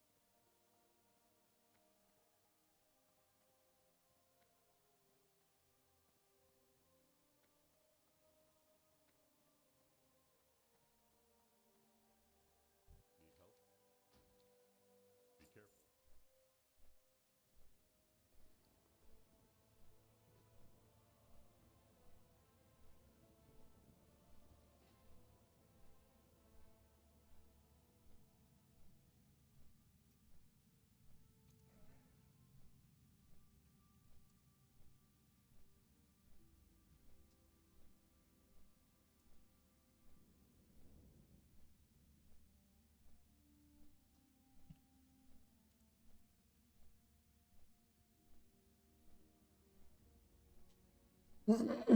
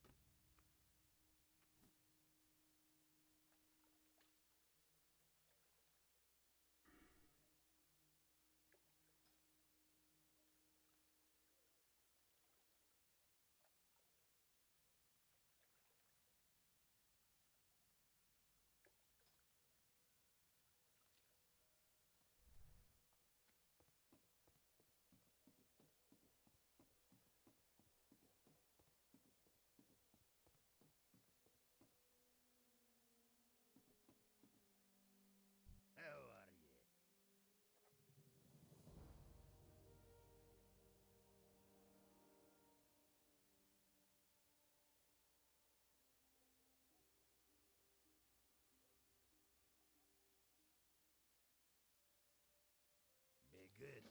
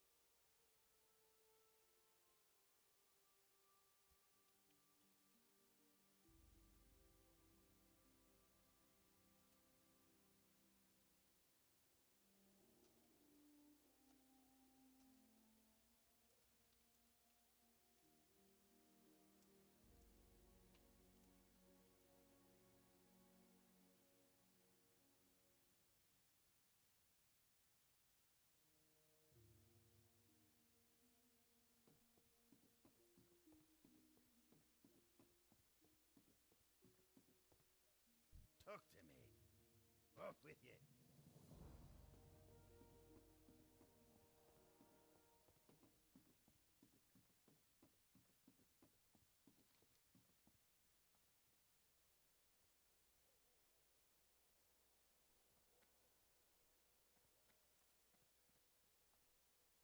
Good day to you.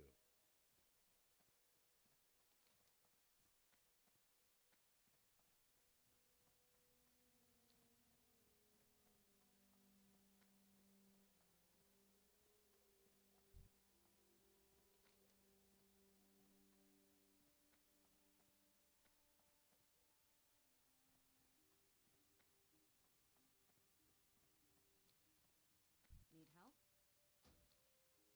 See you around.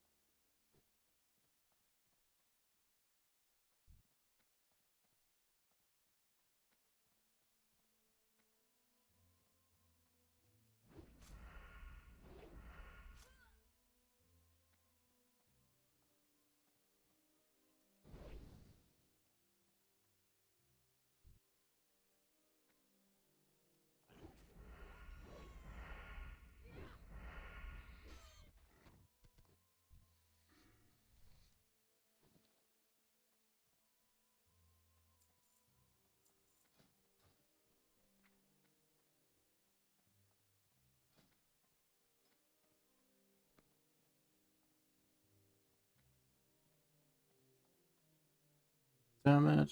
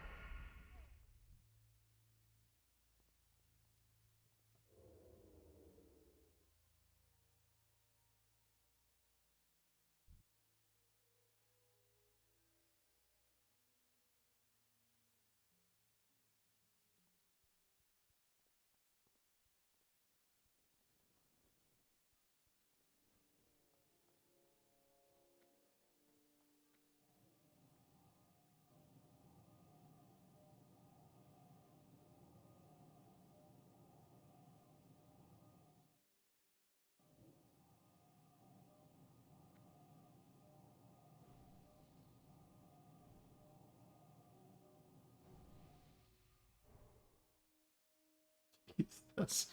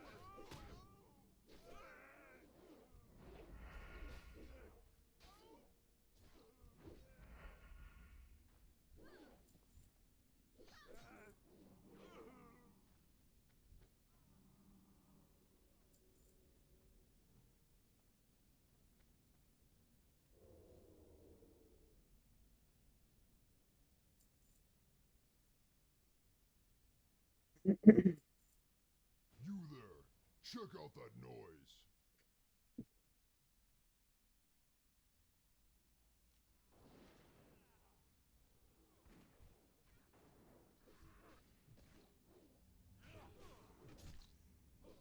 We're under attack! Avast, you swabs! Repel the invaders!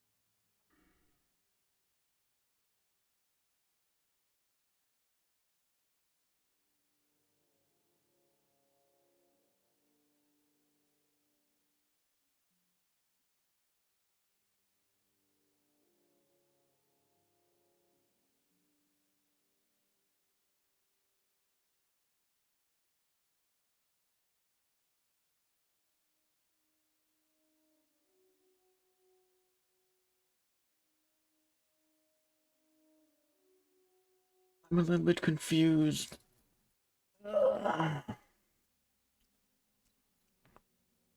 What do you do for the 15th skill point? Oh, okay. Defensive cooldowns. Yeah, that's what I thought.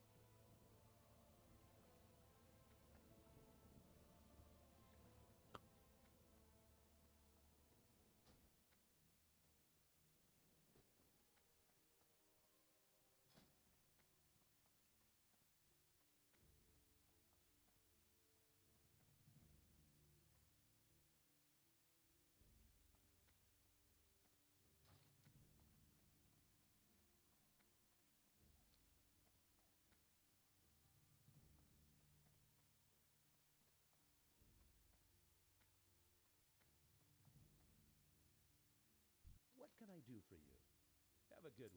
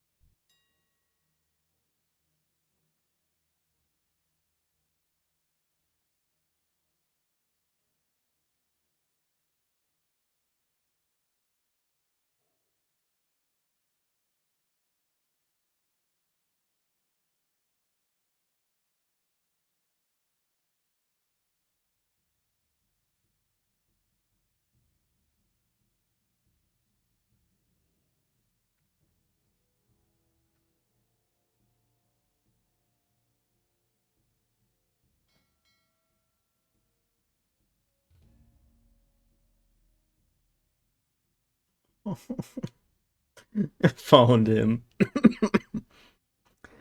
Oh no. No, no, no, no, no.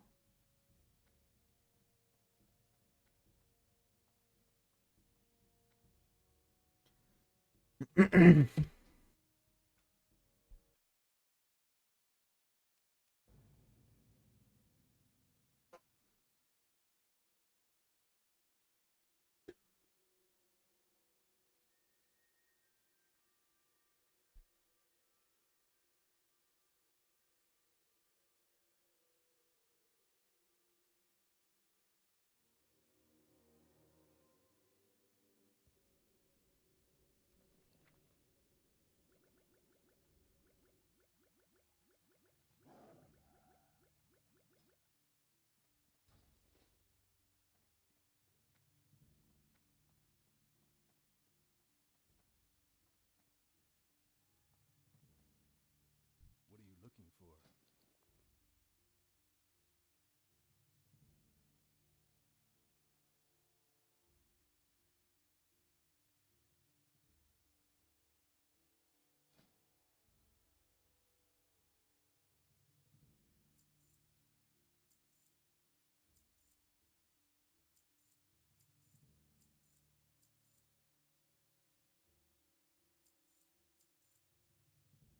See you later.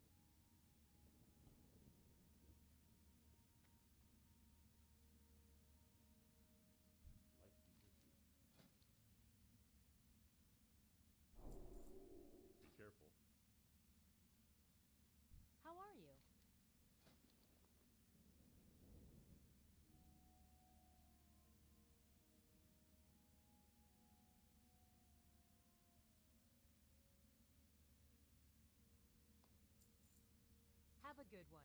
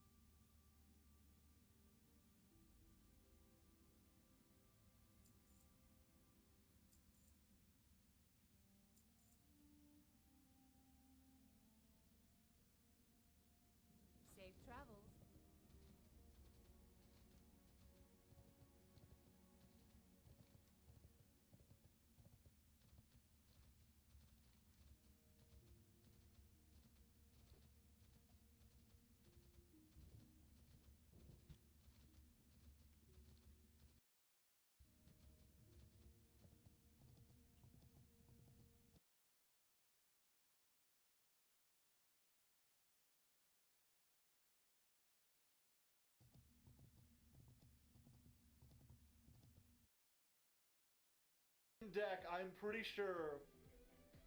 Yeah, so they can mill, but they're gonna have to find another way to do it. They've banished all the dockies, and they have prohibitioned Fairy Tale Snow.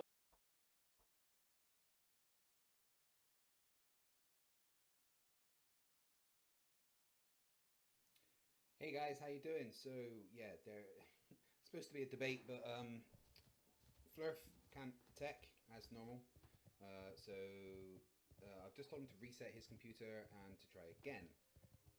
I think the problem is that he's using some kind of Mac computer from the 1920s because he just can't get it to join. And the thing is with vMix, it's so simple. You just click a link and join.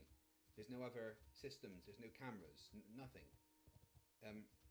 As long as he's got a computer that can use Chrome, he just clicks the link, makes sure he has a camera on. He doesn't even have to display the camera after that, but it needs to see a camera. I've told him this. And then it joins. And he can't do it.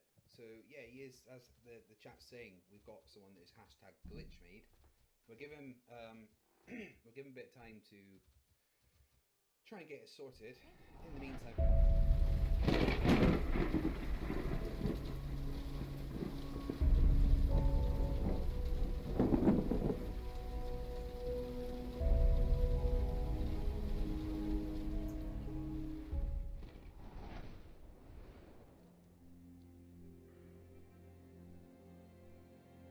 We're living on a disk, floating through space, with a tiny sun.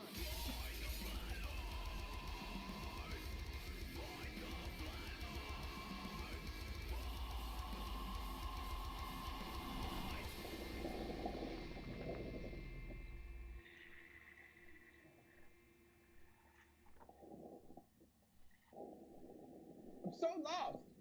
So lost right now. Alright guys. I'm gonna kill it and look at the directions where I'm going. A few moments later. this could be fun, guys. Hey Nathan, alright. Can you hear me? Yeah, I hear you. Cool, I'll just get rid of that picture on your screen, one sec. Can you minimize it? I don't mind if you keep it there. Yeah, there we go, perfect.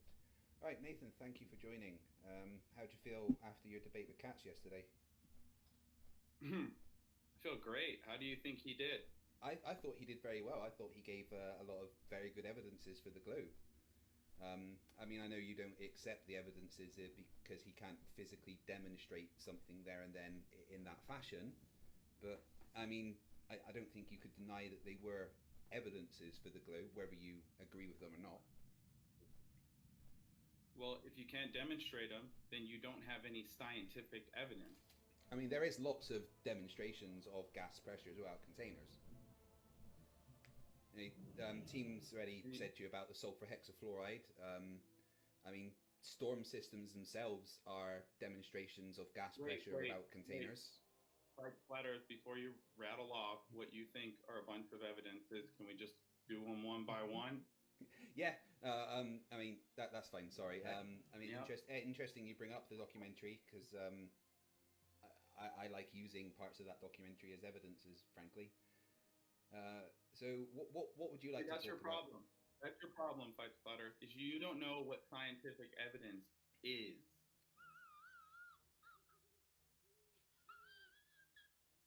Ah, well, see, that is where we would thoroughly disagree.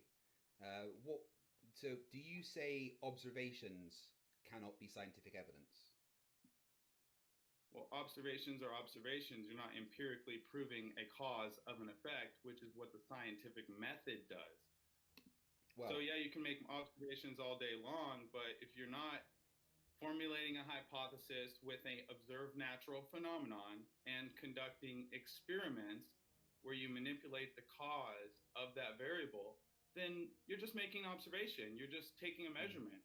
You were going almost for a right. walk. You were almost right until you said the manipulate the cause part, because the scientific method doesn't require you to manipulate the cause. Observing the cause is a perfectly acceptable thing to do. For instance, when we notice perturbations in the orbit of Uranus, let me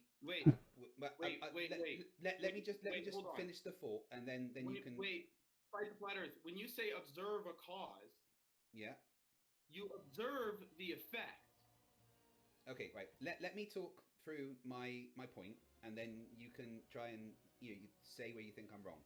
So we noticed, we observed perturbations in the orbit of Uranus. So we formulated a hypothesis that there was another body that was having a gravitational attraction.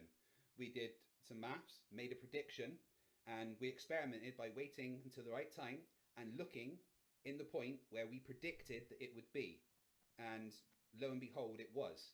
And that you cannot get more empirical than making an observation, using that observation to formulate a hypothesis and a prediction, and then clarifying that prediction with actual observations and evidence that has happened. You know, that is literally the definition of the scientific method. You don't need to physically manipulate the cause yourself, i.e. the independent variable. The independent variable can be something that's observed, or time, for instance. So Venus at that time, was that able to be observed anywhere on Earth? We didn't know that it was there. We made a prediction. Okay. Wait, can I recreate that? Can I recreate that today? Absolutely. You could yourself monitor Uranus, and you could observe the perturbations in its orbit yourself. And then you could do the maths yourself and derive a location where you think another gravitational body would be. You could then do the observations and check in that place that you have looked to see if your prediction was correct. Well met. That is perfectly repeatable by anybody. You said we did this. When did you guys do that? Flight to Flat Earth. I haven't done this myself. This is how Venus was discovered. And but another thing is, I haven't done this myself.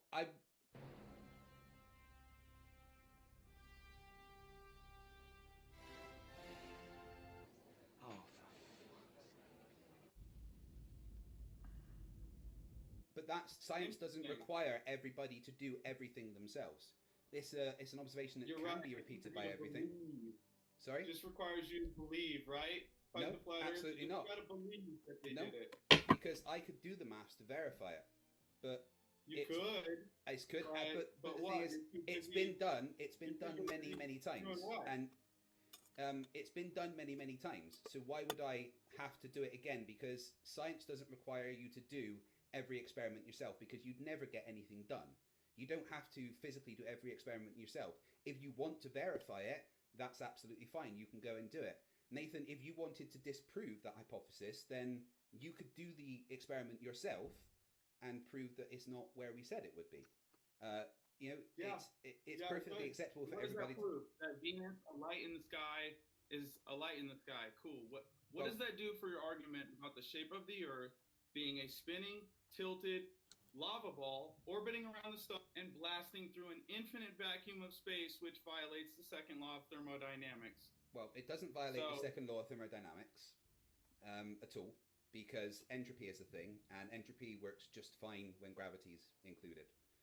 And we know gravity. Can you demonstrate gas pressure without a container? Yes, absolutely. How do you think an airplane gets off the ground? So you're telling me an airplane is a demonstration of gas pressure without a container? Absolutely. How does an airplane generate lift? Well, in this example, where's the gas pressure? The gas pressure is underneath the wings. Okay, well, that's all contained. No, well, the bottom of it isn't contained. There's just one thing there. Yeah, the gas pressure is definitely contained. We have a container above the atmosphere. Indoctrination. So without Indoctrination. belief about the sky being a vacuum, could you demonstrate somewhere here on Earth a ball with gas pressure conforming to it? Oh, you've just moved the goalpost nicely there. Well, because what you're doing there is asking for something that you know is not possible within our model. Because if I had a ball here, for instance, this little globe that I've got, okay, right? Now listen, let me explain. You want me to show you gas pressure around this ball, right? That's what you want me to do right now, yeah? No. Show me any gas pressure anywhere without a container. I just did. An airplane creates lift by having gas pressure without a container. A storm system is gas pressure without a container. Wait. what I'm saying, Fight the Flat Earth, and listen very carefully, is that the gas pressure in the atmosphere is contained. Yes. So, without trying to use the atmosphere as your example of gas pressure without, well, yeah, because the airplane flies in the atmosphere. So you're using the atmosphere and saying, look, the atmosphere doesn't have a container. And I'm saying the atmosphere is gas, and I can demonstrate that that gas can have pressure without a container in different places. I just did by describing, two things there that are gas pressure without a container. But if you want something else, gas pressure without a container, right? I could fill up this cup, right, with sulfur hexafluoride, and it would have. Is a cup a container? Well, my point is I can demonstrate it's not a container because it doesn't have a top, right? Listen to what I'm saying. All right, it doesn't have a top, okay? So it's not a container. Are we agreed on that? And you've done this? Could I see the video? I'm not. I'm just asking you to listen to me here. I mean, you can find plenty of videos. Talk hypothetical, just theoretical. No. Just I could do this. Nathan, do you believe me? Nathan, you asked for an explanation, and let me give the explanation. Okay. Do you agree? Do you agree? I did not ask for an explanation. Right. Okay. But I did not ask for an explanation. Nathan, do you agree? No to fight the flat Earth. Okay. Earth to fight the flat Earth. Right. Let me. Did not ask for explanation. Don't need you to explain. This is what conspiracy cats tried to do yesterday. Please don't try to explain it. Just say, Nathan, I cannot demonstrate gas pressure without a container, or show me gas pressure without a container. That's it. It should take 10 seconds. What do you have? I can explain it to you, and then I can go and find a video which does it. Okay. Explanation. Next point. Let's move on to Earth rotation. Do you agree that Earth this is not a all right? Cool story, bro. Get on with it. You just interrupted me again. Yeah, cool story, bro. Get on with it. Did you? Earth rotation. Fine. All right. I'm gonna leave. I'm gonna leave if you just want to keep trying to explain what I heard in second grade.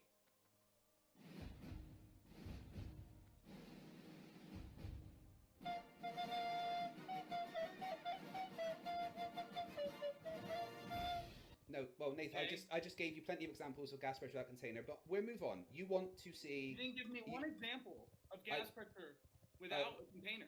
Oh, apart from just tried to talk about it. Well, I told you. How does an airplane create lift, Nathan? That if you can tell me how that's created. You can't use the atmosphere. No, but you're moving the goalposts because I can use the atmosphere. But anyway, you wanted Earth's rotation, yeah? Cool, no worries. Watch this. Earth rotation, please. Spinning one rotation every 24 hours. That means that every hour it has to turn 15 degrees. And if the gyroscope is mounted anywhere on Earth, it's going to drift. In today's 21st century navigation systems, they're using what's called a ring laser gyroscope. Can you pause the video, please? Oh, wait till it's finished. If we could simply I think we've all seen this. I just want my audience to see the rest of it. I just want my audience to see the rest of it. It's a few seconds. Actually purchased one for $20,000. But what we found is when we turned on that gyroscope, we found that we were picking up a drift, a 15 degree per hour drift. There you go. There's some evidence of the Earth's rotation. Okay, again, you can use whatever you want, but I will reassert that you don't know what scientific evidence is. Apart from the observation that I just gave you. Observations is not scientific evidence. I disagree. Step one in the scientific method. So I disagree. Observation. Right, okay. Nathan, can you tell me why that did not demonstrate Earth's rotation? Observation. Okay, natural phenomenon. Nathan, can you tell me why that didn't demonstrate Earth's rotation? No, actually, rather than skipping around and trying to talk about semantics, actually address the point that I've just gave up to you, that a fiber optic gyroscope picks up a 15 degree per hour drift. Please explain that to me, because that's my evidence. I'm not going to talk about the specifics of the scientific method. I actually want to talk about the evidence I presented. Okay, if you don't want to talk about the scientific method, I'll leave. Well, I understand that you don't understand the scientific method. That's fine, but I would like you to actually comment on the evidence that I presented you. I mean, that's only fair. I've just presented you some evidence. I was showing how that's not scientific evidence. So I can leave, or I can show you how that's not scientific evidence. What do you want, Craig? Well, you can It's your actually call. explain to me why it doesn't demonstrate the rotation of the Earth. That's fine. That's what I would like. All right, great. Can you go on mute? Can you go on mute while I do that? Yeah, sure. Just demonstrate why it's not the rotation of the Earth. Okay. Excellent. So, what would be the observed natural phenomenon for Earth rotation according to this evidence? The Sagnac effect. So, you're gonna say Sagnac effect. Mm-hmm. So not Coriolis. No. Okay. So where in nature do we observe the Sagnac effect? When light travels. When light travels. Mm-hmm. And it's in rotating reference frame. So when light travels, so the observed natural phenomenon is travel. That's interesting. You consider the sun to be a light? I consider the light to be a nuclear fusion powered source of energy that gives the Earth 490 quintillion joules of energy per hour. Part of that nuclear fusion. Sunlight, though, right? Well, yeah, part of the nuclear fusion byproduct. Wait, let me give my answer. When light travels, part of the nuclear fusion byproduct is photons. Degrees. Yes. What light are you talking about traveling 15 degrees? So when light travels. You mean the stars in the sky? When light travels. I'm not talking about the stars in the sky. I'm not talking about what's in the sky. I'm talking about the light within that gyroscope moving according to the Sagnac effect, demonstrating the 15 degree per hour shift. So just light in gyroscope. Okay, where in nature can we see light in gyroscope? Well, we have to create tools to actually observe things that we want, Nathan. Right? We can observe the Sagnac effect in other parts of the universe. Then we can take tools to actually confirm the things like that. So we know what the Sagnac effect is based on our understanding of light. We have therefore created a tool that can observe the natural phenomenon of light shifting when a rotating reference frame is underneath it. Okay? So I will ask. I'm going to ask you the question again. How did that not demonstrate the rotation of the Earth? Why did that gyroscope register a 15 degree per hour shift? Yeah, okay, so we know that light moves according to Sagnac effect, right? And then you made the gyro so that we could see the Sagnac effect. So I just want to be clear, unless we make the gyro, this is not observed in nature unless we look at the sky, right? Okay, so where in nature do we observe this? When light travels and there's a rotating reference frame. Nathan, you're talking semantics and you're dodging the point here. When light travels. Okay, when does that happen? Can you show me? Yeah, within that gyroscope. Oh, so I'll repeat one more time. So this only happens not in nature, but when you make the gyroscope, right? Well, when anything that registers a 15 degree per hour shift happens, Nathan. All right, I'll ask you the question. I'll ask you the question once more. All right, it's a very simple yes or no question. Did that demonstrate that the Earth was rotating? Of course not. Why not? What? Right. Okay. A better question for you is, why did the gyroscope register a 15 degree per hour shift? Okay. Well, have you seen a ferrule cell or a supercell? Yeah. So we can agree that electromagnetics can affect light, right? Yeah. But that's contained within a... But Nathan... Yeah. Just say it, Craig. That's what a cell shows. No, you haven't actually answered my question. Why did that gyroscope register a 15 degree per hour shift? Because electromagnetic waves are not going to interfere with the fiber optic gyro that was used. Round and round we go, Craig. You won't let me respond, so we just talk in circles because you've actually not responded. You're not telling me why the gyroscope registered a 15 degree per hour shift. You just conceded that electromagnetic forces can affect light. Okay, can you show me this electromagnetic force that moves apparently 15 degrees per hour? Well, Have you ever looked at the sun? Excuse me. The fuck did you just say? I'm not looking at the sun. I'm talking about the fiber optic gyroscope. Yeah, okay, well, that's a man-made device. I don't consider that scientific proof of anything. Well, that's because so you don't can't understand say- scientific proof. Natural phenomenon, Nathan, is not what you think it is. Oh, yeah, it's just making a gyro and watching a 15 degree per Cool. hour All right, deviation in a laser. Yeah, because And then that claiming- demonstrates the Earth's rotation. Because that's the only thing it can demonstrate, because it demonstrates the rotation of the thing it is physically touching. Because that's how Sagnac works. But I get it, you're not going to have that, right? You don't like that evidence of the Earth's It's rotation. not scientific evidence. You So- have no, and so- I didn't even get to the fact. What's the That- hypothesis, Craig? Wait, Wait, what's Earth the rotates. hypothesis? That the Earth rotates. But cool, Wait. right? Nathan, it's cool. Wait, you don't wait, like that Craig. one. We'll move on to a Wait, different Craig. one, because I've got loads. Much later. Define gravity. Mass warping of space-time, which manifests as an apparent accelerating force. We've been through this. Yeah, I know, and we saw a black hole 50 million miles away, light Mhm. years away, and then LIGO, which is a Michelson-Morley experiment. Which, yeah, How come very the Michel- Michelson-Morley How come experiment. the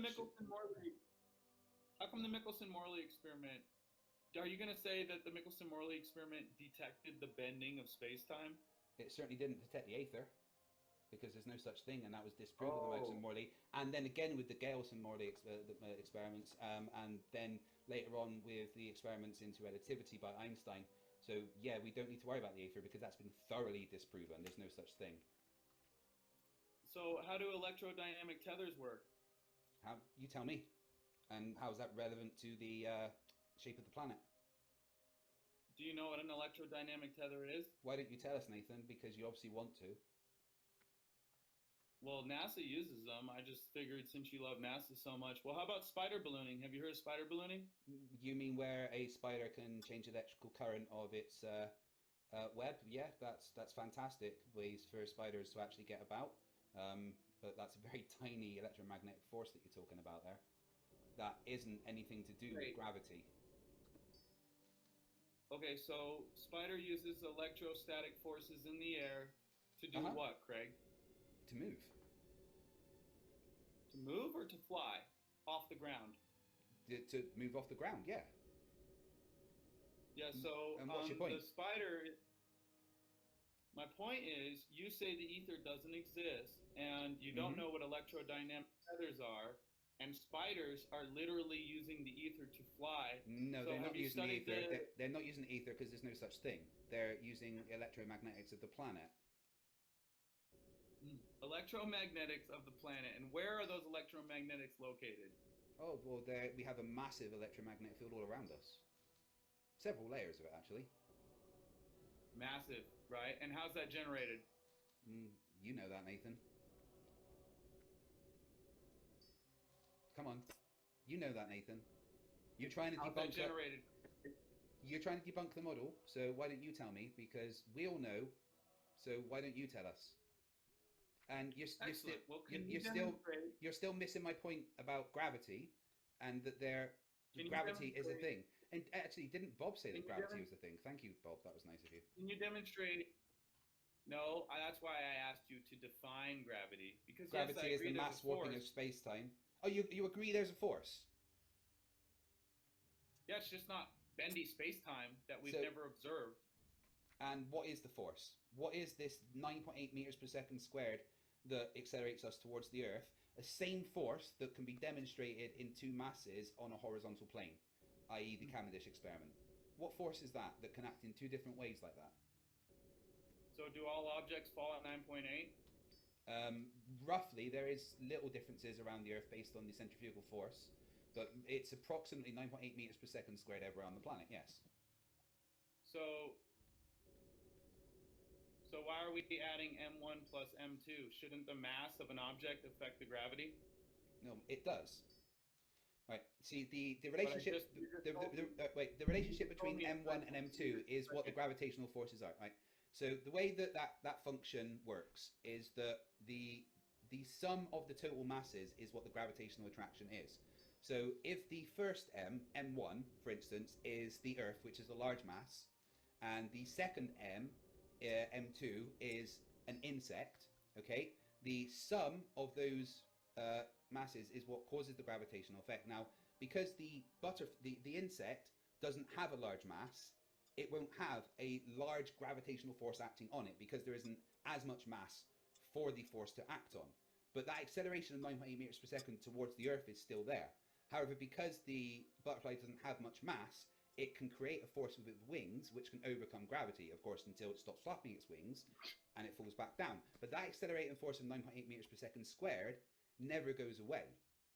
But it's relative to the mass of the thing. So my phone, this is actually quite light, okay? But this, which was made for me, is pure aluminium and is pretty heavy. This has got more mass. So this has got more of a gravitational force acting on it. But the 9.8 meters per second squared is the same. Sorry? Does gravity ever cause objects to move horizontally? In the Cavendish experiment, yes. When you let me. You asked the question. You asked the question.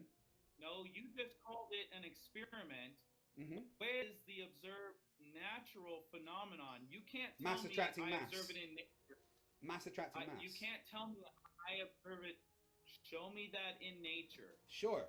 There you go. Mass attracting mass. Craig, I don't know if you heard me 30 seconds ago, but I said, does this gravity force ever cause objects to move horizontally? And then you just reverted back to dropping things down. Okay? Mm-hmm. Now, what I'm asking is, does a massive object ever cause another object to gravitate towards it, Craig? Yes. Yes, it does. When you use plumb lines, you can actually see that, for instance, if you hung, there was an experiment done, I can't remember exactly where it was, I'll have to find the video for you because it's an interesting one, but it was an experiment done somewhere in China where they hung plumb bobs off of a building to measure the gravitational attraction, and the plumb bobs actually weren't vertical, they were towards the building because the mass of the building was attracting the thing that was falling down, showing that there is a horizontal attraction between masses. And that is basically a replication of what happens in the Cavendish experiment. Because in the Cavendish experiment, let me finish my thought. Nathan, please let me finish my thought, okay? Show me the plumb bob experiment. Show me the plumb bob experiment. I would have to find the video. But let me finish my I thought. got time. Find the video. Let me finish my thought about the Cavendish experiment. Find the video. I don't even want to hear anything about the video. The way that I have to find it. I don't know where it's. Craig. No, because I'm going to finish my Find thought. the video. Nathan, I'm going to finish my thought. No, I don't now, want to hear with the Cavendish experiment, it is horizontal. Okay, it's horizontal. I do not have the video ready. Nathan, this shut is your up. Proof of gravity. Nathan, will you stop being a child? You're acting like a petulant little child. You're acting like a petulant little child. Let me finish my thought. Let me finish my thought. Are you going to show me the video, or am I leaving? So, you can leave if you want, but then you bitch me. That's up to you. Bye, Craig. Join the official Flat Earth and Globe discussion on Facebook. Right, we'll see so you guys in later. the Cavendish experiment, there's a horizontal. Right, you've been destroyed here because you're running away like a little girl. Right? Are you going to run away? Are you going to run away, or are you going to actually listen? Are you going to run away, Nathan? I'm going to run away. Everyone's going to see you run away like a little girl. Everyone's going to see you run away like a little girl. Are you going to run away? Are you going to run away? Yeah. Okay then, right, I'm going to carry on explaining. So in the Cavendish experiment, you've got a horizontal plane because you have to remove the gravitational force. So the whole thing is acting on one horizontal plane. Is he gone? Little girl ran away. Well, he got thoroughly fucking destroyed.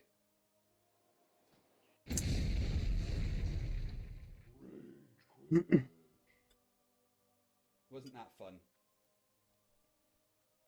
Yep, hip hop hippie. He rage quit. He ran away like a little girl. I'm a little bitch. I'm gonna go to bed because it is 20 to 4 in the morning for me. So I will leave you as always with this. Fight the flunk, fight the flunk, fight the flunk, fight the flunk, fight the flunk, fight the flunk, fight the flunk, fight the flunk.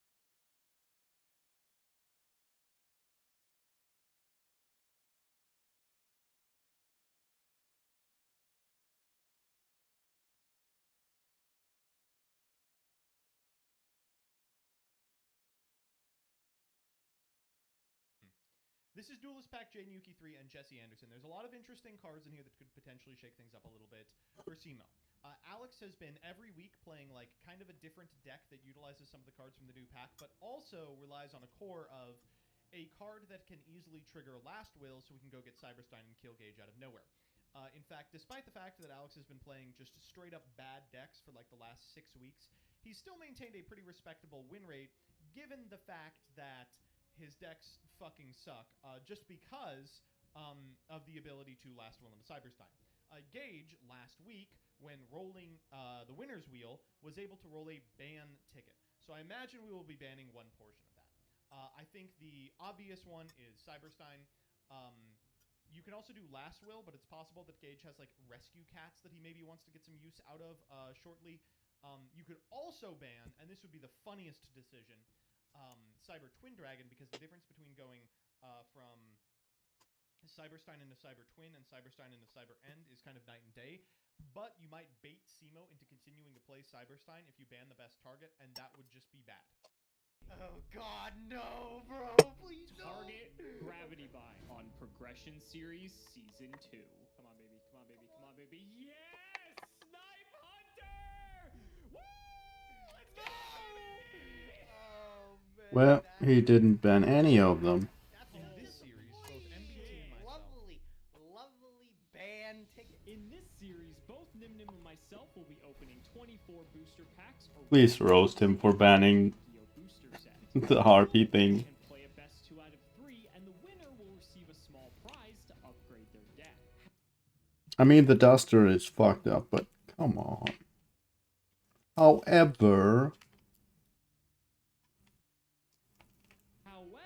in each episode, we will open another box of the next set that was released moving in chronological order, constantly upgrading our decks before dueling each other at the end of each episode. But this time around, we'll be introducing sucking each side other sets, off. a new banning system, and plenty of other fun surprises that you just have to watch to find out.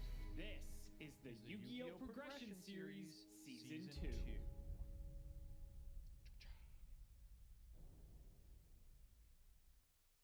If you want 5% off any singles or sealed product, click the affiliate links in the description and use code SEMO5. And clicking the TCG Vortex Player already affiliate donated link today. before you shop helps support us to provide you with more amazing content. That was wrong. Illusory B, thank you for the sub. Monday Andying for almost a year. Very true. Oh no, Vortex donated again. Thick code SEMO5 Talker. Level 2 attack, 500 attack, 200 defense, Earth Cybers. Once per turn, quick effect. If you want to need 5% off any singles or sealed product, target the affiliate link in the description. Click it, and if you do, use code SEMO5. Very true.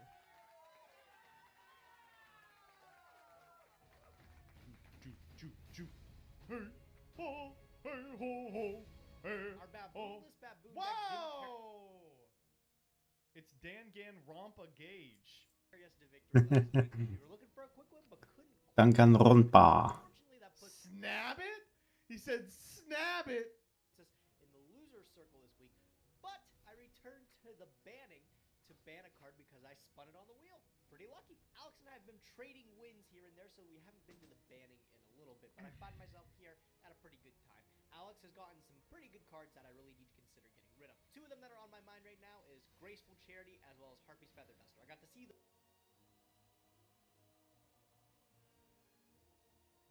maybe a third one.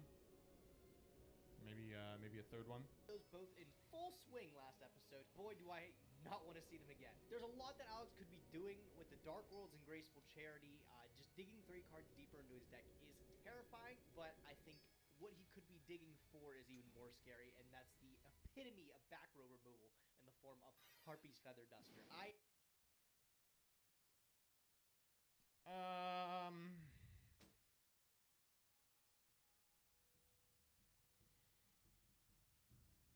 I mean, in his defense, HFD is an insane card. I am going to be removing Harpy's Feather Duster from his collection. Moving forward, that's what I'm spending my band ticket on. Hopefully, well spent.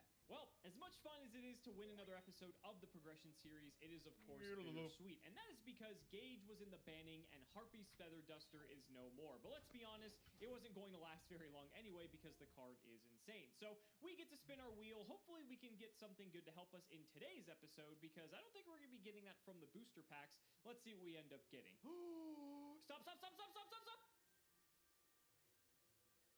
Okay, so this is pretty good, but it's not the Starlight Rare wild card. So we'll be redeeming this at the start of next episode, and that'll be interesting because I think there's some fun stuff that we can get out of Gage's collection. Speaking of which, let's go ahead and throw it on over to Gage so he can tell you all about today's sets. Jaden 3 and Jesse Anderson. A couple duels packs to crack open today. Let's talk about it. Okay, so obviously the big call out of this one is that the rare slot we have Neospatian Grand Master. Eventually, Dark Calling becomes good once we open Magical Hero, but that's a long way off.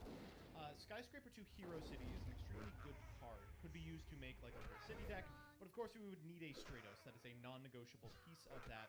So we would have to pull like a you know, wild card promo in order to get that.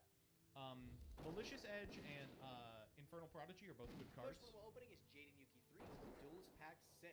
This set's released January 26, 2008, and it's actually got a lot of really killer reprints that we're going to be able to buff out on here. We'll be stoked about this set, actually. Grand Mole is an absolutely ridiculous rare card that I don't think either of us had access to yet, or either of us, I didn't get any copies of this. I'd like to get a couple copies of Grand Mole because he's insane. He's an absolute boss of a tempo card. Being a normal summon, absolutely anything in the game, compulsing it back. I'm 1.5 Extra deck and monsters calm beware, down. Just simply do not exist anymore. You impatient Dark Calling Andes. also a pretty good fusion card for any of the Dark Heroes. We got to get Farf and Friends ad revenue. Infernal Prodigy is an Edison useful card, just a free special summon from what I remember. You use it Edison useful. It's good anyway. A lot of modern strategies actually. You throw a monster special at your hand in attack position, and then during the end phase, which tribute a hero specific deck, you draw a card. Not gonna normally tribute a hero for it, but just being able to get a free product material out there, quite powerful. Also want to get a couple copies of the Hero City Skyscraper 2 here. There's a deck around that. The only thing we're missing is a lot of really substantial fusion monsters to be able to summon. A lot of them are locked behind walls like promo packs like Absolute Zero. The Shining is another one that's critical to deck building, but is only locked behind a premium pack that we won't have access to. At least I don't think we do. I don't think we do. The Ultra has nothing to talk about. These both. Okay, so more interesting stuff at the common set. Elemental Hero Dark Gaia, Evil Hero Dark Gaia rather, is a really, really good card. It's like a very strong, powerful card. You can play Dark Gaia Turbo. If you want to see kind of that in action, there's actually a really interesting video on E3 Yu-Gi-Oh's channel in which he plays it in an Edison, just a couple of games. But Dark Gaia specifically, I think we even have a jank about it, is a good card. I would like to see one of them experiment with it, and it's very available because, of course, it's at common, but we would want to pick up some number of the rare Dark Calling, which is not guaranteed. So, both are Nightflyer not EXE, too bad. thank I you want for the to buff out the copies of Neo's Alias 1900 Light Gemini. It's going to be awesome when we pick up a card like Gemini Spark later on. And I lied to you, I really don't think there's any other good cards. That's okay. The Grand Mole, the Infernal Prodigies, Neo's Alias, that's what I'm looking for from this one. And then Neo's Jesse Alias Anderson, is the Crystal Beast Master, released on the same day, Okay, January 26, so 2008. they won't play this because they're cringe-ass day-days.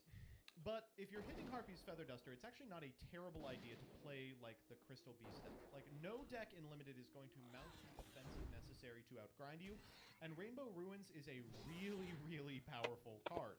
Crystal Abundance is a fine win con. I could see one of them trying it. I'd like to see one of them trying it. There is not a lot going on with that. Hand Destruction might be cute to pick up for some strategies. Grinder Golem will be okay. It is banned now, but it's banned because we have certain monsters that allow you to bounce it back to hand. Maybe a combo like summon Grinder Golem on our opponent's side, summon Grand Mole could be something crazy. Outside of that, I really don't see this card out much right now. Sky Blaster is the same kind of thing where you get all these tokens, but there's nothing to use them on. I just realized that Pegasus is actually not in this pack.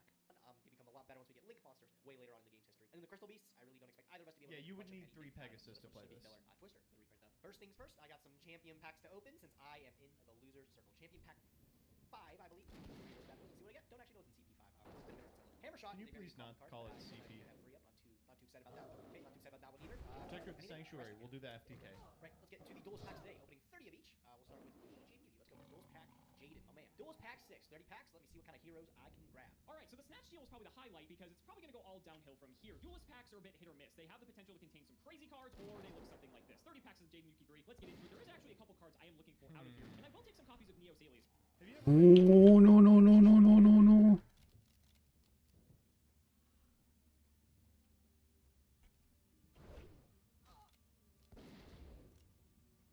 When an opponent's monster declares an attack, Targeting a face-up elemental hero monster you control.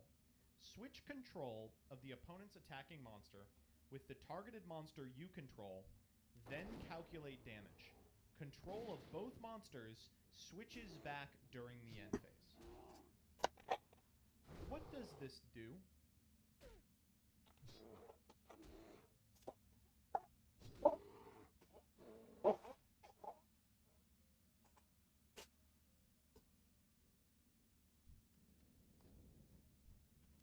Nothing. No idea. Really convoluted way to say your opponent takes the damage. Correct. That is what it does. Or does it? The errata to this card doesn't say control of those monsters switches back. It says control of both monsters switches back. So, do you get your opponent's monster? No. If one of them is no longer on the field.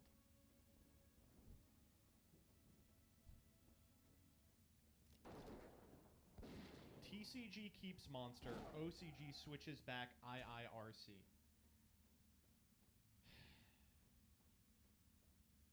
Wow, I hope that's not the case. It's because if we could play like Hero Beat or something in the future, that'd be pretty cool. This card I'm actually quite excited to see. Oh, you call a judge, First of which, yes. it's one of my favorite cards ever. Second of which, we didn't get this card back in, I believe, Power of the Duelist, and so this should be pretty easy for us to nab, and maybe we'll play it in today's episode. I guess pulling cards like Dark Calling, Calling's great. could potentially be useful later on when we start getting all of the other crazy hero support cards. That's actually really unfortunate that he's just calling it kind of crappy now because, like, Dark Guy is in this pack. This would be a perfect opportunity to talk about the playability of Dark Guy if he's playing it at all.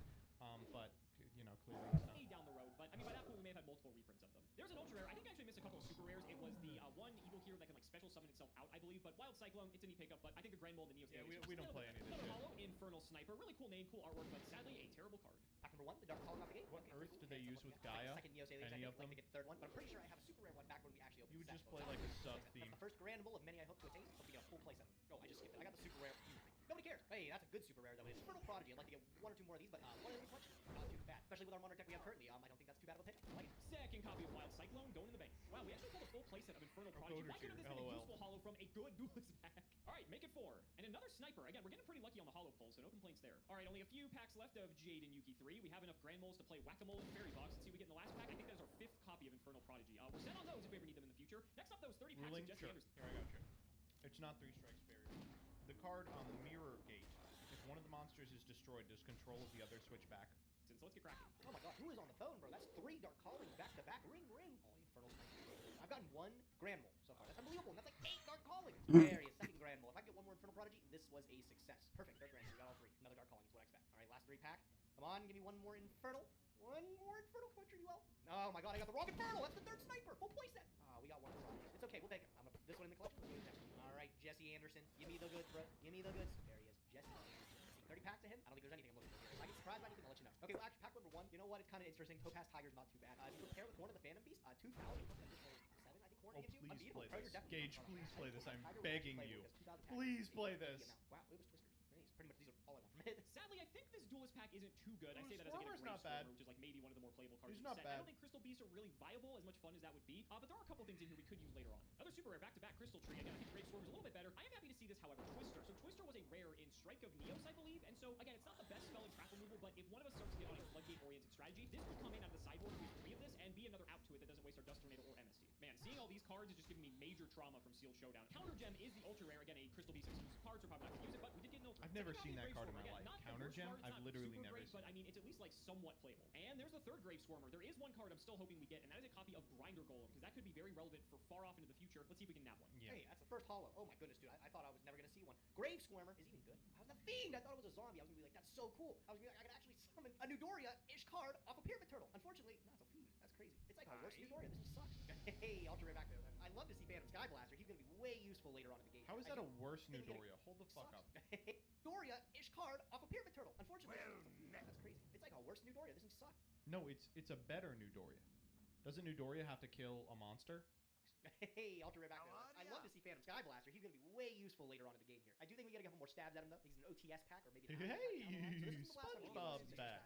Oh, back to back, too. Yeah, that's what I like to see. That's going to be so good. Danger Thunder's going to be crazy. All right, all in all, got 3 3 of the Topaz Tiger. I got 3 Twisters, 3 Hand Destructions, and 2 of the loveliest Sky Blasters known to man. I do not think I could ask for anything better. That's really all I wanted. Cool, I love it. Save it to collect. Don't think we got too much to build with today, but I'll see what I can do. No Grinder Golem yet, but there's our 4th Grave Squirmer. Fantastic. Oh, there's the Grinder Golem. This is actually a pretty decent card for some decks, and so I would have liked to get multiple of these potentially, but I have the one, and it's going to get banned at some point, which means it'll be limited in our format. So we'll see. You'll have 1 week of playing this card Another maximum. counter gem ultra rare as we get into the last few packs here. I'd like to see one more Grinder Golem potentially. Oh, Phantom Sky Blaster though. That's actually a much better ultra rare. Again, this card's actually quite playable, and so maybe not now necessarily, but in the future this card could be quite good once we get to Link. So let's see if we get our last pack. Nothing too great. I'm not going to respin this because let's be honest, there's really nothing else great out of here aside from like, the Grand Mold, the Twisters, and such. So we're going to lock it in, and let's go ahead and get to building. I've got some ideas. All right, I think I got something together that I'm happy with. I'm curious to see how it's.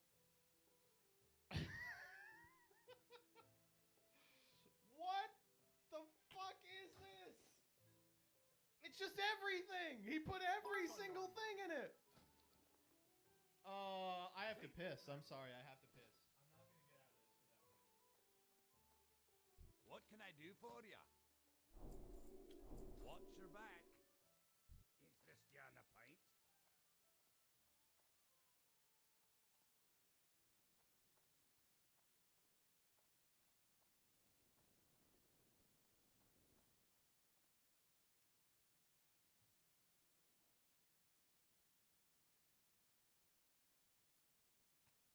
Alright.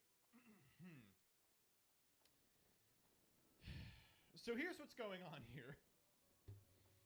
The problem with Chaos is that there are no good light monsters, right? That's the problem with, like, early Yu-Gi-Oh! Chaos, right? We found a good light monster this time. It is Neos Alias.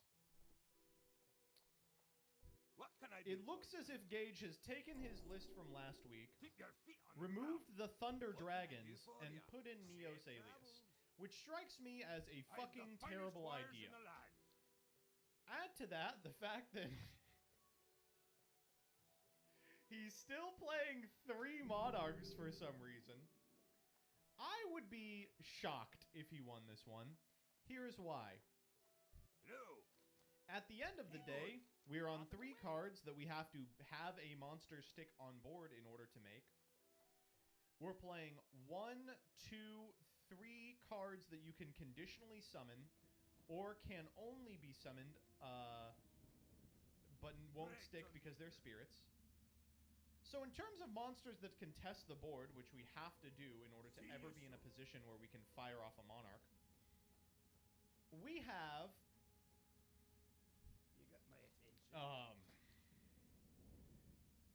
11?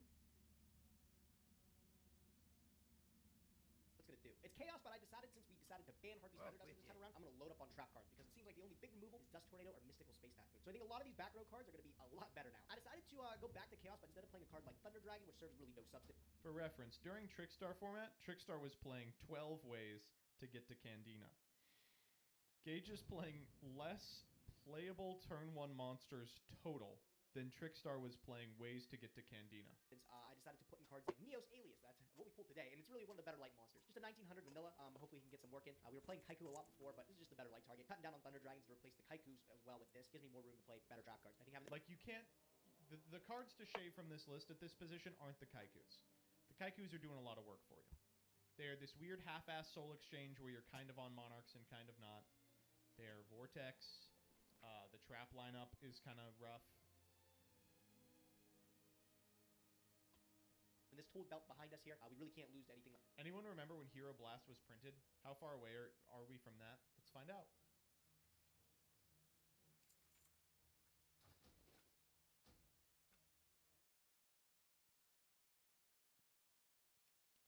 Light of Destruction. We're close. We're very close. Notably, we probably, at this point, I think the deck to play is not any of this shit, but it's the normal monster deck that we played in playoffs a little bit, like with Just a Break and like 1900s, because you have finally 3 copies of Neos Alias, which is just unbelievable.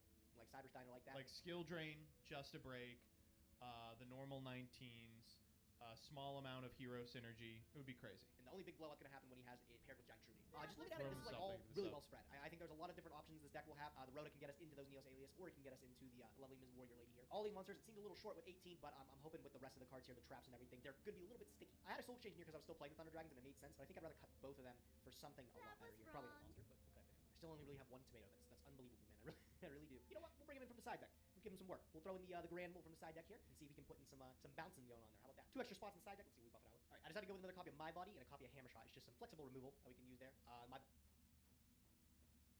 So that's another monster, but it's not a monster that'll ever stay on the field. So Body's more protection. This looks pretty solid. I'm okay with this. Like I said, I want to focus a little bit more on the trap cards here. See if that's going to be able to. we are focused on the trap cards. I'll tell you that.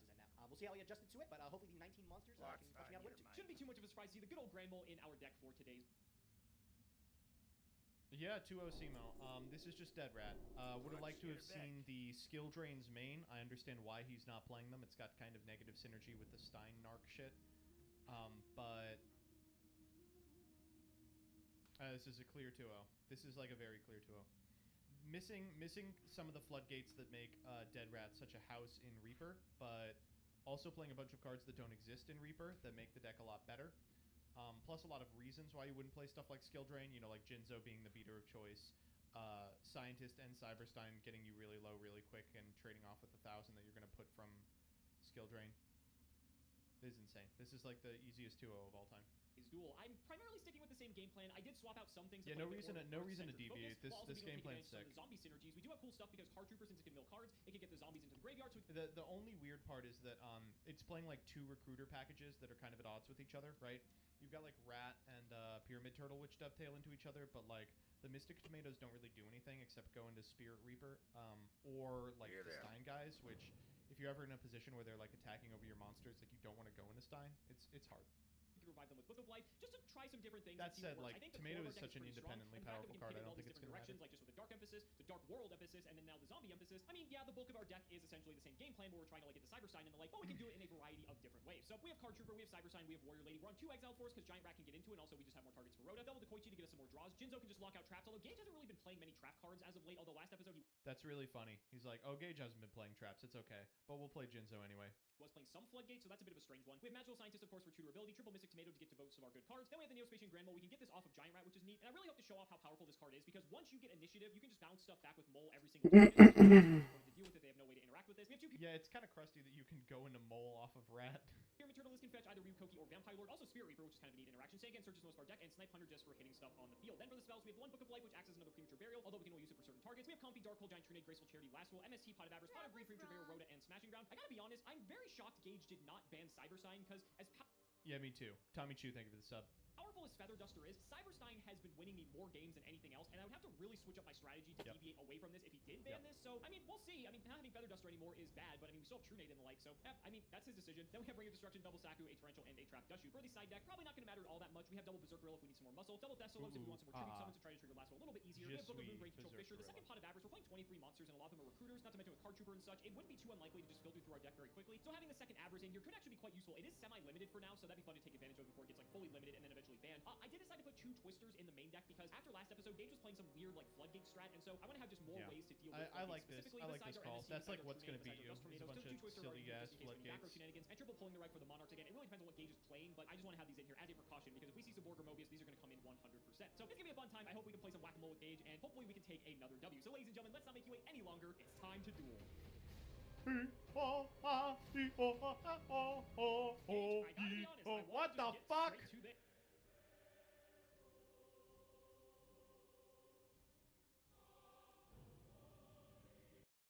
Oh, right. Yes, I did not think, of all things, you would ban Harpy's Feather Duster because I thought Cyberstein was going to be #1 on the chopping block. There's some things you have, man, that I just can't let you have too much fun with. I knew you had Graceful Charity and Harpy's Feather Duster in your decks for like the last 2 weeks, but I didn't see them until last week. And I was like, okay, that's enough. You had your fun. I had to at least axe the Harpy's Feather Duster, and I think it was the right choice. Yeah, in all fairness, if you're going to play the long game, it's probably better because, like, as good as Stein is, I think Stein is going to fade out of relevancy at some point, right? And not too far off. I, like maybe I literally do not think that is ever going to happen. I think Stein's going to be crazy for the next 1,000 years until Last Will leaves the format. Duelist packs, though, these are always a mix. They're either great or they suck. And in this case, not too great. How are you feeling? I actually think Duelist Pack 3 is really neat because we get a couple more chances at Grand Mole, one of your favorite cards in the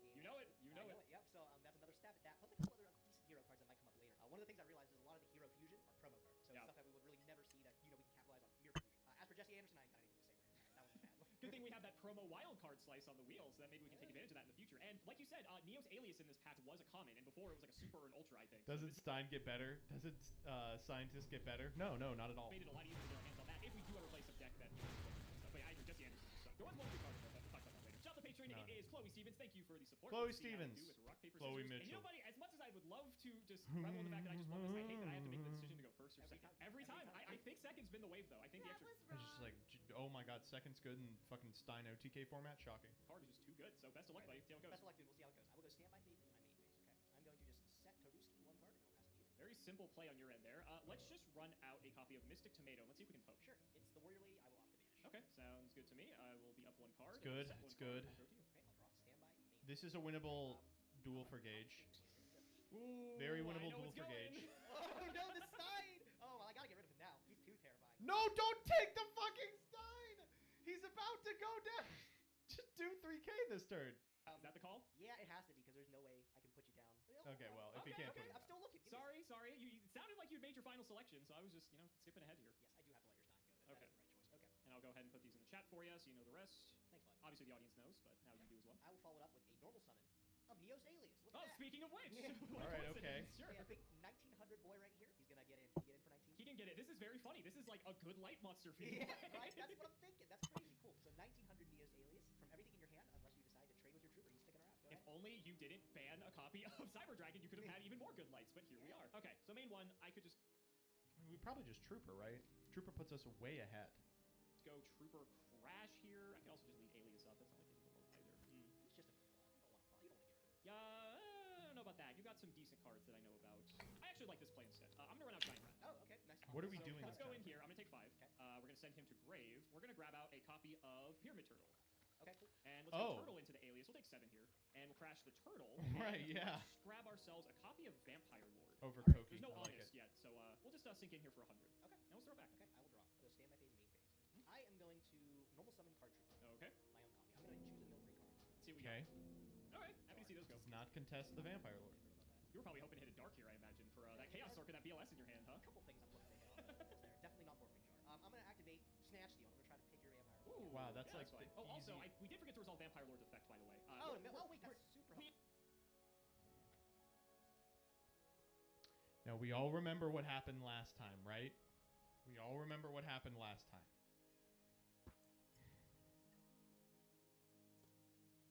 It is relevant because of card troop and everything. You can send a spell to Grave. It's fine. We always forget this effect, so it's fine. That's my fault. It's my card. Tell you what, I'll just dump a I'll dump a lightning vortex. We'll call it square. Okay, all good. Okay. All right. I'll go battle phase with these two, and I'll go 19 with the trooper. Okay, I'm gonna MSC the Snatch Steal. All right, you'll take it back. Okay.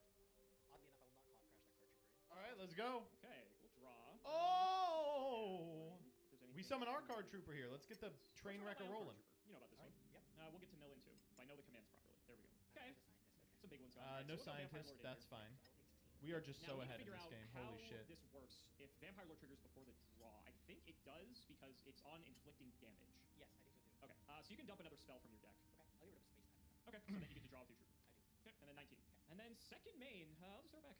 Okay, I will draw. Very Oh, he boring will game throw we it got back going. I know it's a lot of trades here. I'm Yeah. gonna start off with the balancer. Okay. Sure, that's fine. That's fine. Dig too deeper. Let's put us at even cards. It does. I will summon another copy of the Neos Alias. There he is. And Okay. I'm gonna get him bumping here into this card trooper. I'll take I mean, this 15, is just I will draw nothing, my right? card. We're Yep. just letting this happen every time. I'll set 1, 2. Oh, that's My big. friend, it is back to you. 2 Baccaronis. All right. I honestly draw think we're somebody ahead in. enough. We maybe just snipe Main Hunter. 1. This is probably as good a time as any. Let's activate Pot of Avarice. Wow, yeah, that's a powerful avarice Yeah, there. we get to Okay. get the Stein back, even though we're under the life point threshold. But 2 more cards. I You got hope you Pot of try. Greed. I get Pot of Avarice. You know, it's a fair It's game. only fair. It's only fair. I hope you draw the nicest Stein. Yeah, It's gonna be I a really crazy hope I monster. don't. Yeah. Okay. Oh, that's Not the bad, end of the not game, bad. actually. Now, Yeah, we have to go. Yeah, we just snipe Hunter the back row and try and go for game then, right? I do have to deal with back row here. It's a little bit frustrating. Dude, you're dead even on life. This is a close one. Yeah, it's not bad. Well, okay, but that's not as close. You have 6 cards. Yeah, I do have a lot of cards comparatively. We were even for a moment, but no longer. I'm down to Boogie. Let's run out Snipe Hunter. Sure, yeah. Let's try for it. So I'm gonna fire the effect. I'm gonna pitch this copy of Ryu Koki. I'm gonna target Neos Alias. Yeah, that's fine. Okay. See if Why Snipe Hunter even comes through. go He for does as Neos always. Good Alias? looking I lad. feel like we just. All right, and then this is lethal if We I already can have connect here. it. So I am perfectly Oh. okay. Let's try it. I will take the 50. And the 2K I imagine is not happening. I will not take the 2K. I'll put it back in your hand with Compulse here. Sure, that's fine. Okay. Then, second main, you shall live another day, sadly. You still have no dark for the for the looming Chaos Sork or BLS in your hand, which is quite funny. It's gonna be so fucking funny when he summons Sork and just dies to ring. It is scary though, I will say. I will go ahead and set a card, and I'll just throw it back. Okay, I'll draw. Stand by main. That is so unlucky. That is unbelievably unlucky. Wow. For who exactly? For me. Oh, Man, good. sucks. Oh man, yeah, you got this one. Wow. All Oh right, my God. I was bada on bing. the edge of my Easy. seat with how that could have gone. Couldn't find the right mills off that card, Trooper Man. You don't know what I had in hand. It could have been anything, but I just Could have literally I anything. couldn't Literally find anything. the exact cards that would attribute to my strategy. Weird. So Is that how that works? Geez, so all right, well, you put me in the same spot, man. And I hate this decision. It's like, do I go first, try to get initiative, or do I go second and get a free card? And I do think, man, well, according to your luck here, I guess going second, free card's too tasty. Seems to be the move. You can take solace in the fact that you did technically beat Cyberstein, but for all the good it did you, I ended up winning in the end. I'll just tease it and pass, buddy. Go ahead. All right, we'll see. I'll draw, stand by main. I'll kick it off with the greed. Okay, he's smiling. Yep, always gotta have something to give me an edge, huh? I will normal summon ADD Warrior Lady. Sure. And I'll get moving. Let me see the floater. We'll sack this. We'll just get it out of here. That's fair. Respectable play. I will go main 2. I'll hit you 1, 2, and you know what? Feather Duster ain't around, so I'll hit you with a third. How about that one? Yeah, there's other cards, but you're correct. Feather Duster is no longer in the format. Just keep rubbing it in, buddy. I'll rub this in though. I get the pot. Oh, and he drew Jinzo. Holy fuck. How does he keep getting away with it? Alright, well, let's see. Not bad. This is probably good a time as any. I'll sack Sangan for Jinzo. Wow, yeah, okay, that's cool. Trigger the Sangan. Let's see what we want. Get fucking sounds Stein. good. He sounds alright. You have 3 back row though, so I don't know if he's actually the right call. You have I think I'll just Jinzo. Sangan. I'll just pick up a DD Warrior Lady. Just a nice solid monster. Let's try to sink 24 in. I will take the 24. Okay. And over to you, buddy. Okay, I'll drop. Stand by phase. I do have the out for your Jinzo. I will smash and ground it. The one of smashing. All right, okay. Congratulations. Perfect. I'll follow it up with a normal summon of an Eos alias. 19. There he is. You know, I do respect this alias because I remember when I was on Chaos like you were, and there's no good 1900 lights. No. Like several sets ago, there's just no good option. We'll go to main. Probably one. set the Let's rat go here. ahead and just do I it don't again. even I'll think we smash alias. I think we just set the rat. And let's follow that up with a good old copy of Mystic Tomato. Yeah, Mystic Tomato is lower value. Saku this tomato here. Okay. Sounds pretty good. And I'll pass back. We've been trading blows, bro. This is close. Yeah. Alright, I'll hit stand by main here. I will set 1, set 2. Alright, buddy, go ahead. Setting this time. Ooh, so the that's only a real good card draw. I've seen that you would want to set is We DD Morphing Warrior Jar, Lady here which is for a sure, bit right? Scary if that's the case. You have other stuff as well. I feel like if it was Card Trooper, you would have just gone in and just tried to swing. I'll run out Exile Force. Yeah, that's fine. Just try to sack it off. That's fine. You can't pop the jar. Ooh, red like a book. I'll set one of those. Wow. was wrong. Well, Alex is a lot better than I am. That was the worst possible. Was it really? Oh my goodness. Yeah. Got a hole and a rat and a warrior lady. Didn't want you to know about the hole. I don't have any dudes, bro. I'm like, do I let you keep the hole? Like, You take the rat here, right? Yeah, I was gonna Unless you say, have the sack. problem is if you don't have dudes now, if you have them later, the hole is just gonna be a problem. Unfortunately, that's my turn. But go ahead, your turn. Okay, we're just playing bare basic Yu-Gi-Oh here. Rat, get in. I will activate Scapegoat. Okay, sure, and I'll take Okay, out we got time. Yeah, that's fine. And then I'll just chuck it back. See you peeking in that graveyard there. You don't have a dark again. You don't know what I got, man. Maybe I got another chance at it. You're with Card Trooper. Wait a minute. Gage doesn't have the cards necessary to facilitate the Chaos bosses? How could that have happened? That's true. Well, if it's anything like last time, I you won't. swear he but- doesn't miss, bro. You can't build Morphing Jar this time. Let's see. That is true. It is limited, so I would hope not. All right, you can mill. You're fine. 1, 2. He never misses. Three He good never ones. misses. 3 good ones. 3 really good ones. Wow, this is very good. Oh my god. Well, I guess I will slam the Trooper. I'll take the 5. Yeah, you're juiced up. I don't think you have much of a choice. We'll trigger the rat. We'll get out the turtle. Yeah, that's fine. Go ahead, your turn. We'll space your background anyways. Okay. Saku again. Seems good. Okay.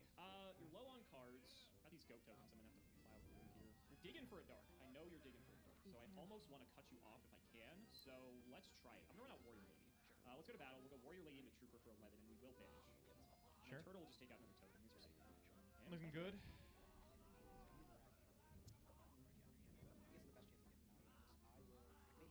Nice. Sure. Turtle's down. Turtle down. Still no plays to see. Go ahead. All right. Gage, you know I always have a recruiter. Always. The whole hand But is you're fucking living. The recruiters. scapegoats are doing their job. Stand by main. They've soaked up what now? 4,200 damage, I think. It is so funny that he has just failed to draw a monster. For a Karmic Justice. Too damn much. That's how much they have. I got nothing. Go ahead. Okay, I'm liking this.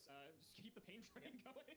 All right. Recruiter beatdown, baby. Let's do it. 14, I'll take it. I do have a back row. We'll throw it back. All right, I'll draw. Stand by main. Give me the tomato. That is fine. Have him. I'll immediately tribute him off here for the storm. Had to be, yeah. So off of your rat, you already use Exile Force, so like you don't have a clean out for Ryza, right? You've got your Pyramid Turtle with that still doesn't go around Ryza. I'd rather put you back in the system. If you're not responding with this back row, could be sacked. I'll tell you right now, Gage. It could be literally anything. This is true. This is true. All right, I am gonna stack your rat. Sure. I will not run into your other stack here. 24 is such a big number. It is. Puts me on a 3-turn clock if you go. Clueless? This isn't Caius. I still have the rat. I just have to draw it for a turn. I am gonna go for it. I'm gonna put 24 into you. All right, it was sack. Oh my god! Yeah. He's dead anyway, right? Even the rat contests the Ryza. All right. So I don't think I'm dead. See no you matter later. What You are alive. Congratulations. I will pass. I turn off your pre-mat with that hit, so that feels pretty good. So your wrap target is Pyramid Turtle. I'm going to set a card, and I'll set another one, and I'll just pass. I'll draw.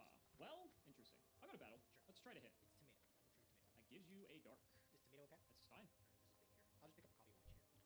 It's gonna be so fucking funny to con-feed the Chaos Monster out of the hand. I'm so excited. Sure. Second main, get rid of the BOS.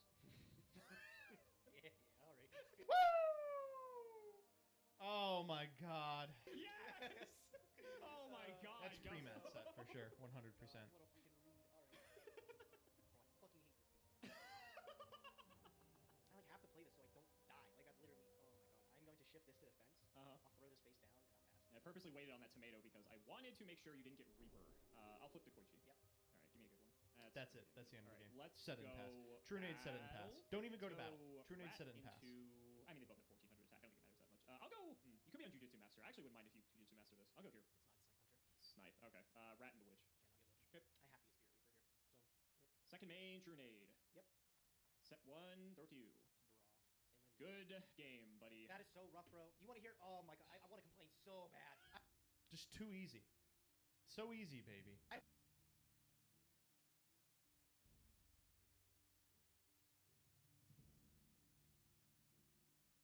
Yo, let's see if we can get Gage in here.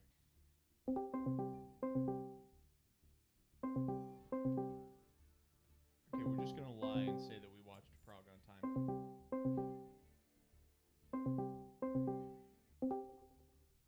Hello?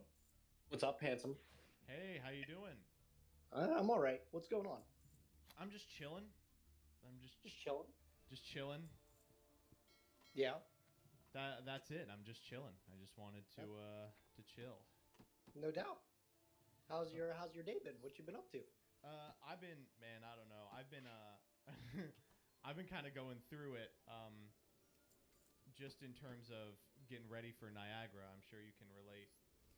Yeah. Are you excited for Niagara? I'm real excited. I feel really good too. I think that I have Do you? a good shot at making day 2. Oh, damn. I like the confidence. You want to hear? I'm on the exact opposite. This might be the first event I don't even play the main event. Like, I haven't signed up Wow. yet. That bad? And, like, I am miserable right now. Like, I am not at all prepared for the event. So, I think I might just grind sides or something like that. Oh, Find yeah? something else to do. Dude, Yep. it's a damn shame they aren't doing the Time Wizard events. I was looking forward to playing like Oh, Edison or I was something. so excited for Edison, dude. Or even if, you know what? Even if I'll they play did the GOAT format with Cyber Dragon, fuck It's it, something I to would brew play. for, man. It's like, okay, like it's obviously not GOAT, but like it's something to build around. It'd be nice. I'd play it. Fuck it. Why not? Like, Yeah. Unfortunately, I think probably what happened was I talked to some people from Euros and it was like, yeah, this the GOAT event with CRV only got like 20 people. So I think they're probably thinking like, you know, Time Wizard just ain't that profitable, you know, we man, can't keep it on. you say that, but I don't think Konami's that dumb. Like, I think maybe they'll just hopefully realize, hey, like, let's get a popular format to do Time Wizard for. Yeah. Well, we are not getting any of them. We'll see.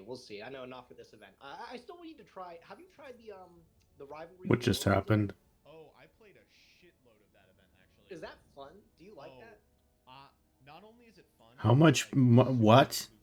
Because it gives you more tickets than anything else. So especially day 1, you're going to be entering against a lot of people that are just dropping. Yeah. Yeah. But no, it's I really enjoy it. They basically, I don't know, you probably talked to Josh about this, right? Because I know he played a lot. I talked about a little bit to it. I haven't played many side events though, dude. I realize that's not something I do when I go to events. Like, if I'm gonna just strictly go for side events, like I want to maximize my time. You know, didn't they also raise the price of side events like significantly? I don't know about that. I haven't checked prices. I heard about that. It might not be true. I might just be talking shit, but I heard it's a lot more expensive to play side events now. I hope that is not true because I want to do it. No, let me check the side events that are available. It's on their Twitter. When are you getting into Niagara, by the way? Early. It's like the Thursday. Oh, okay. I think we're getting in that Friday or something. So if you want to meet up, Yeah, for sure. I suppose. I guess I could, you know. Oh, we're getting the 45 minute round. That's pretty cool.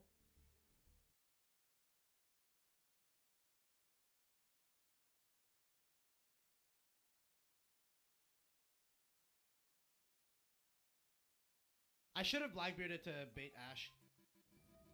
Branded in red. Chain this. Oh, I'm in a lot of trouble here. Yeah, I actually get cooked. Oh my god, you're insane, man. When are we getting the Link Festival, bro? I just want to play Talkers. Imperm and the rest of my hand is absolutely gassed up. Except for this. This is unfortunate. Oh shit! Revolution Dragon. Am I playing Dracopal? Wait, huh? I'm down, bro. Give me Dracopal, please. The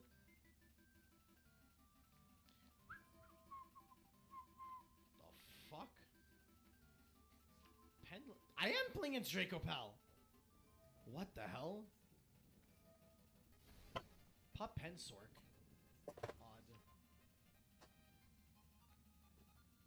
Joker? No, I feel like you have to hit Electrum with Imperm. Encore, do you want more?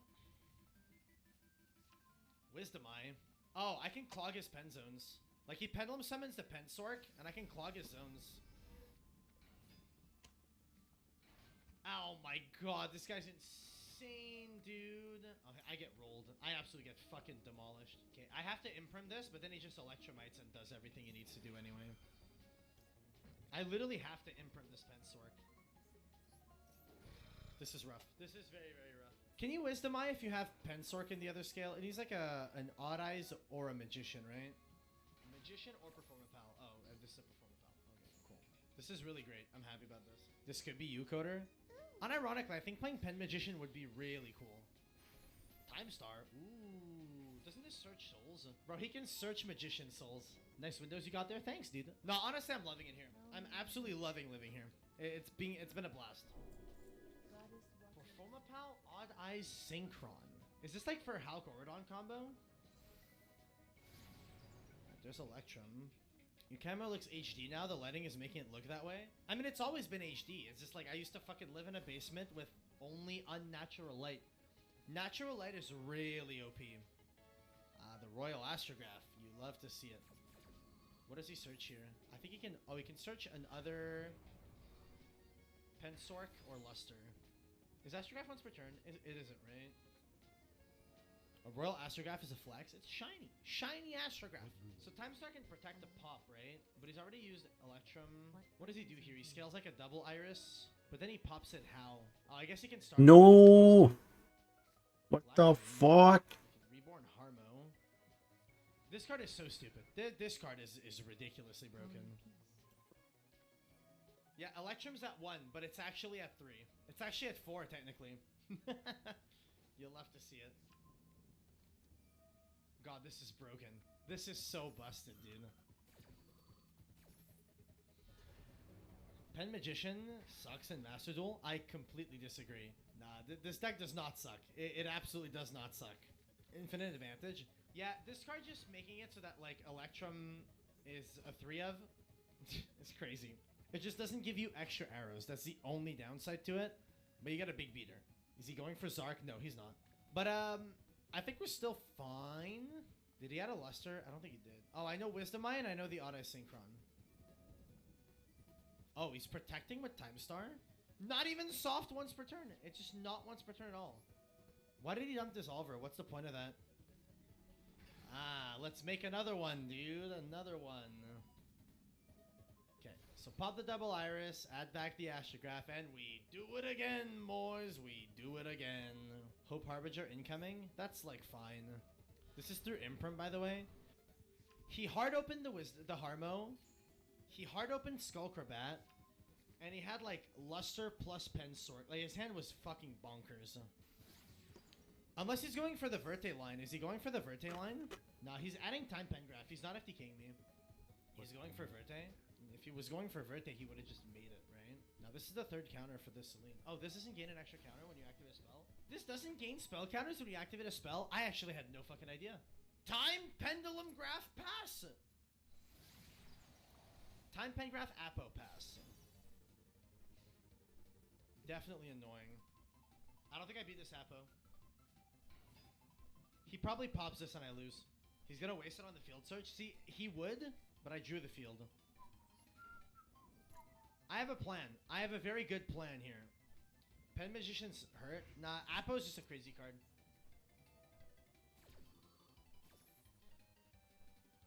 I literally lose to the Apollosa. Dump Oaf. Send that. Trigger Buffalo. I literally lose to this Apo, unfortunately. Like, his turn 1 board wasn't even good, but I just, like, really hard lose to that Apo. Damn. You know what? Like, chat, let's just play some base shit. How does that sound? Let's just play some base shit, bro. Yeah. Does this deck go blind side?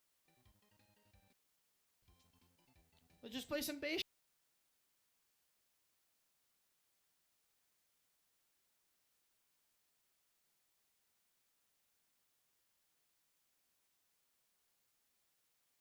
shit, bro.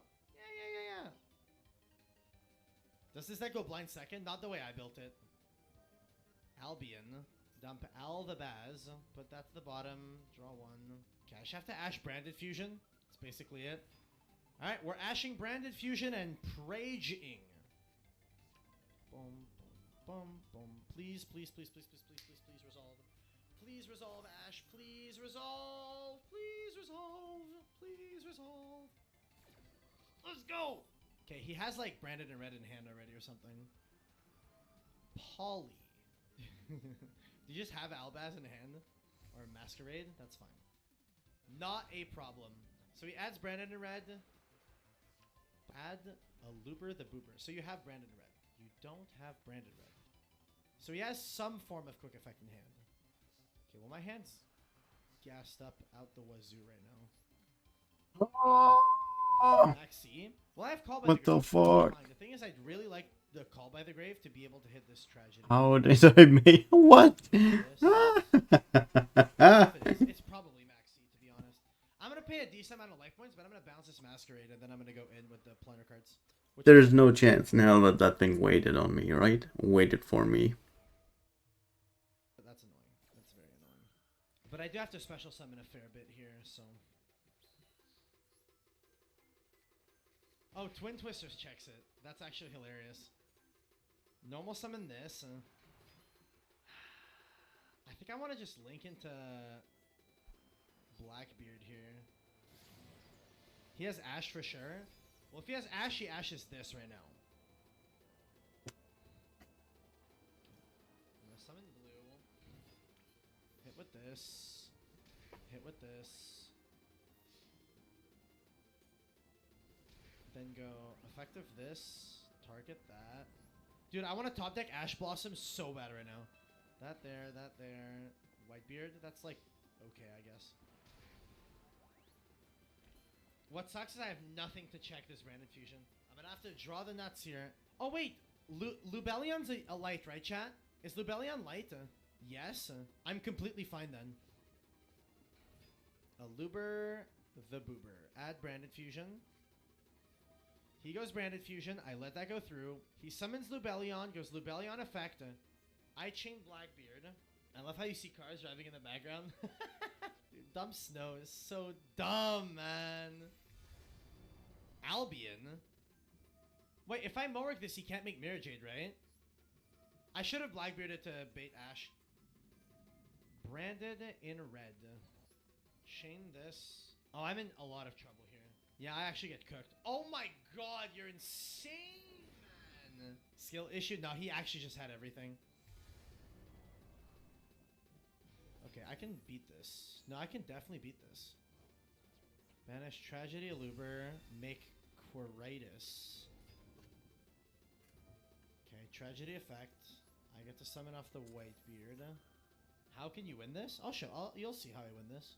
This is lethal on board? Oh, over these two. Annoying. Mirror Jade, the Ice Blade, the Dragon effect. He literally just banished my Redbeard, and then I lose. Yeah. Wow, that's insane. I took so much damage from that Masquerade. God. Insane. Brandon in red, Ash Blossom. Crazy. Masquerade Burning for 42 is a little good. Yeah, taxes. The taxes, bro. They got me.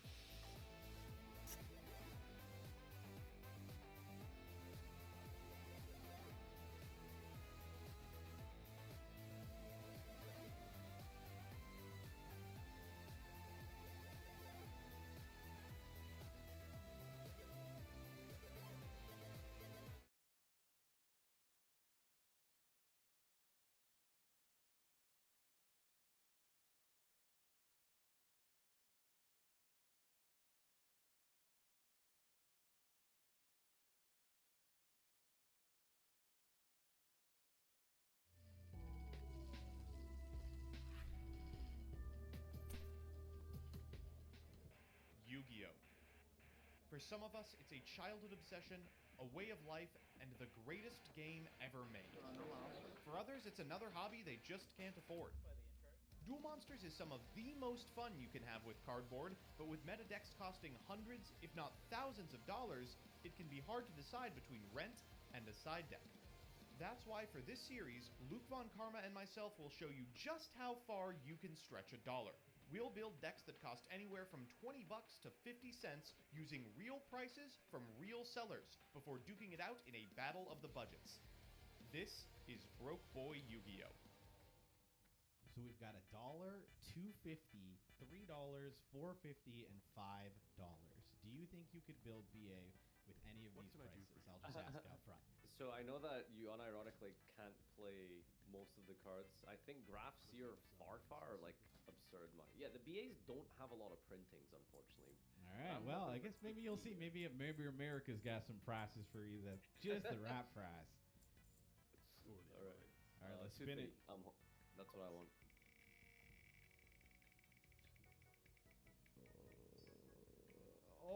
Oh, big money. 450.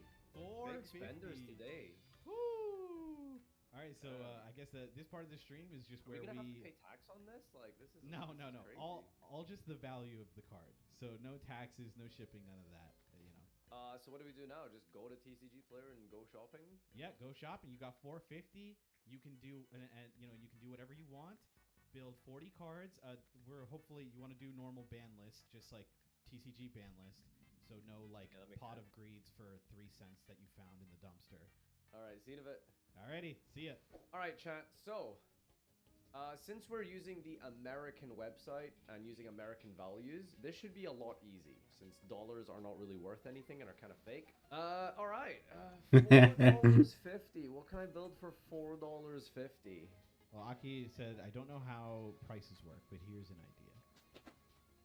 Oh my god. Whoa, Merly! Wait, this is crazy. Guys, why are you saying Warrocks? Warrocks are like way too expensive. Like, don't just spam the chat like babies. Like, buy Warrock. Like, no, we can't play Warrocks. Can we afford this? Oh, this is insane. This is crazy. Like, I'm pretty sure these cards are like expensive. Like, the only good card that's cheap and low rarity, I'm pretty sure, is Mahmud. Let's see what all the cheap Warrocks are. Okay, Orpus isn't bad. We can get medium. Gaktos is cheap. Oh, did Skyla get a reprint? Oh, wait, can we unironically play Warrocks? Let's give it a shot. Probably cut Havness, and keep Merly though as a mill engine, and it's a 2. What out does Farfa have to 3 Magic Cylinder? I thought there was like a couple of ones that were like $2 or something, but apparently they're just like 2 cents. Is medium a good card? Like, put controls a special monster and you control level 7 or higher Warrock. During main phase, neither player can activate effects on monsters on the field. During your main phase, you can set a Warrock spell and okay, hang on. So let me just do like Mountain first. Can we get like cheap mountains? All right, so let's grab Carrot. Of course, we have Sprite. Red, triple red. Oh, nice. Same guy too. Let's go. The thing is with like Mountain, it basically takes up half the budget, but it's like so worth it. Like, it's a Rota and it's special summons. Like, unironically, if you just play Mountain and like absolute dirt cards, maybe spending half your budget on Mountain is actually worth it. I feel like I might just be like wasting my money doing this. Smashers as well. I guess 3 Smashers. We're on 3 Smashers, right? It says 9. 9 cents only. God damn. 5 cents? Bro, that's crazy. Okay, 15 cents for a playset of Fortiok is actually, I think that's good. Jet. Okay, this is kind of expensive, Jet, but I think we have plenty of room, I think. Yeah, it's the only monster that isn't Ascent, but the traps are not pennies. The traps are a little more expensive, but I think we'll be fine. Is this like, am I doing this the most efficient way possible? This feels like really inefficient the way I'm doing this. Like every time I click add to card, it loads the page. Like this is kind of annoying. Gamma Burst, right? Could play Gamma Burst. First edition. I'm bursting! Do we just play staples now? What are like some good staples for Warrocks? Is like Dark Hole expensive? Dark Hole's kind of expensive. It's not like cheap. Dark Beckoning Beast. These are kind of cheap. Can we play the Dark Beckoning Beasts? Just normal summon and then grab the sacred. This is actually kind of fire. 3 cents? Where do you see a 3-cent Dark Hole? Set market low to high. 10, 22, 25, 31. But then there's like 20 and 12, and then there's like 3 down here. How does that work? What is this website? So you need triple Canadia. Oh, I guess I'll grab one of the penny ones. It's like a couple cents cheaper. Not bad. Then we'll grab a Misk, of course. Miscus. Let's see all the versions, please. That's 35 cents. We still have a lot to play with. We have like $4 or $3. You are blind? No, I'm not fucking blind, you dumb fuck. I'm looking. I am looking at the website based off of how it says it's ordered, which is apparently an incorrect order. 10, 22, 25, 31, 20, then back down to 12, and then back up to 20. How is this a blind issue? I hate this website. All right, 216. Not bad. We can do this. Oleanoids. God damn. I don't even want to play Oleanoids, TBH. This card is not worth playing. Can we recommend cards based on what Farfa is playing? Oh, preferably not. I would not like to metagame. The cheapest reborn we can get here. Well, there isn't any single-digit reborns. Is a 10-cent reborn? Let's go. This thing has to... Like, can I see a picture? Probably, like, eaten by his, like, dog. Let's put in the other Paleos first, because Oleanoids is tough. Hallucigenia. We'll play 2. This is cheap. This is really cheap. Nice. One damaged copy at 5 cents. I would try splurge on a Meteor Dragon if you're not buying an extra. Is he that good? Why? How? I read him and I thought he was shit. He's just worse than Basilios. Insane? Okay, can we like calm down? Insane? Let's put the Paleo link because it's funny. What can I do for you? See you That's super cheap. There's like the 1 cent change of heart. There's like the absolute dog chewed like change of heart that they play every week. Why can I not see it? Here? How do you like find that? This is 9 cents. Am I blind? Oh yeah, Pit Knight. Oh, we'll play Pit Knight. Okay, we have 2 cents left for the extra. How much is Baguska? Is it 2 cents? Oh god, no. 40 cents. What's the Defender card? What's the Rise to Full Height? This is pretty cheap. We can play triple Rise to Full Height. This is just a good card. Transverser? Is that like a literal penny? 2 cents? Ooh, 2 cents is the budget. Oh, sure. We'll add the Bottomless because it's funny. This is the best picture of Bottomless. Bada bing, bada boom. That's it. We have bro. That is 450. We're there. All right, chat. We're siding 3 copies of Tatano Cider and 2 Bottomless. That's it. This is how badly we wanted Mountains. This deck is crazy. This is insane. This deck is crazy.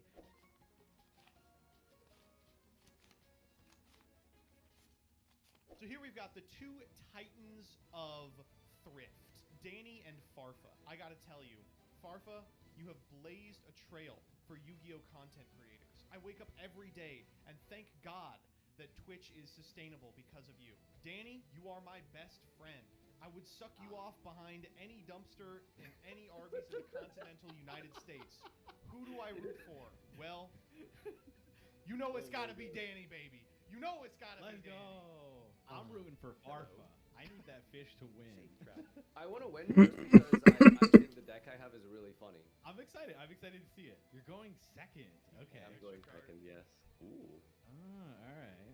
This is kind of interesting. Danny, you've got 12 cards in that there extra. Farfa, you've got 2. Wait a minute. You have 2 cards. What did you build? It's all about the main deck, baby. All gas. Oh my god. All right. Well, you better watch out for this. You ready for this? Ooh, macro deck. Okay. 3 of them, 4 of them, all of them. Oh yeah. You brought out the big guns here Jeez. today. Alright. Oh wait! I fucked up. I need to keep one of these in hand. Sure. Could have been anything. Would you mind to take these backsies, please? That's fine. You can keep your Paleozoic Dynamicious. Whoa, discard. whoa! That's not true. There we go. All right. I am going to begin my turn with. Are you ready for this? I will discard Vernizolve of the Thawing Mountains and Gactos. Oh! Chat wanted me to play this War Rock thing. So Warrock Mountain is actually 68 and 69 cents. So It's so expensive. Yeah, but I squeezed it. That's why I sacrificed the extra. Wait. I draw a card and what? It just revives Gactos. Is how this works. Okay. Yep. And you can't activate anything except Earth monsters. I'm sorry. Baby, that's not a restriction. That's a benefit. I don't understand. Like, here. yeah. You said that the Warrock Mountain spell was 68 cents. Huh? But how much did you pay for that big stack of them? I was looking at it and I was like, this is his fault. He brought this price up. Yeah, instead of being like a 20-cent card, it's like a 70-cent card. I'm gonna normal summon Warrock Fortia. Alright, I will attempt to enter battle. Battle's fine. On start step. step of battle, we'll activate Pakaya. Oh, you just built Paleo. Okay. Yeah, baby. I will attack with Fortia first. I see what you're trying to do. All right, we'll go Miscus here. Okay, there it is. We'll banish the Fortia. All right, let me think. Someone's I feeling a little will- dignified here, is he? I will, just so you know, this card cost me 15 cents. It's the third most expensive card of my deck. No. It is Warrock Dignity. Stop it! What is this? Negate. It's really funny that they were like, yeah. So the whole theory of this deck is like it's a big battle phase, like big hit hard deck. So we're gonna give them an Omni. Oh my Exactly. God, you But got only to be during the kidding battle me. phase. Well, the spell trap and monster effect is a negation. I don't during know the how battle these cards phase. work. I should have done it in the main phase. It can still negate Oh monster my effects God. during the main. I don't know why. Oh my God. Any response? We good? No response. I will continue the attack with Fortia. I don't like it. He doesn't like it, but he'll take it. I'm gonna attack with Gactus. Okay, yeah. I'm feeling like a cactus. Ooh! Effective Fortia. Chat, I cannot chain when he has the response. When I go Miscus, please Turn off. learn. You gotta turn off Holy chat. shit. You gotta turn off chat. You can't listen to them, Danny. God, it's just like, why didn't you chain your paleos? Learn how to play. You can't chain a paleo to a spell, guys. They're gonna No, go... it's that like, why didn't you go paleo chain link 2? It's like, no, the person has the chance to respond with paleos. Oh, yeah. No, I went chat, you can't Miscus, just you went act- chain the guy. You can't just activate cards without letting your opponent respond, okay? Come on. If you do it fast enough, you actually can. Yeah. Oh, yeah, that's true. Danny viewers, am I right? it's Is activation of medium okay? I guess. I'm getting beat by Warrock. This is Activate great. effect to set a Warrock spell and trap directly from my deck. When the fuck did they get this card? This is the most recent wave of support. I will activate the mountain. That does not answer my question. Did it answer your question? I don't know. Whatever the recent like core set was for TCG. What was it like before Dawn of Majesty, right? Like last year. You could have told me this came out anytime from 2016 to yesterday, and I would have believed you. It feels like a card that came out maybe in 2007 at best. I will search with Mountain for just any Warrock monster. Listen, you can do whatever you want, King. I got nothing for you. So I had to trade, like, do I want my boss monster or do I want a third mountain? And I had to go for the boneless boss monster. You can read him if you want. This is Bushido. Yeah, God. Stand by main. Wow, that was so rough. I should have Miscused way earlier. I didn't know how Warrocks worked. It basically, like, it is battle Don't phase enter the deck. battle. Yeah. Can I, like, I feel like if I go to battle, I lose. You want to try it? Let me read Mountain. At the start of the battle phase, you control no monsters or all monsters you control warrior monsters. You can special summon one Warrock monster from your hand with a different name than the cards you control. If your warrior monster is controlled by battle, you can send this card to the graveyard instead. Okay, so it protects once from battle, and you can special summon on my turn. Yep.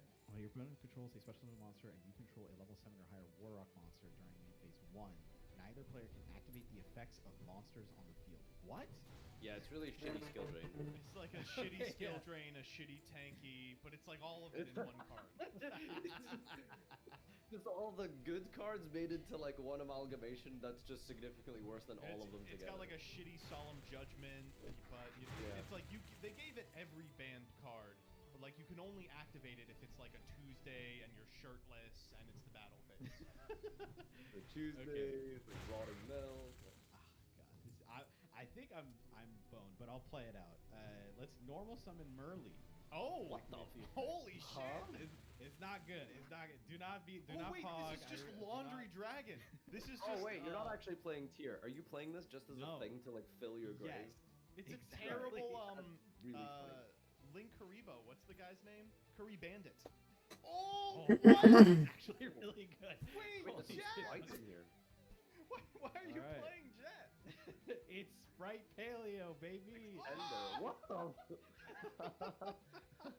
There's no way you're playing Sprite Paleo. You can't afford Elf or Can you Star? remind me what the rarity Blue? of Elf is? Is it secret? Yeah, Elf is Ultra. Do not worry. I do not have Elf. You can't even make Gigantic. Correct. But we can make Gin Buster or something, I guess. Yep. What is that back row? I could just like go combat here. Oh, you want to enter the battle phase? Farmer's I know, like right? salivating at the concept of you going to combat. Yeah. Why don't you? It sounds like a good idea to me. Yeah. No, it's cool, man. The problem is you get the Warrock even if you have no guys too, which sucks. It's just like this is so annoying. Okay, I'm just gonna click yes. Just like go yup, make Warrock Gactos. I need some Gactos. She's yakking on my dose till I don't know. I'll work on it while you're taking it. Thank you. Let's link these off. You thinking really hard there, Danny. Yeah, it's because I'm dead pretty much, but Oh, okay. Night early. At night. I can just go to the end phase, right? You That's can the thing indeed I just can do. not enter battle. Okay. You can't be made to enter battle without your consent. You just walk away, baby. I'll just go end phase. I will drop turn. I guess activate the effect of medium to set a Warrock spell and trap. If only there were good Warrock cards to set. I was gonna say it's one of two things. It's either the plays are so complex that he can't fathom them, or it's like, why am I playing all these Warrock cards? I know. I think like Dignity is like the only good card. What is it? It's like it's a Widow Anchor and a spell and trap negate, but only during the battle phase. You're making them look pretty good. Yeah. I will proceed to the end of the main phase. Yep. Oh, really? You got nothing? I don't know what else I would do. Yeah. So at the start of the battle phase, I will use Mountain.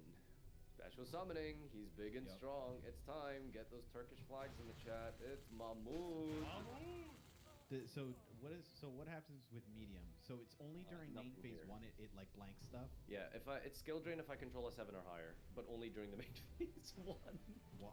Why this card? I'm reading it and I'm losing like its brain cells. You think it's good, and then like the more you read it, it's like, okay, it's not good.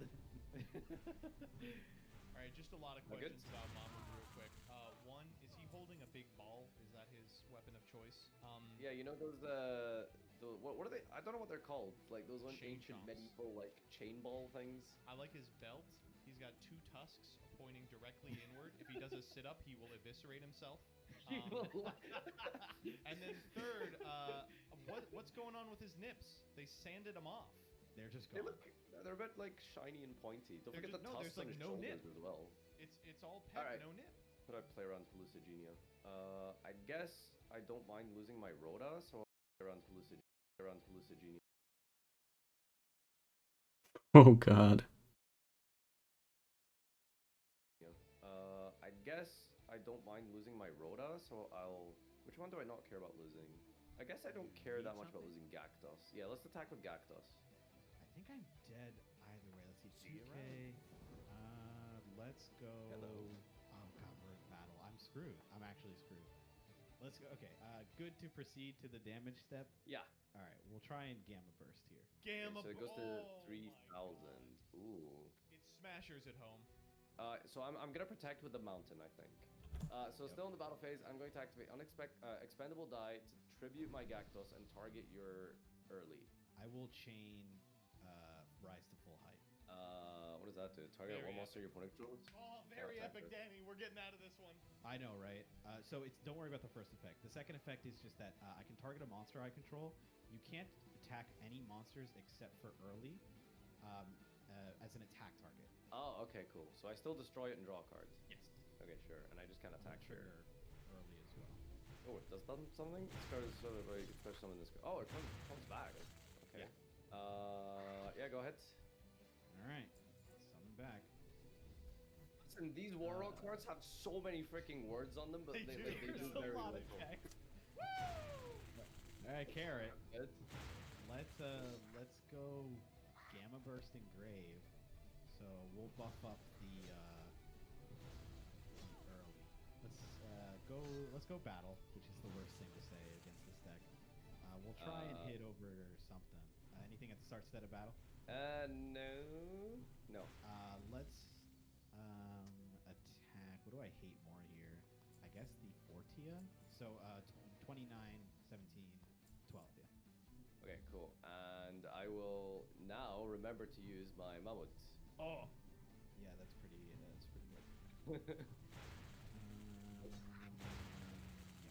Okay, cool. And on a new chain, thinking. I'll just spoil this too. Farfa, you can trigger Fortia here. Do all Warlocks include themselves? I thought it was other. Okay. Sorry, No, guys. you're I've been good. live for 16 hours. Like. No, it's like This guy doesn't know how to play War Rock. Yeah, it's like I'm like barely struggling here. I'm like I'll activate Gamma Burst, and it's like, oh, I didn't plus 7 times. Who cares? Think about it with your Earth Warrior battles. You actually, so it's battle, not when it's destroyed. This card can attack. What's card in your hand? Okay, you can special summon this card if your Earth Warrior is destroyed by battle. Okay, let's special summon the Shelios then. Oh my god. Yep. Nice. What can I make here? What if I make nothing? What if I just set this card and pass turn? All right. Could you not attack me? That'd be cool. Well, I'm gonna use my effects this turn, so I'm feeling pretty proud of that.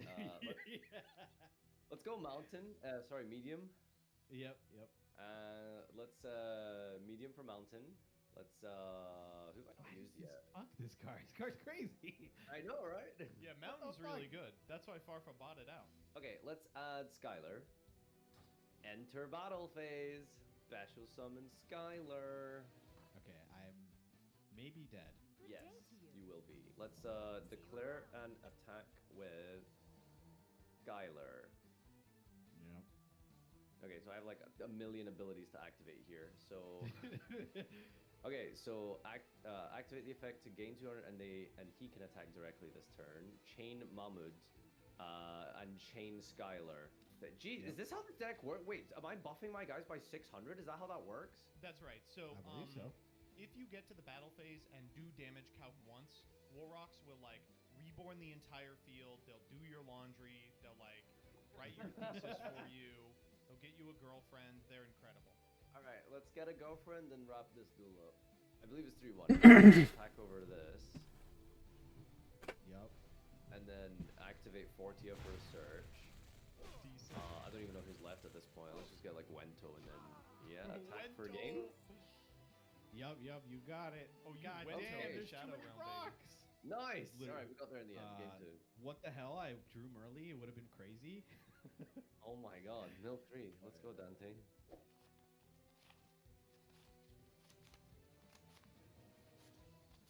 Chat is going, wait a minute, hold up.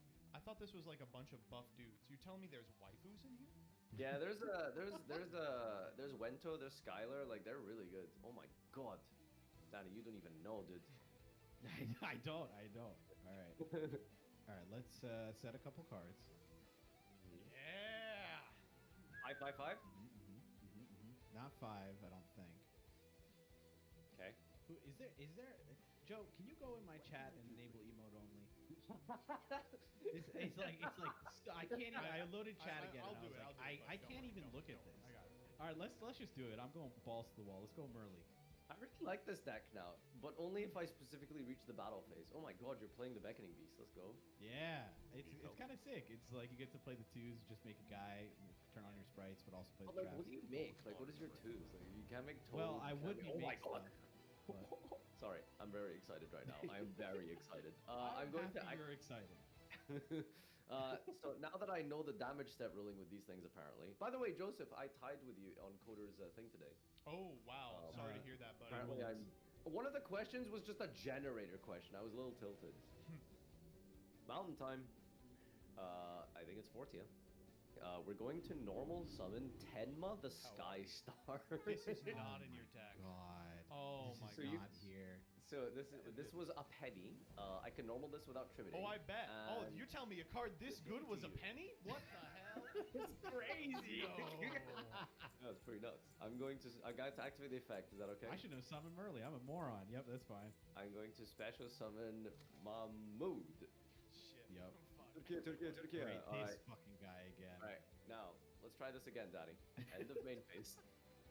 Okay, before you enter main phase, let's go Sure. or battle let's phase. talk Let's about go. this Let's real go quick. Morella here. No response. Okay, we're going to send. I have no clue. Maybe a paleo or something. Oh, you got like dark. The more I think about Tenma, the more I think of like this is like ridiculous against your deck, Danny. It's crazy. His card's Yep. is amazing. Okay. I'm wondering if I just like try and get rid of like Mahmood now or whatever. Oh, you have to. I feel like I It's do. Mahmood. Yeah. All right. I guess on res we'll try and go Dinomiscus here. And, Okay, We'll interesting. try and banish Mahmood. So, question: did you read the second effect of Tenma, the Sky Star? If you're, oh no, is there? I didn't. Once per turn, when your opponent activates a card effect that targets a warrior monster you control. Are you serious? I hardly got through the name of this guy. I'm gonna be honest with you. Oh my god, this guy's crazy. This beats my whole deck. It's actually insane in this deck. Legitimately What crazy. the fuck? All right, we gotta No talk real way. shortly about Tenma. What's going on with his armor? It just is a penis, right? That, my friend, is ceremonial samurai garb. You racist piece of shit. No, it isn't because it looks like a penis. I've seen the samurai garb. It doesn't look like that. Okay, we're gonna do something different. All right, you know what?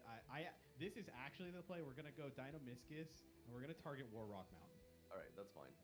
Okay, we'll chain the Paleo Engrave. Okay. Proceed to battle then. Let's declare an attack with Tenma on the I guess does it matter? Sort of, maybe. I guess we'll just punch over the Morella. Okay, we'll go for Rise. Wait, Danny, did you not discard? You discarded Rise to Full High, right? You just cheated. No. Literally just cheating. Yeah. Oh, you're literally just cheating. Okay. Literally just cheating. You gotta do what you gotta do. Have you I seen just literally Broke Boy? forgot to pay This cost. is Danny's MO. It's not baby. cost. Shut up. Yeah. Okay. So did I say Temna? Yeah, Temna into Morella. We'll go Rise to full height here on the Merly. You have to attack the Merly. Sure. So what is that like? Does it replay? Is that how that works? Yeah. Okay, cool. I will, I guess, replay onto Merly. Sure. So that's 8, 21, 13. Oh wait, Mamu doesn't trigger. I just assumed this was an Earth. Okay, so there is one downside to Yes, Temna. it's a light. Okay, Thank God. We're living. Okay, cool. I will set pass. Okay, Danny. Okay, This is it. We'll go for Hallucigenia here. Wait, this doesn't do anything, right? Doesn't this target? It triggers his the- paleo. You can target Yeah, the yeah. Morella. Oh. Correct. Yes, I'm targeting the Morella, Oh. and then we will special summon Miscus. Okay. All right, let's do it up. All right, here comes the XE. Yeah, we're just Ba-da-ba. making off a Binion. Copabinia. What Yeah. Can we get some Copabinias in the chat? How the fuck are we beating the stupid Sky Star? I don't know. This guy sucks. I will respond with Warrock Dignity. Oh, So I just need to control Warrock, I believe, to just negate. awesome. Well, we fucking tried. We fucking tried. Oh my God, go. Funny enough, I don't have a way to beat over this Opabinia, and I kind of want to clear it. Alright, it's been a game and a half. I've actually got it. I gacked on her mountains. It made me rise to full height. That's amazing. It's a banger. I'm going to normal summon Wento. Okay. Alright. End of Oh main. my God, this just gives your guy attack. You're Yes. kidding me. It's colluded home. Oh. I literally lose to this. You do literally lose this.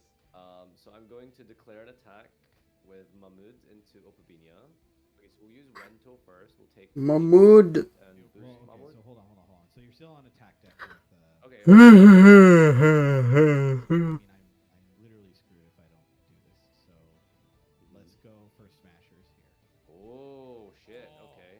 Danny, this is rough. I guess you just have to banish Mahmoud. Yeah, I think it's Mahmoud. Maybe. I guess I could banish like. Skystar.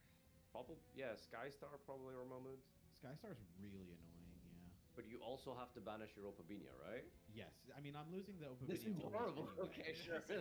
well, if I just let the Opabinia die, I mean, yeah, I know. Dead It's- smashers and I lose. Yeah. It's not good. Let's grab Understandable. the. Yeah, sure. Let's do the Tenma. Yeah. I guess I just do 38 now. Yep. Yeah, go ahead. All right. Well.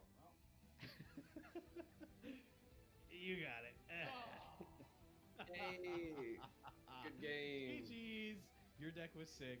Holy shit! I love the war. I've never seen these cards before. I love them. That was Buy awesome. out Warrock Mountain, chat. Make sure it can It's actually show so stuff fun real when you get to the battle phase, but I think that's the problem with this deck is how do we get to the battle phase? Thank you so much for having me. This is awesome. No, thank you so much for having me. This was really fun, and Yeah, I generally did you I didn't get to see much of your shopping portion. How was getting the cards? Okay, so honestly, it was using the dog shit website. That was the issue. I noticed that it would.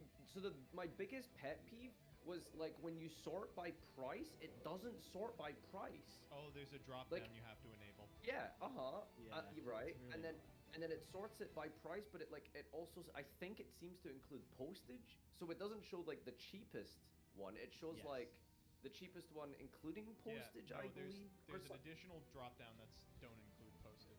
Another thing that pissed me off was every time you click add to cart, Yup. it takes you to the cart page, so you have to go back. Do you know what I mean? It doesn't just add to cart and then it goes into the cart. You can keep scrolling, adding to cart, right? So yes, it's, like, it's so annoying. If It's you're like buying it three loads one-ups, you you to have a to do it page. in 3 different windows. Like I sat there with like 7 windows open at one point, and I'm just like, what is going on here? You now know my pain. I'm heading out. Yeah, it's like super Thank nice. you all for having me. Warrock forever. Hey, thank you for commentating. Great. All right, I'm gonna pee.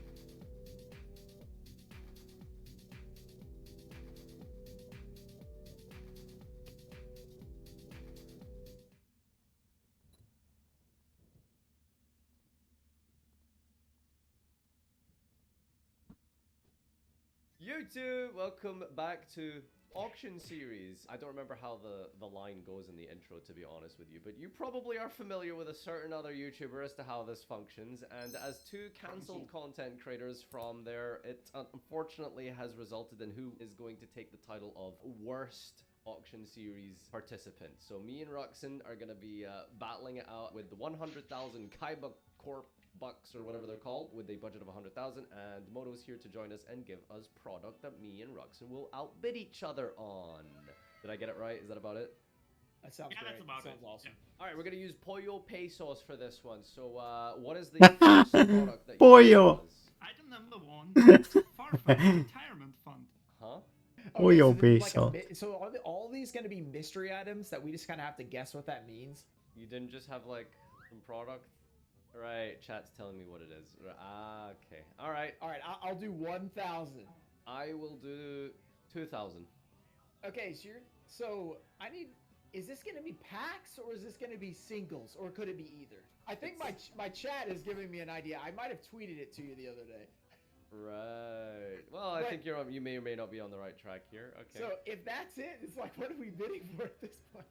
You know what? 3,000. Sure, go for it. Give me those.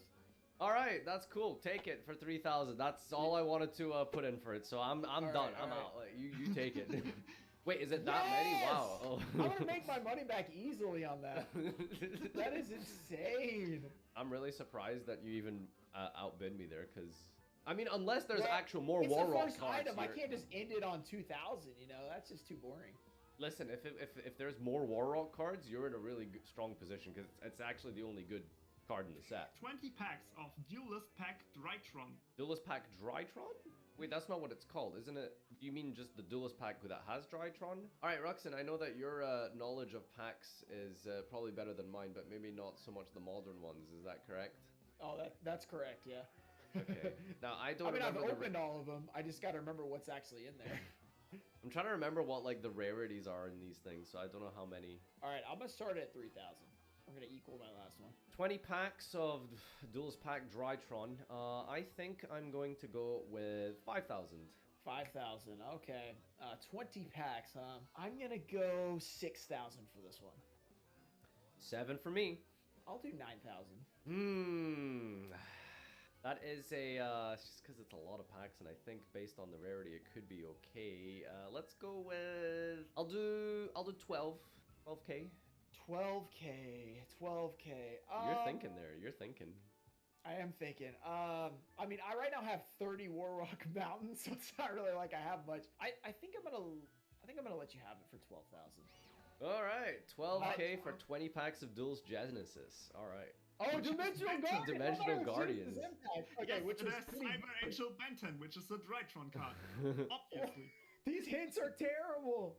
Okay, well, looking at this, there's a couple of good cards in here. I'm gonna go with, I'll start at 5k. 5k. I'll do 20k. Whoa. Okay. So this is product number 3, right? All right. Wow, you're going all the way up to 20 so fast. All right. Well, I guess we ain't messing around. I'm gonna do 22. 22. Okay. I'll do 23. 25. We've still got 7 to go. Right now, it feels very random. I feel like anything could pop up after this, which is what I like. But okay, you said 25. I'll do 26. It's the structure deck that's making you bid this much, isn't it? Could it's be. That structure deck. Yeah. I've lost a few of those in my day. I'm gonna go for, what did you beg? Was it 23? 26. 26. Yeah. I will go for 28. Oh, we're going all in, chat. Oh man, 28,000. All right. This is the mistake I always made in auctions here. It's like, you know what? That's a lot of money, man. You know, we got a lot of items to go, and I just lose every time because I didn't. So this is a redemption episode, so we at least go to 29 here. 29k. That is almost a third of the pool on product number 3. Yeah, exactly. Yeah. I think I'm okay with you burning a third of your pool on product 3. I think there's some good stuff to come, so you can have it. Yeah, we'll take it. All right. I like it. Solemn Warning, Lightning Storm, you know, a deck. Pretty decent. Stratos. Yeah, you got some good staples in there. And so what exactly is the Warrior Triumph deck? Because I have no idea. I just figured, structure deck probably broken. I have pretty terrible product knowledge, but okay. Well, I couldn't remember, but I also didn't peek, so just so you know, I didn't look. I kind of regret this now, but it is what it is. And it's a long way to go. I'm still really bad at dueling. Keep that in mind. Okay, I called this one Structure Deck Snipe Hunter. So if you roll between 2 and 5, you get a Structure Deck. If you roll a 1 or 6, you get a Snipe Hunter. 1 singular Snipe Hunter. I kind of like this. Well, Roxanne, go ahead. You are leading the roll, I believe, because you won the last bid. Okay, so we have to either risk getting a single card or a structure deck. So you're either high rolling big time or you're low rolling. God damn it. Snipe Hunter's still not that bad, but if you spend 20k on that's gonna hurt. I forgot that there was the other area. Conservative 3,000. I thought I was in that area when I went up here. To 7k. Go. Okay. All right. You like Shit. the chances with the 4 out of 6 chance to get a structure deck? I mean, it's think, pretty good. I think it's quite high. It's quite high. I mean, but how often do you roll 1 or 6 when playing Snipe Hunter? I mean, it happens all the time. When you need it. I'll do 10,000 for the risk. I'll do 12. Oh, no. I'll do 15. Entire structure deck or 1 Snipe Hunter. I'll up that to 17. Ooh. We're at the point where 17 is probably pretty good. It's probably a good deal for the structure deck, but it's obviously horrible for a single card. Yeah, it's passing the threshold of, you know. Of like you almost lose if you roll 1 or 6. Yeah. We're here for the entertainment. We're going for 20k, baby. Let's go. You're going 20 on a roll. Oh my 20 god. 20 on a roll. Hey, it's 4 out of 6. We got a great chance. I will allow it. 20k. I'm feeling confident you're gonna get a single Snipe Hunter.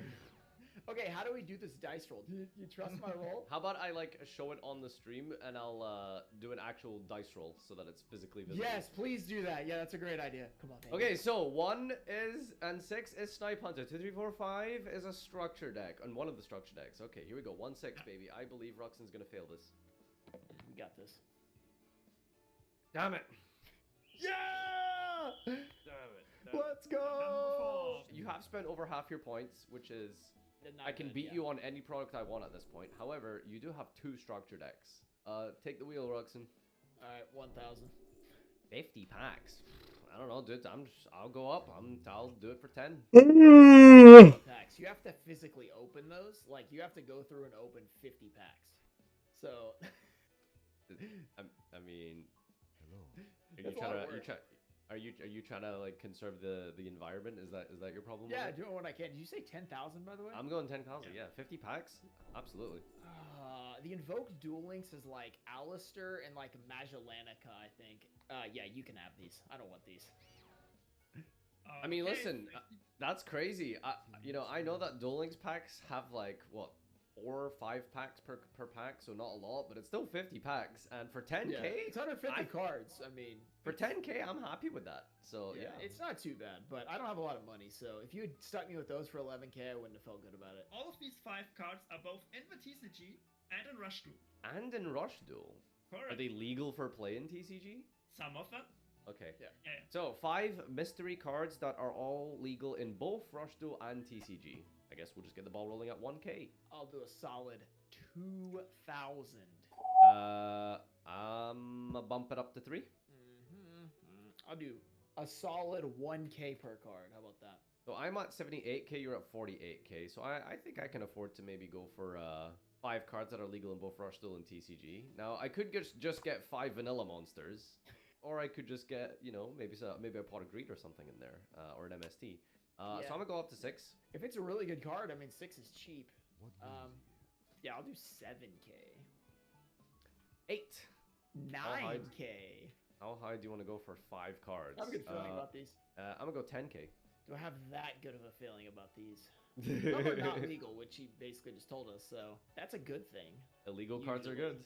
10,000. You have 78. You still got a lot of money. This is really tough because, like, if these are good, this could be pretty bad. But it's only 5 cards. I can't really afford to strike out on 5 bad cards. But I assume that there's 1. You know what? You can have them. Let's just roll the dice again. See what they are. Oh, okay. That was gonna be my last bid. I was not gonna go above 10. Yeah, for 5 that felt cards. like a tipping point. So Yeah. the cards I chose are Jinzo, the Creator, Monster Reborn, Pot of Greed, and Mirror Force.